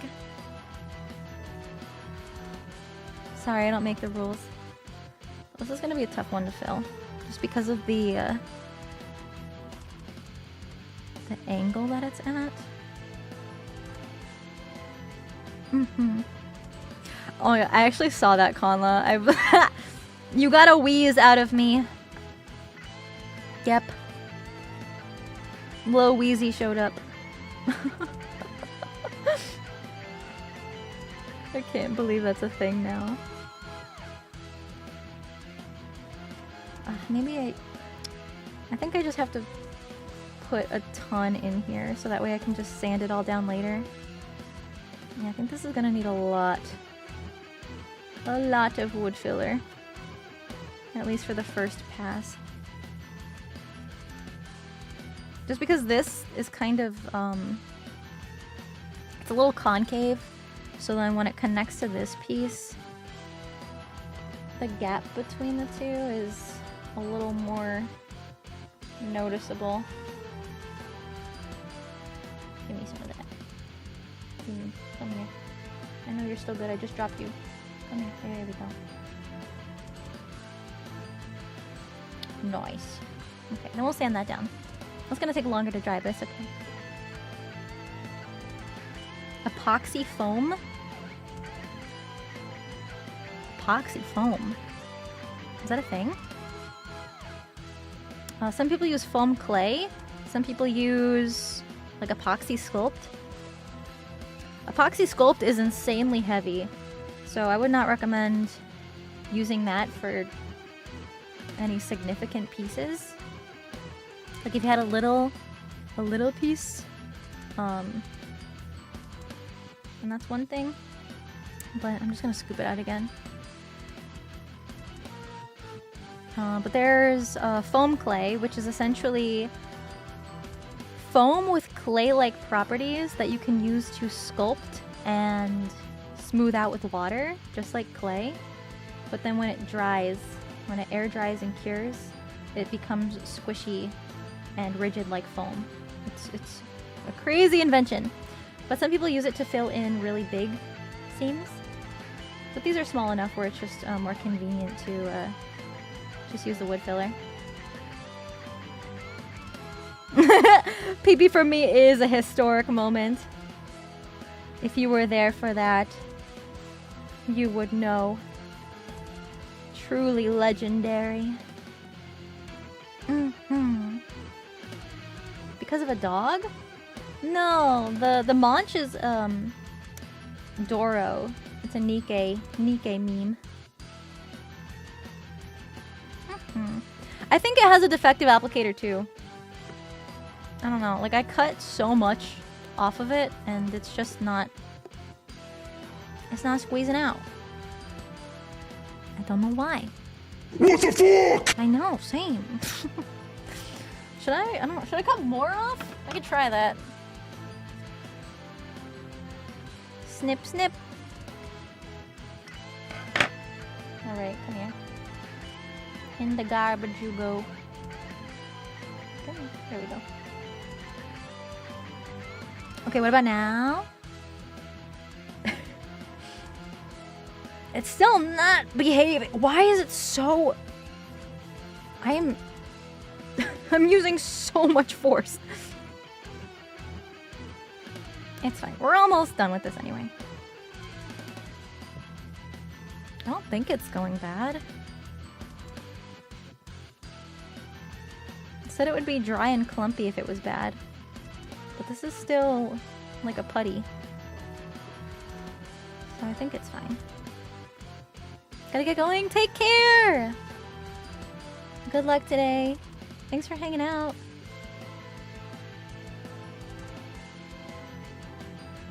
Too much solvent? Yeah, I guess all the moisture came out when I first opened it, so now it's Clean out the struggling. tip with a wire. I could, yeah. I've kind of been digging it out with this this end of the spatula. I'm definitely gonna have to get in there with another pass. I will add more to this one because this one's bothering me. This seam right here. Just probably need to get more soon. I just opened this tube. I just opened it. I don't want to get more. I just got this.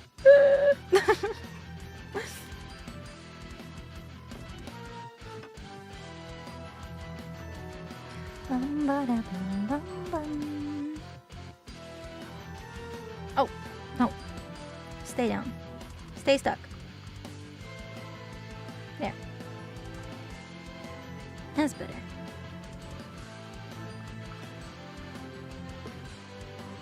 Yeah, I think I'm just gonna have to build this up. That'll be fine.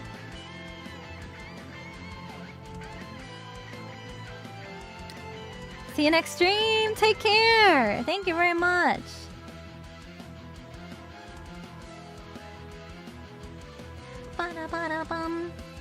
I don't know when the next stream will be. I will be taking off the beginning of the week again. That's been a pretty good routine for me thus far. It's just been, there could be more there. Has just been, you know, chilling out towards the end of the week and weekend. But my schedules will always go up in the Discord server with hammer time, so you guys know exactly when to be here and what days and what we're doing. I know we were supposed to play Dino Cop today, so that will have to be for another day. But I do really want to play that. It looks so much fun. It looks so cute. I was actually showing my mom that game last night because I was like, yeah, this is what I was going to be playing. But I think I'm just going to do crafting since I wasn't able to do that. Oh, that's fine.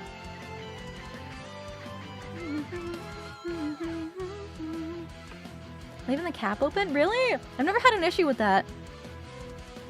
With the brands I've used in the past, I never had a problem with just like having it chill there. Cause like I use so much of it. That could be the problem though. What's up, Novel? Boba. Hello. We're working on Nihilish's wing. I could. Yeah, I should. I should also do the same thing to these little pieces. I love the Becky. Yeah. Becky and Becky. Where? Where is it?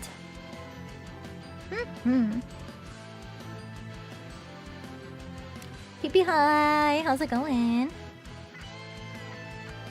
So, these are just like the little detail parts that go on top, but the seams are still visible. I want to fix that. What is one take that would have people side-eye you? That pineapple on pizza is my favorite kind of pizza.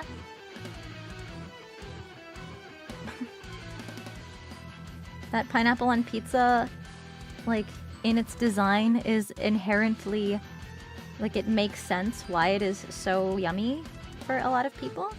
Because the saltiness and savoriness of the pizza pairs really well with the sweetness of the fruit of the pineapple. But pineapple is the kind of fruit that also has, like, some tartness to it. So it's not, like, overly sweet, but it still adds a bit of refreshing flavor to the flavors of the pizza. And I better not hear anybody say fruit doesn't belong on pizza, because tomatoes are fucking fruit.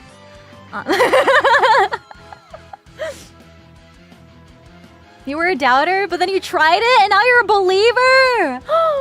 Yeah, I mean, if you just aren't a fan of pineapple, baseline, you know, that's understandable. It's like, I don't like anchovies, so I would not like anchovies on my pizza. But if you are an anchovy pizza enjoyer, I am not gonna shame you. That just means more anchovy pizza for you and more pineapple pizza for me. Don't like veggies on your pizza? You don't like pineapple? That's okay. I love veggies on my pizza. As much as I love a meat lovers, some nice, like a pepperoni with green peppers and onions. Like caramelized onions. Oh. That's the good stuff. That stuff is so good. Oh, also, something that I discovered I liked is fried eggplant. I had a pizza with fried eggplant on it. Executed. Dino nuggies are mid. It depends on what kind of dino nuggies you get. If you get the ones from one specific brand that have like a quarter cup of cauliflower in it, those slap. And you have to use a toaster, or no, an air fryer. You have to use an air fryer to cook them, and they need to be like a very specific brand. Those are the good ones. I don't remember what brand it is though, because my store doesn't carry it. Reaper Fire, thank you for the super chat. Taco pizza. Never had a taco pizza. But yeah, I don't know why pineapple pizza is so controversial. I don't know, I think it's good. Yeah. Can't believe we've done this. Well, start believing. Brace yourself. Depends on the brand, yes. I agree. Alright, let's set that aside. I'll do one more. But yeah, like I said, there was this one kind of pizza that had a bunch of veggies on it that I liked. And that also had fried eggplant. But I didn't want to be like, please leave off this and this and this and this, you know? So I was like, you know what, I'll just take things off the pizza. Like I'm fine with just like, you know, picking off what I don't like. But I tried the fried eggplant. Holy shit, you guys. I've never had eggplant, period. But fried eggplant on pizza, yo, it's kind of good. Like, it's got that nice crunch. That's all I remember. I remember being crunchy and, like, the batter being yummy because anything fried is pretty good. Yeah. That's the only time I've ever had eggplant. Is it being fried and also on a pizza? I think the only take I have that would make people side-eye me is that, personally, I think pop music from the 80s/90s are a league better than pop music from mid-2000s Oh, I 100% agree. now. I 100% agree. Yes. Like, give me more freaking Shakira. Give me more of that. Oh man, like Britney Spears. Yeah. I don't even listen to mainstream radio anymore. It's because it's like there was one time where I was volunteering at like a high school dance. I was just like I used to do a lot of volunteer work. So it'd be like for organizations or schools or food pantries. It's something that I want to get back into. but just like listening to the music these kids were jamming out to. What the hell? What the hell? Juju on a what? What? Juju? What? Bad juju? y'all got bad juju in this room. I don't want I don't like that. I don't remember, but there was like a dance to it and everything. It was like the new freaking two-step, or I don't know, Soulja Boy. Yo, you can't top Soulja Boy. Today's music kind of sucks. That's why I like my non-mainstream bands. Yeah, give me the Cotton Eye Joe. Give me the cha-cha slide. Hell, even the freaking electric slide is acceptable. The Cupid Shuffle, banger. Please. Jarvis, put on Bismarck is just a friend. Thanks, Jarvis. Okay, those are done, those are done. Okay, I think that's good for now. Cotton Eye Joe gives you PTSD. You had to square dance in elementary school? I'm so sorry. Oh no.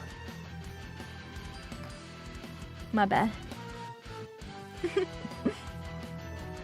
Yeah, like give me Nightwish, Within Temptation, Glory Hammer. I agree old music is better by miles, but what about cars? Are old cars better? Listen, I had this hot take before. You can agree, you can disagree.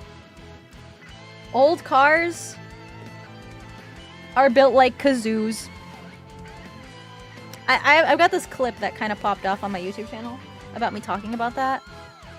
Old cars are literally just like kazoo shaped. Like the old muscle cars. Yeah. Here, let's switch back over.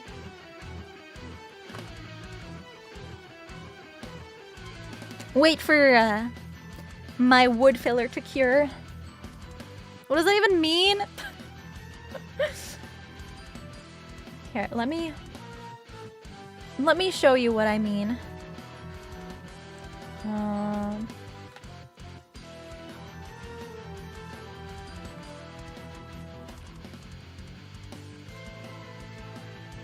Let me show you exactly. I don't even know what kind of car this is, but just hear me out, okay?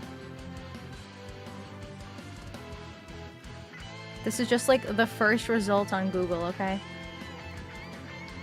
So look at this car and tell me you don't see a kazoo. Bro is an orange kazoo. It's a kazoo. It's a kazoo.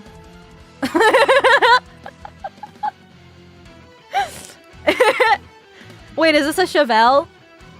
Wait, I think that's like Papa Wolf's favorite kind of car. Oh, sorry, Dad. Sorry, this model looks like a kazoo.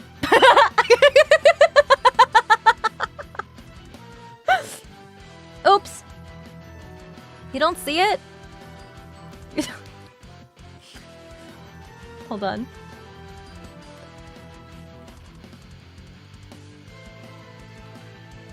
Sorry, my keyboard is like tucked under my monitor. So typing is very slow right now.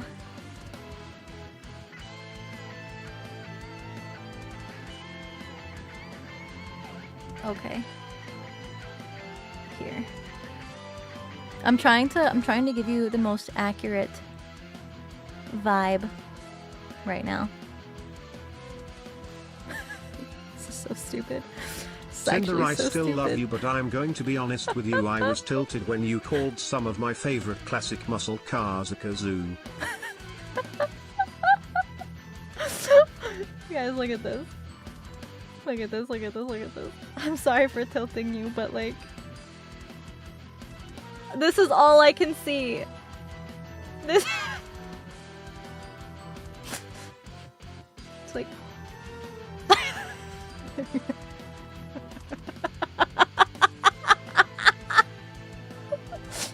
It's square in the front! It's square in the front! and it tapers backwards, and it's a smaller square in the back.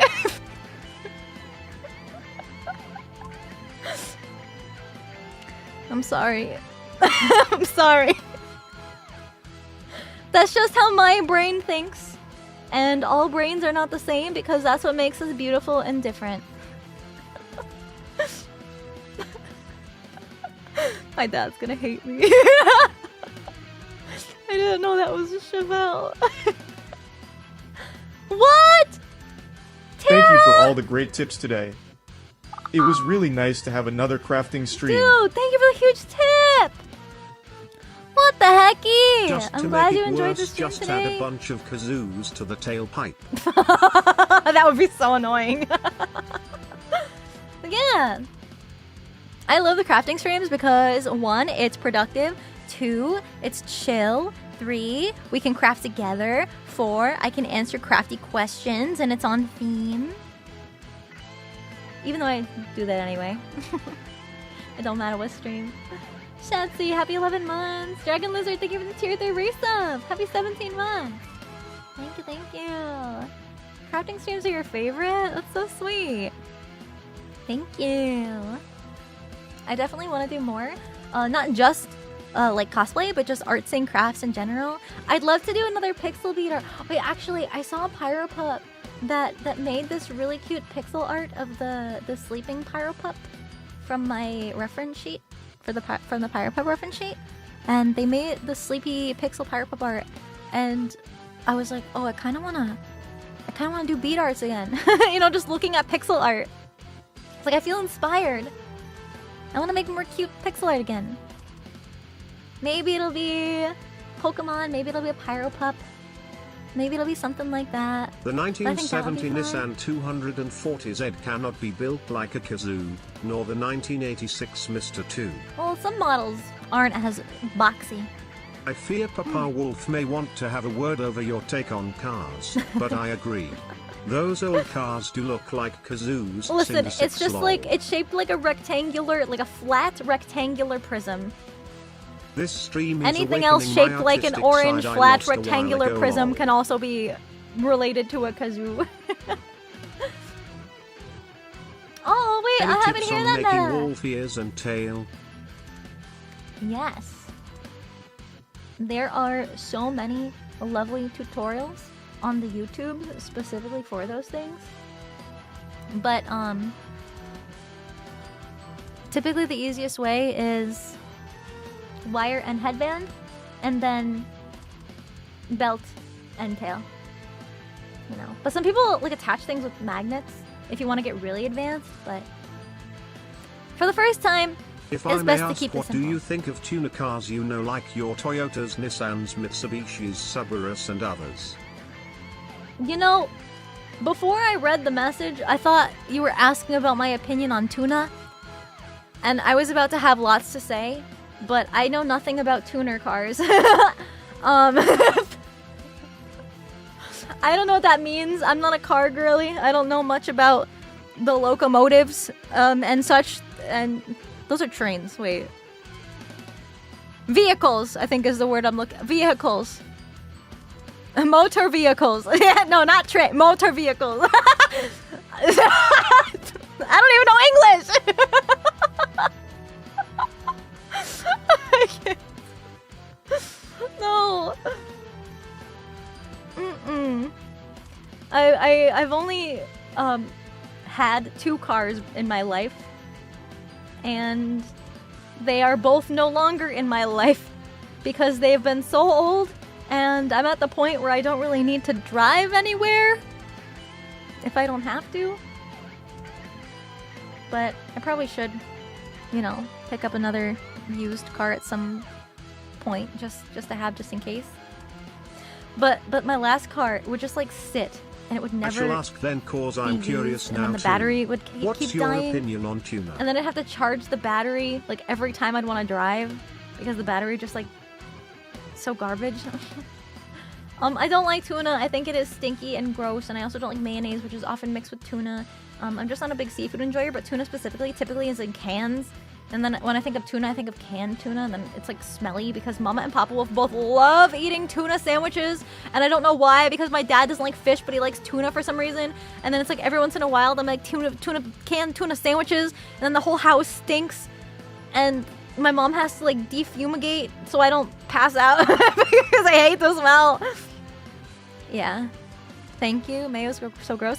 You know what? I really don't like mayo, but I like pesto. Like pesto mayo.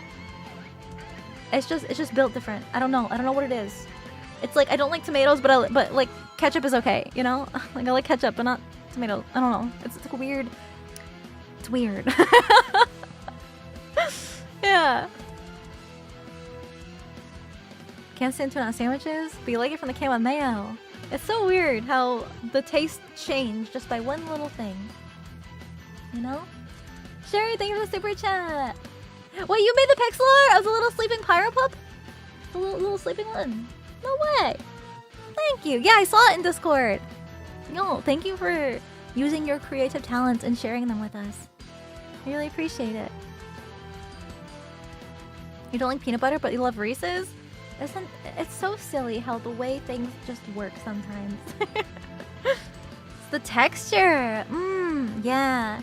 Oh, I guess, yeah, like I don't like eating mushrooms because I don't like the texture. It's just like, it's like rubbery and weird. It's like soft rubber to me. But then, like, sometimes at hibachi restaurants, they serve mushroom soup instead of miso soup. And that's good because it's just like the broth that tastes yummy. Which is also weird because I don't like soup. I don't like thick soups. I like the thin, like Japanese style soups. If that makes sense. You know what I mean? Like the super thin watery soups. I like those. I don't like the thick broths. Cause thick soup makes me think of food that was just put in a blender and now I'm drinking food. I don't know. It's like a weird sensation to me. Soup, not stew. No, stew. To me, stew is just like stir fry in a lot of sauce. That's what I think of stew. Called broth, not soup. Okay then, I like broth. I don't like thick soups. I haven't had What is them, one no. smell that you enjoy but it is a weird smell? For me, the smell of gasoline. Yeah, I definitely see a lot of people enjoying gasoline. For me, this is such a dumb nerdy thing. That's probably only a me thing. But anytime I open a new roll of EVA foam, EVA foam has like a weird chemically foam smell, but it's so nice. It's like fresh foam. It's so weird. It's like the only smell that you would get just from like buying foam and like unwrapping the plastic and it's so stupid. That's a true cosplayer. I like yeah, the I've smell been of conditioned. tar, it's so intoxicating. Oh. Oh. I think there's more than one meaning of that. Fresh Pokemon cards. Yeah, like a new book smell for book lovers. Yeah. Mine's new foam smell. It's so hard to describe except chemicals, but it's not like huffing paint chemical, you know? It's like it's not like that. Yo, thank you for starting a hype train. Thank you. Oh yeah, the smell of rain. That's not like an unconventional smell though. That's not like a weird one. But it's weird. I like the smell of rain, and I like cold humidity. You know, like after a rain, how the air is damp. You know what I'm talking about? That's my favorite kind of weather because it's so good for my sinuses. My sinuses are garbage. Thanks to Papa Wolf. But yeah, it just like clears out your sinuses, and it's like it's like I've never smelt more fresher air. I've never smelt fresher air than I have than after a rainfall, and the air has moisture in it, and it's nice and cool. And yeah, the strong alcohol smell at the doctor's. That smell gives me mad anxiety. Like at a hospital, I feel like physically sick. Like when it smells too clean, but it's like the really alcohol-y, like like baby powder wipe Honestly, smell. same. Thick or chunky soup anxiety. makes me gag. I hate it when I'm trying to drink some soup and suddenly there's a chunky bit that I Thank wasn't you. expecting. Yes, For thank example, you. it sometimes happens with tomato soup.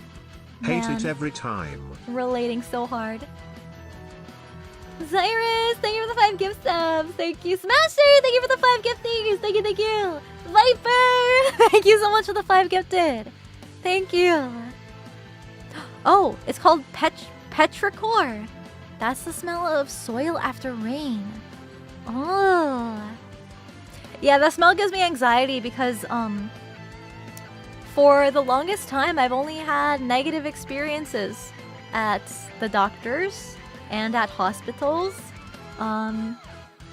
Just because, like I'd have relatives that would get really sick and then go visit them, and then, like, just that smell and associating, like, trauma and hardship with that kind of a smell. And especially, like, the first time I was ever in a hospital, aside from when I was born, was when my family got a phone call because my grandma was in the hospital, and it was like your family should be here for this phone call. She ended up being okay afterwards, but, like, oh my god. Oh my god, like young child me being like, why did The they smell say of that? gunpowder after fireworks. Oh, yeah. No, I've always had positive experience at the dentist, so dentist smell was okay for me. But then, like, after that, after the hospital stuff, it would be like, It's not just you. I do not like hospitals at all, and the hospital smell also bothers me yeah, too. I don't know if it's the smell or the memories, because for the longest time I would always pass out when I'd get my blood drawn or when I would get a shot or like a vaccine. Just and like I never knew why, and none of my doctors knew why until a few years ago. Time flies nowadays, but it was relatively recently in comparison, where it was just like, oh yeah, no, it's just your anxiety and your body naturally tensing up, and then when your body relaxes too fast, you pass out. And I was like, oh. Oh, I thought there was something wrong with me. Like, every time I'm at the doctor's, I just, like, pass out, and then the nurses are trying to feed me candy or crackers or juice. It's wild. Vasovagal syncope, is that what it's called? Is that like the medical term? The song is a banger. This is Kings of Ragnarok. Kings of Ragnarok. This is by War Kings. Basso, what? My body's defense mechanism? Yeah, my body's defense is just sleep. Go to sleep. Go to sleep. Shh, sleep. A syncope. Syncope. You have it too. I didn't realize how common it was until I started talking about it. The smell of fresh vapor rub is also good. Vapor rub. Like that. The smell that just opens up your sinuses. Most common type of fainting. Oh. Overreaction of the nervous system to trigger that causes a sudden drop in heart rate and blood pressure, leading to a temporary loss in consciousness. Oh. Oh. I don't have fight or flight. I have Cinder go to 6 sleep. Pyro Spike. Dragon Lizard, thank you for the cheer. Thank you, thank you. Yeah, I don't know why it's specifically needles, because, like, especially recent years, I'm chill. Like yeah, let me get my blood drawn, let me get a shot, like, it's fine. And it's not until after the fact that I pass out, because by that point it's done, and then the anxiety inducing thing is done. But I don't know. I don't know why. I don't know why. So I usually have to tell the phlebotomist that I pass out and they make me lay down. Can be so good. Barbecue sauce in general is good. It doesn't have to be made fresh, just like from the bottle. Yay, Tran! What? 50 gift subs! What? Thank you so much! Thank you, thank you, thank you! You can't tell that I'm so happy right now. Thank you! Where'd it go? There it is! No! It's gone! Where'd it go? Where'd it go? Oh, there it is. There it is. I forgot I was in my pajamas. It hides in my pajamas. Happy, happy, happy, happy, happy. Thank you so much. Holy moly. Thank you. Dude, Day again, 4, thank you for same. 15 months. The clinical and sterile smell is so off-putting to me and brings back painful memories for me. Yeah, I'm As sorry for to a hear smell that. I like, nothing beats the smell of a freshly opened bag of chips. Oh. I prefer the Dorito and barbecue chip Oh, ones. Doritos. Barbecue flavored chips. Okay, My here's sister kind of like a weird fainted when quirk I she had was as a getting kid. shots. She's now a doctor and licensed acupuncturist. No way! What a path of life. What a crazy 180. I could never. I'm glad It's she's weird got a I good hate career. needles, but yet I really want to get a tattoo someday. It'll probably be one of you and Charlie. Aww. Curious, how do you think you could handle getting a tattoo? I don't know. I probably... I mean, I've thought about it before. But... I don't... There's a couple weird reasons why I wouldn't want to get a tattoo. And one of them was just like literally because it would show up if I cosplay certain characters. And I don't want to bother with covering it up. But also, I definitely probably would not be able to tolerate... I don't know if it would be a pain tolerance thing, or if it would just be like an anxiety needle thing. But yeah. I probably wouldn't. But there is a style of tattoo that I probably would get if I was interested in getting a tattoo that actually looks like embroidery on the skin. Which sounds really morbid and gross. I think I might have shown an example of this before. But let me show you another example. They're like really freaking cool. Kionica! Thank you for the 5 gifted memberships. Thank you. Let's see. Let me see if I can find like a really good example. Some of them look a little silly, but others look crazy cool. Cinder 6 heart. Oh yeah, something like this, especially because I love flowers. This one's a really pretty flower tattoo, but it's also embroidery because I love crafting and the creative side of things. So it'd probably be something similar to this. But you can see it looks like it's embroidered on the skin. And some of these embroidery tattoos have the drop shadow to make it like really like sticker, you know? I know that term because I love watching Ink Master. As much as I am like, no, I will never get a tattoo. I don't know why. Maybe it's like the competition TV show vibe that I like. But yeah, Ink Master pretty cool. You slept through your first tattoo. That's wild to me. But yeah, these kind of tattoos are just like so pretty. So if I ever were to, it would probably be something similar to that. Maybe not like a flower. I don't know.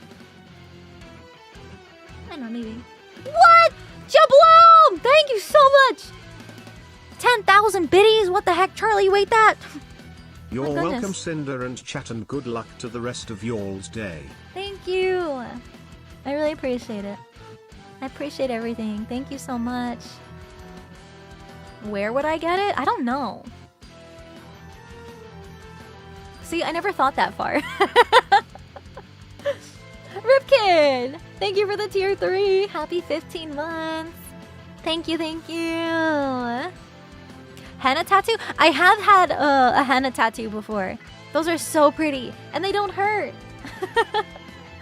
Sai! Thank you for the 5 gift subs. Thank you so much. Thank you. Yeah, henna. Just like it's like drawing on your hand. So cool. That was like when I was really young though. They make color henna tattoos now? Ooh! That's really cool. Yeah, because it was just like the brown color. I think that's just the normal color of henna. But they can dye it now? Henna tattoo? They're really elaborate. I think they're most commonly done on hands, like hands and arms. But I mean, it's just, in theory, it could go anywhere on the body.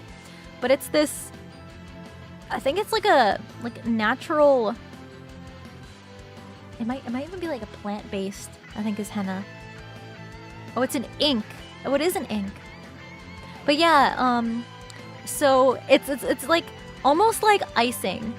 They pipe it in like an icing piping bag onto your skin, and they create these insane elaborate designs with and like you need a crazy steady hand to do some of this stuff. Some of them are really some of them like cover the entire hand. Some of them are just like little detaily stuff. And then once the henna ink dries, so the best way to describe it is like puffy paint. You know, like when you're making t-shirts as a kid, you use the puffy paint. It's like puffy paint when it first goes on, and then after like a day when it dries, it flakes off, and then it stains your skin temporarily. This is actually a really good picture. Hold on. Let me show you this one because it shows like fresh henna and also the older henna after it dries. Oh, this is a big picture. Let's make it smaller. Oh, I made it too small. Oh wait, I can just do this. Let me fix it. It's gonna be big, and now it's gonna be smaller. There we go. So yeah, the darker brown, almost black, is newly applied henna, and then the lighter brown, like sepia tones, is after it dries and it rubs off, it flakes off, and then it just leaves the pattern on your skin. There are some, I don't remember what culture or religion, it might be culture, Indian maybe? I don't know. I don't want to say for sure, but maybe like some, I think it's like Middle Eastern, like certain Middle Eastern cultures. It is Indian, is it? There might be more than just that, but it's very common to have this on like a bride for a wedding. Oh, bridal henna is so nice. It's so beautiful. Last pass showering? Yeah, it stains the skin for a while, so it's not gonna come off like in the shower. The colored It'll last henna tattoos quite come some in a time. marker format. It's not Oh, like really? puffy paint anymore. It is popular Markers. and made famous from Hindu culture. No way. It's been so long since I've gotten it, so I didn't know they've like innovated it. Oh, that's cool. Damn. From Hindu culture. I think that's what I was thinking of, yeah. Oh, yeah, henna, yeah, it is possible to be allergic to it. That's true. Yes. Thank you for the reminder. You always thought about getting a tattoo? Like a tribal dragon? Yo, that's badass as hell. I used to... I don't think I ever told this story. Did I ever tell you the story of when my first ever art commission? Wow, that's crazy. I don't think I've ever told this before. I don't know. But anyways, so in college, I took a lot of art classes, and I would kill time between my classes by working on like art assignments or just like art in my free time, because I used to draw a ton, like a lot. And I would just sit in, drawing, doing my thing, and this guy walks up to me. He was like, yo, you draw. And we were just like chatting, and I was like, yeah. And he seemed like hella chill. And he was like, yo, I've been thinking about... we initially ended up bonding because I think we had something in common. I don't remember what it was. But we had like this weird like specific thing in common. And I was like, oh, no way. And he was like, yeah, you draw, you know, would you... Like, do you draw like tribal style? And I had before in the past. I would draw tribal wolves. And I was like, yeah, I've drawn like tribal animals before. He was like, no way. I've been thinking about getting like a tattoo of, I think it was like a lion. I don't remember. It was like a, yeah, like I think I want like a tribal lion. I don't know if I want tribal or realistic, or maybe like half and half. And I was like, oh yeah, that's really cool. He says, do you think you could like draw it up for me? And I was like, no way, like for real? I mean, like, yeah, I could try it. Be like, yeah, like let me commission you to draw it. So I spent hours within the next week. We added each other on freaking Snapchat. I like never use Snapchat, but he was like, yo, like how about Snapchat? And I was like, okay, sure, like that's fine. Like any way to get into contact, it's whatever. And I spent hours drawing. I did three different versions of this, of like different tribal lion designs, and he was like messaging me on Snapchat like hey, just want to see if you had the art. And I was like, yeah, you know, when's a good time between classes for us to meet up? And he was like, oh, I'm not sure, but you can just send me the pictures of them. And I said, no, I would like to show them to you in person, because I'm not about to have him fucking screenshot the Snapchat and then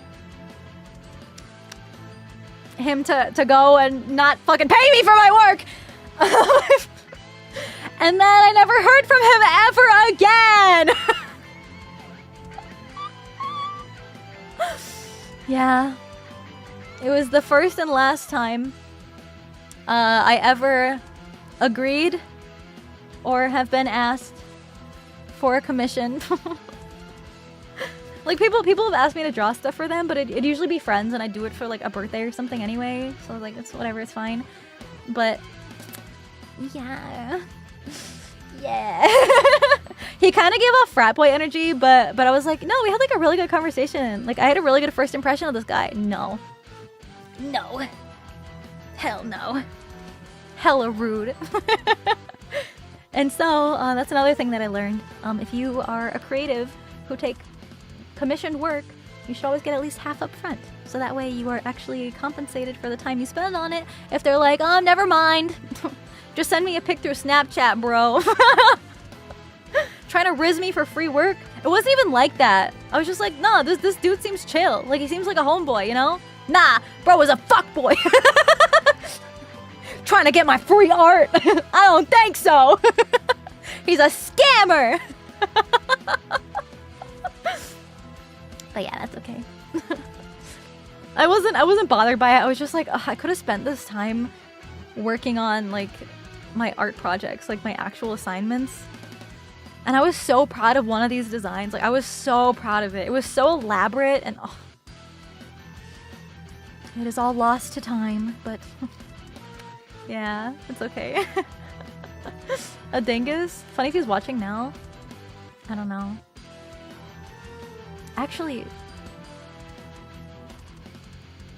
he might have gotten into some like legal trouble. I don't remember. I don't remember if it was him or somebody else that I knew that I was like, oh yeah, I had like a weird experience with that guy. And then it's like, bro shows up on the local news. I don't know. I don't want to say it was him because I don't remember. It was so long ago. It doesn't feel that long ago. It was my first semester of college too. I was a baby. I was a little college baby, and you know, it's like you're trying to make friends and get to know people. So I think I might have been a little too enthusiastic, but at least I don't even remember what his name was. I don't remember. I don't remember what he looked like. I just a wee babby, just trying to get through my first semester of college. Please leave me alone. What did I do in college? Mostly art classes. Because for me, college was just the next step. I didn't know what I wanted to do with my life. So I just went to a small local college and just got my associate's degree. I got the most basic requirement degree I could have possibly gotten there. And because it was so basic, all of the AP classes I took in high school counted towards college credits. And so I only had to take like one English class, one math class, I didn't have to take any science classes for my core classes. Because the first couple years of college are always core classes. It's like, don't spend so much money on a fancy four-year college when you're going to be doing the same classes just for more money. No way. Papa Wolf opened my eyes to that, and I'm thankful he did, because I wanted to go to like a fancy school, because you know, it's like everybody I knew that I graduated high school with is like going off doing all these cool things, and here I am, you know, still just, you know, doing my own thing, like not getting the college experience. Oh my god, it was so much better. like thinking back, I would have hated the college experience, like the dorms and the roommates. And, no. No, it was nice staying at home and... Hello. I was wondering if Nick has like an archive for story that was introduced in events? Yes. As I fear I would be lost. Yes. Yes, there is an archive that you can go back and watch the past story events. You can only unlock so many at a time, but you can choose which ones you want to unlock to play. Yeah. Thank you for the tip, Jack. Thank you. Yeah, college is expensive. Yeah, college experience, the 5-figure debt. I was lucky enough because I started working much earlier than I probably would Do have. your core classes in a community college, then do your specialty in uni. Yes, exactly. Saves thousands. Yes, I was able to pay for all of my semesters up front because I was on the job grind at an early age. But also, just like, I saved a lot of money too. And I got a lot of scholarships. I applied. Listen, the only way you can get scholarships is to apply for scholarships, and I applied to every scholarship under the sun. College, where you either go to class I got or a decent and amount. drop out. Like I did once as. You know, it's really, you know, it's not for everybody. The whole sit down, get lectured to, and then pass an exam. Like not everybody thinks that way. I'm a terrible test taker. But it's like, I know my stuff. I think it's anxiety. I think the reason why I'm a bad test taker is because I have anxiety. Yeah. Yeah, but it's like, if you want like a trade job, that's just like hands-on experience, you know? You don't need to learn, I don't know, the quadratic formula for, you know, to fix a car, to do an oil change, you know? X equals negative b plus or minus the square root of c squared minus 4ab all over 2a. I think that's the formula. Pop goes the fucking weasel, bro. Yeah, it's even worse than the Pythagorean theorem. It's even longer. Is that actually the formula? How did I remember? You can remember anything if you put it to song. Hold on, I actually need to see this. Quadratic formula. Oh, it's the quadratic equation, sorry. Oh, is it? No, I do want formula. Yeah, x equals negative b plus or minus the square root of b squared minus 4ac over 2a! No way! No way! I actually remembered it! I hate that. I actually hate that. Because it's to the tune of Pop Goes the Weasel. I learned this in the 8th grade because I remember the teacher I had. I remember her singing it. And that was the same year I had... Oh my god, yeah, that was the year I had to wear an eye patch for 2 weeks. Because that's the teacher that gave me... Okay, hold on. I need to back up. And I've used it in life how many times? When I was in high school pre-calc, maybe? Yeah. Pirate Cinder? Yeah, so back in the 8th grade, this was back when I had my old puppy dog. I used to have a Cocker Spaniel, and he was such a good boy. But it was funny because that was the first dog I've ever had, and he did not act like a dog. He did not play with toys.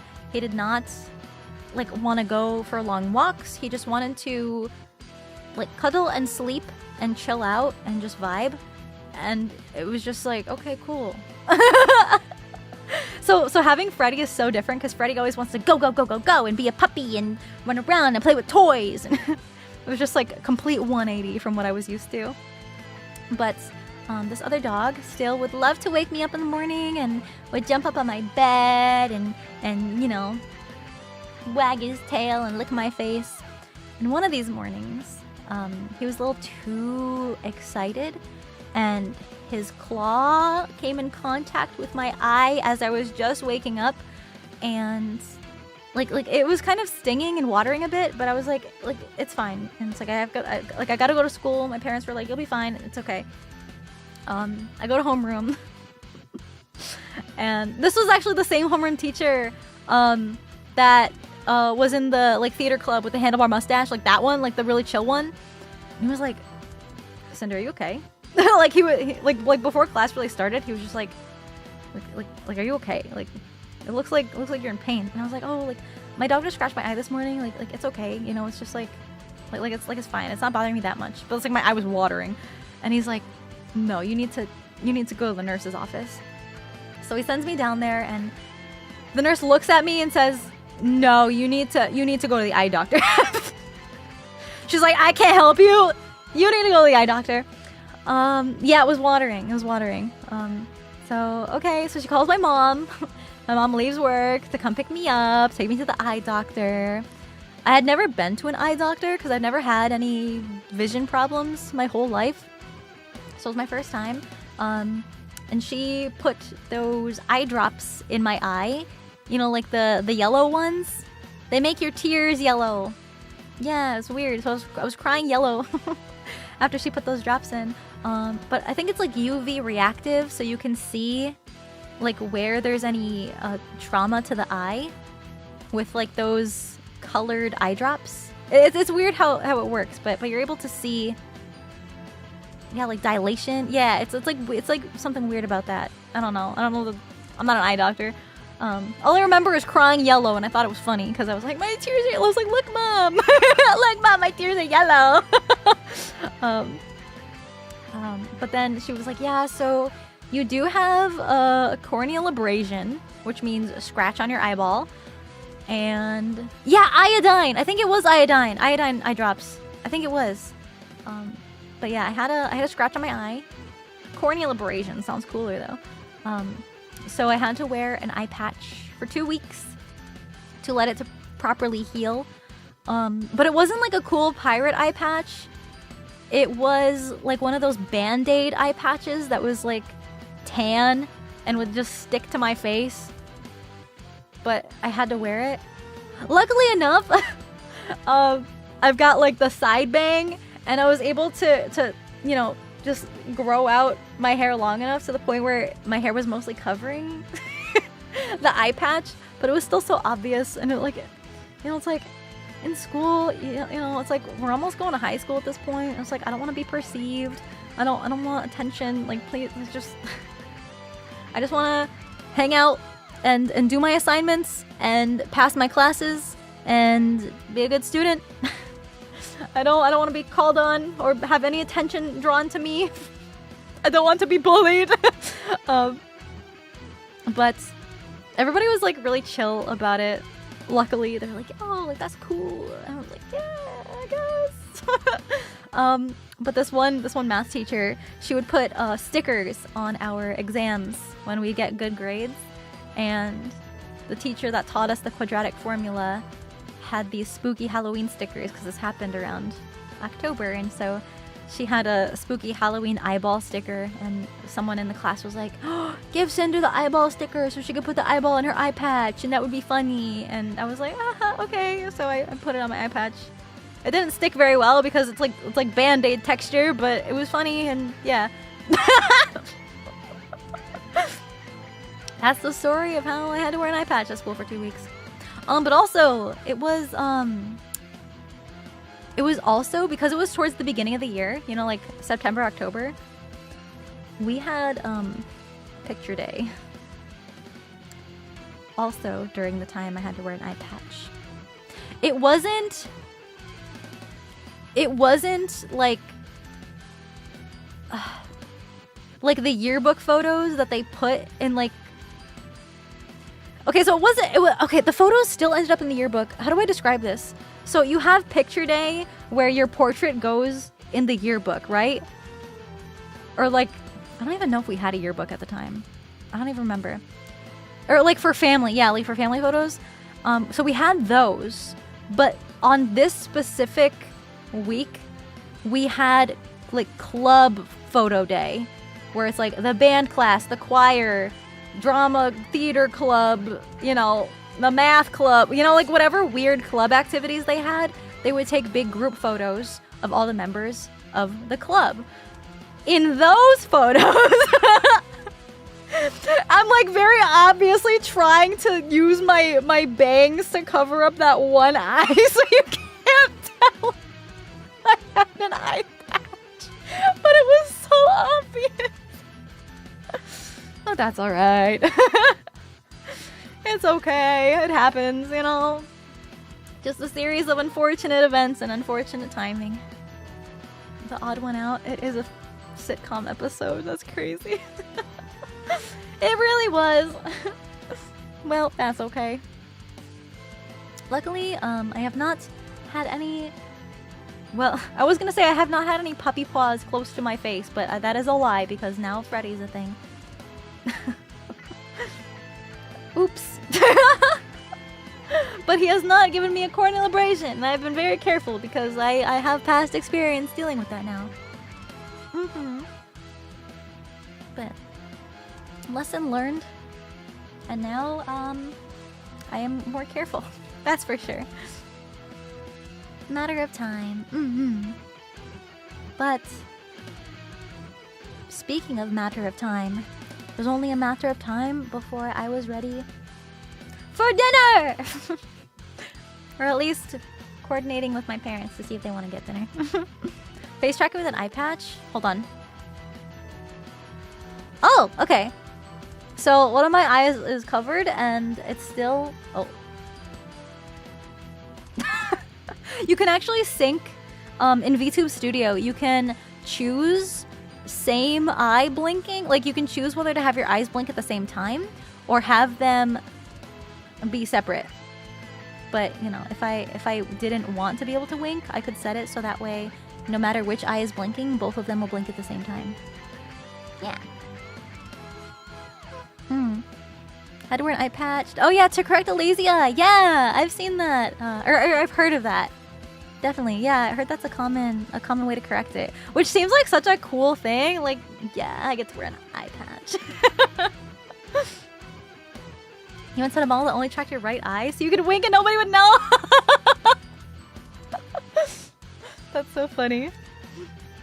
Yeah, forces the eye to exercise. Yeah.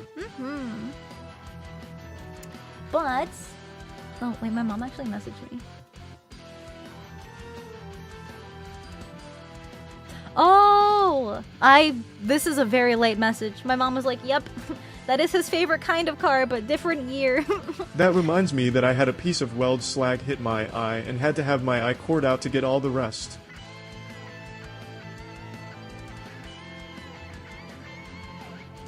Oh! That's crazy! That sounds awful. Oh no. I hope we're doing better now. Welding is scary. PPE is very important. Yeah, I like, with how often I use a Dremel when I make cosplay, I've seen so many horror stories of people, I mean, I guess it's not a horror story, more of like a cautionary tale, of people wearing, you know, like safety goggles or like those glasses with part of the Dremel, like, bit wedged in their glasses. It's crazy. Like, not the sanding drum, like the cutting attachment. The Dremel cutting attachments. Just lodged in the plastic of those glasses. That could have been your eyes. That's why you wear protective equipment. But sometimes, you know, accidents happen. And that, you know, that's just how it goes sometimes. Badland Batman! Thank you for the Prime sub. Welcome. Same as shooting, safety. Oh my god, yeah. Like, people don't realize you need ear protection and eye protection when you use boomsticks. They are loud, and sometimes the shells, the casings, bullets. They go flying out and people don't realize they get very hot. And you can burn yourself. Gotta be careful. Yes. Yeah, you need everything protected. Everything protection. Yes. Yeah, the recoil too. Yeah. If it's a big boomstick, your shoulder's gonna hurt. Your old boss was huge on glasses and face shield. Yeah. Grinder reel blew up. Oh, that's scary. That's so scary. I was wearing what? hay. It bounced off my respirator and went under my glasses. What? And I was wearing a face shield. What? And it still got in your eye? That's crazy. You were doing everything right. Why? Damn. Man, I'm sorry to hear that. That sucks. Thank you for the tips, though, Jack. I really appreciate it. The world's worst luck. I know. Every other, literally anything you do better be so lucky to make up for that. Yeah, true. Sometimes that is just life. Yep. We just go through the motions. Yeah. Went right through the shield and stabbed into his glasses and stopped 4 millimeters from his eye. That's whack. So yeah, I do shield and glasses too. Good. I'm glad to hear you guys are being safe. Common injuries with pew-pews or woman burns from the casing landing on their cleavage? Yeah. Yeah, I wear a t-shirt. Couldn't see for a few days and I Or had a hoodie. hole in my cornea. But you can see now? Took a small piece of metal out of Buddy's eye with a knife after IT went around his safety glasses and he could still see. I thought your after eye would be that. lost to time. Yeah, you can see? Even after that? That's wild! Wait, okay, happy ending? Wow. Okay, I'm happy to hear that. I'm happy to hear that. Wait, JR, what the hell? Damn. You know, I heard eyes are one of the fastest healing parts of the body. But damn, I didn't realize it could just, like, actually be completely punctured like that. And be fine after. Wow. Wow. Protect your eyes. This has been a good lesson. Protect your eyes. You got 2 of them, but they're both important. Depth perception. Had this happened twice, once to a co-worker and once to me.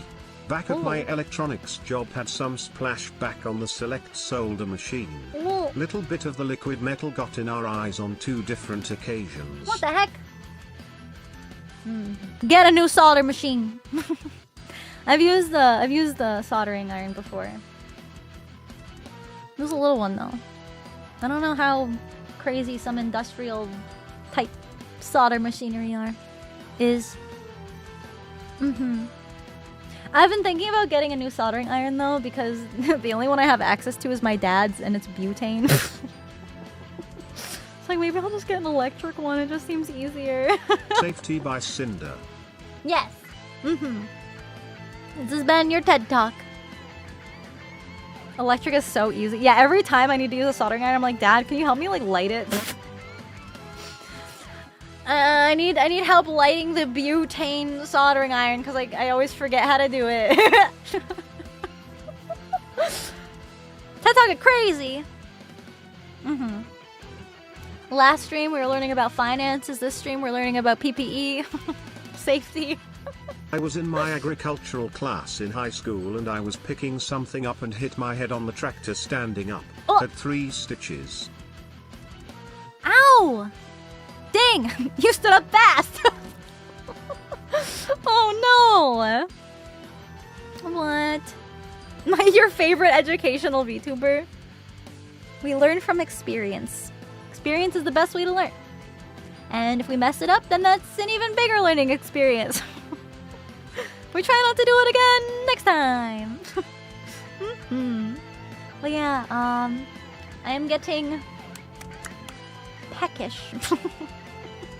I'm gonna go see Mama and Papa want to do dinner. And hopefully they'll be home soon so I can see Freddy. Yes. But yeah. My boss had make a sure to horror join the story in the Discord weld server. shop I work in. A worker was cutting metal with a cutting wheel and he had a huge Oh, no. beard. The cutting wheel caught his beard and it came all the way up and cut straight across his face, giving him a huge scar from the chin to the forehead. Crazy, stay safe. I didn't even think about I was pulling a facial piece hair. of baking paper out of an oven and the door closed on my wrist. Those ovens are like 400 degrees. Oh, owie! Ouch! Ouch! Ouch! Ouch! Be safe, you guys! Be safe! Be safe! I don't want my pyro bombs getting hurt! Owie! Owie! Owie! He got a cool scar though. You know, it's definitely a story to tell. Don't reach into those anymore. Good. Good. Make sure you got oven mitts on.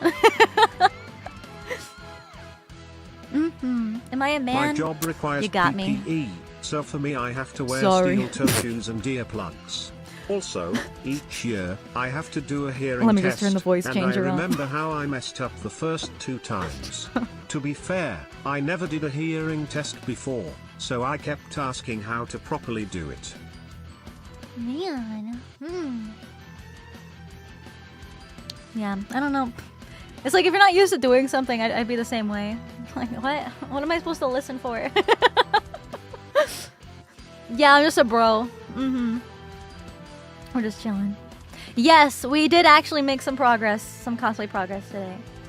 Just waiting for it to cure, and then I will be doing some sanding, which is a little messy, so I might do that offline. Yes, Simbro's back. But yeah, make sure you guys join the Discord server to know when I will be posting my schedule, to know when the next stream will be.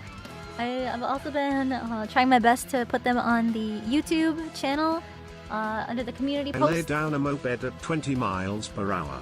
I wasn't wearing Why? a jacket, so I got horrible road rash all up my arm. Why would you do that? You silly. I get it. Sometimes emergency calls. Man, road rash. Ugh. That's gotta sting.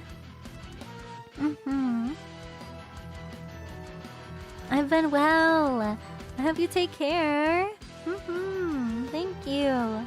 Like I said, no stream tomorrow, or probably the day after, but I'll let you guys know. But yeah, I've been doing good with community posts for you guys who are on the YouTube side of things. But Discord will always be the most up to date, and it also has automatic time zone conversion, so it's super convenient and helpful, and I love it very much. Yeah, and also you can hang out and yap with me in the Discord server, because I pop in there from time to time, and you might miss me. You might miss me. But you can also hang out with the rest of the Pirate Pups, because they're pretty rad too. Yeah, take care, you guys. I'll also I'll be going to work. After work, who Take wants care. pizza? Me. I want pizza. Save some for me, okay? But yeah, if you applied for, if you filled out a mod application, please be very patient. They did just close today. But the mods are going to work hard going through them all. So please be patient. I will make an announcement when the time comes. So you guys won't have to wait any further. But patience, please. Please. My mods will thank you for it. Yeah. So you guys take care. I will see you later on this week. Be good.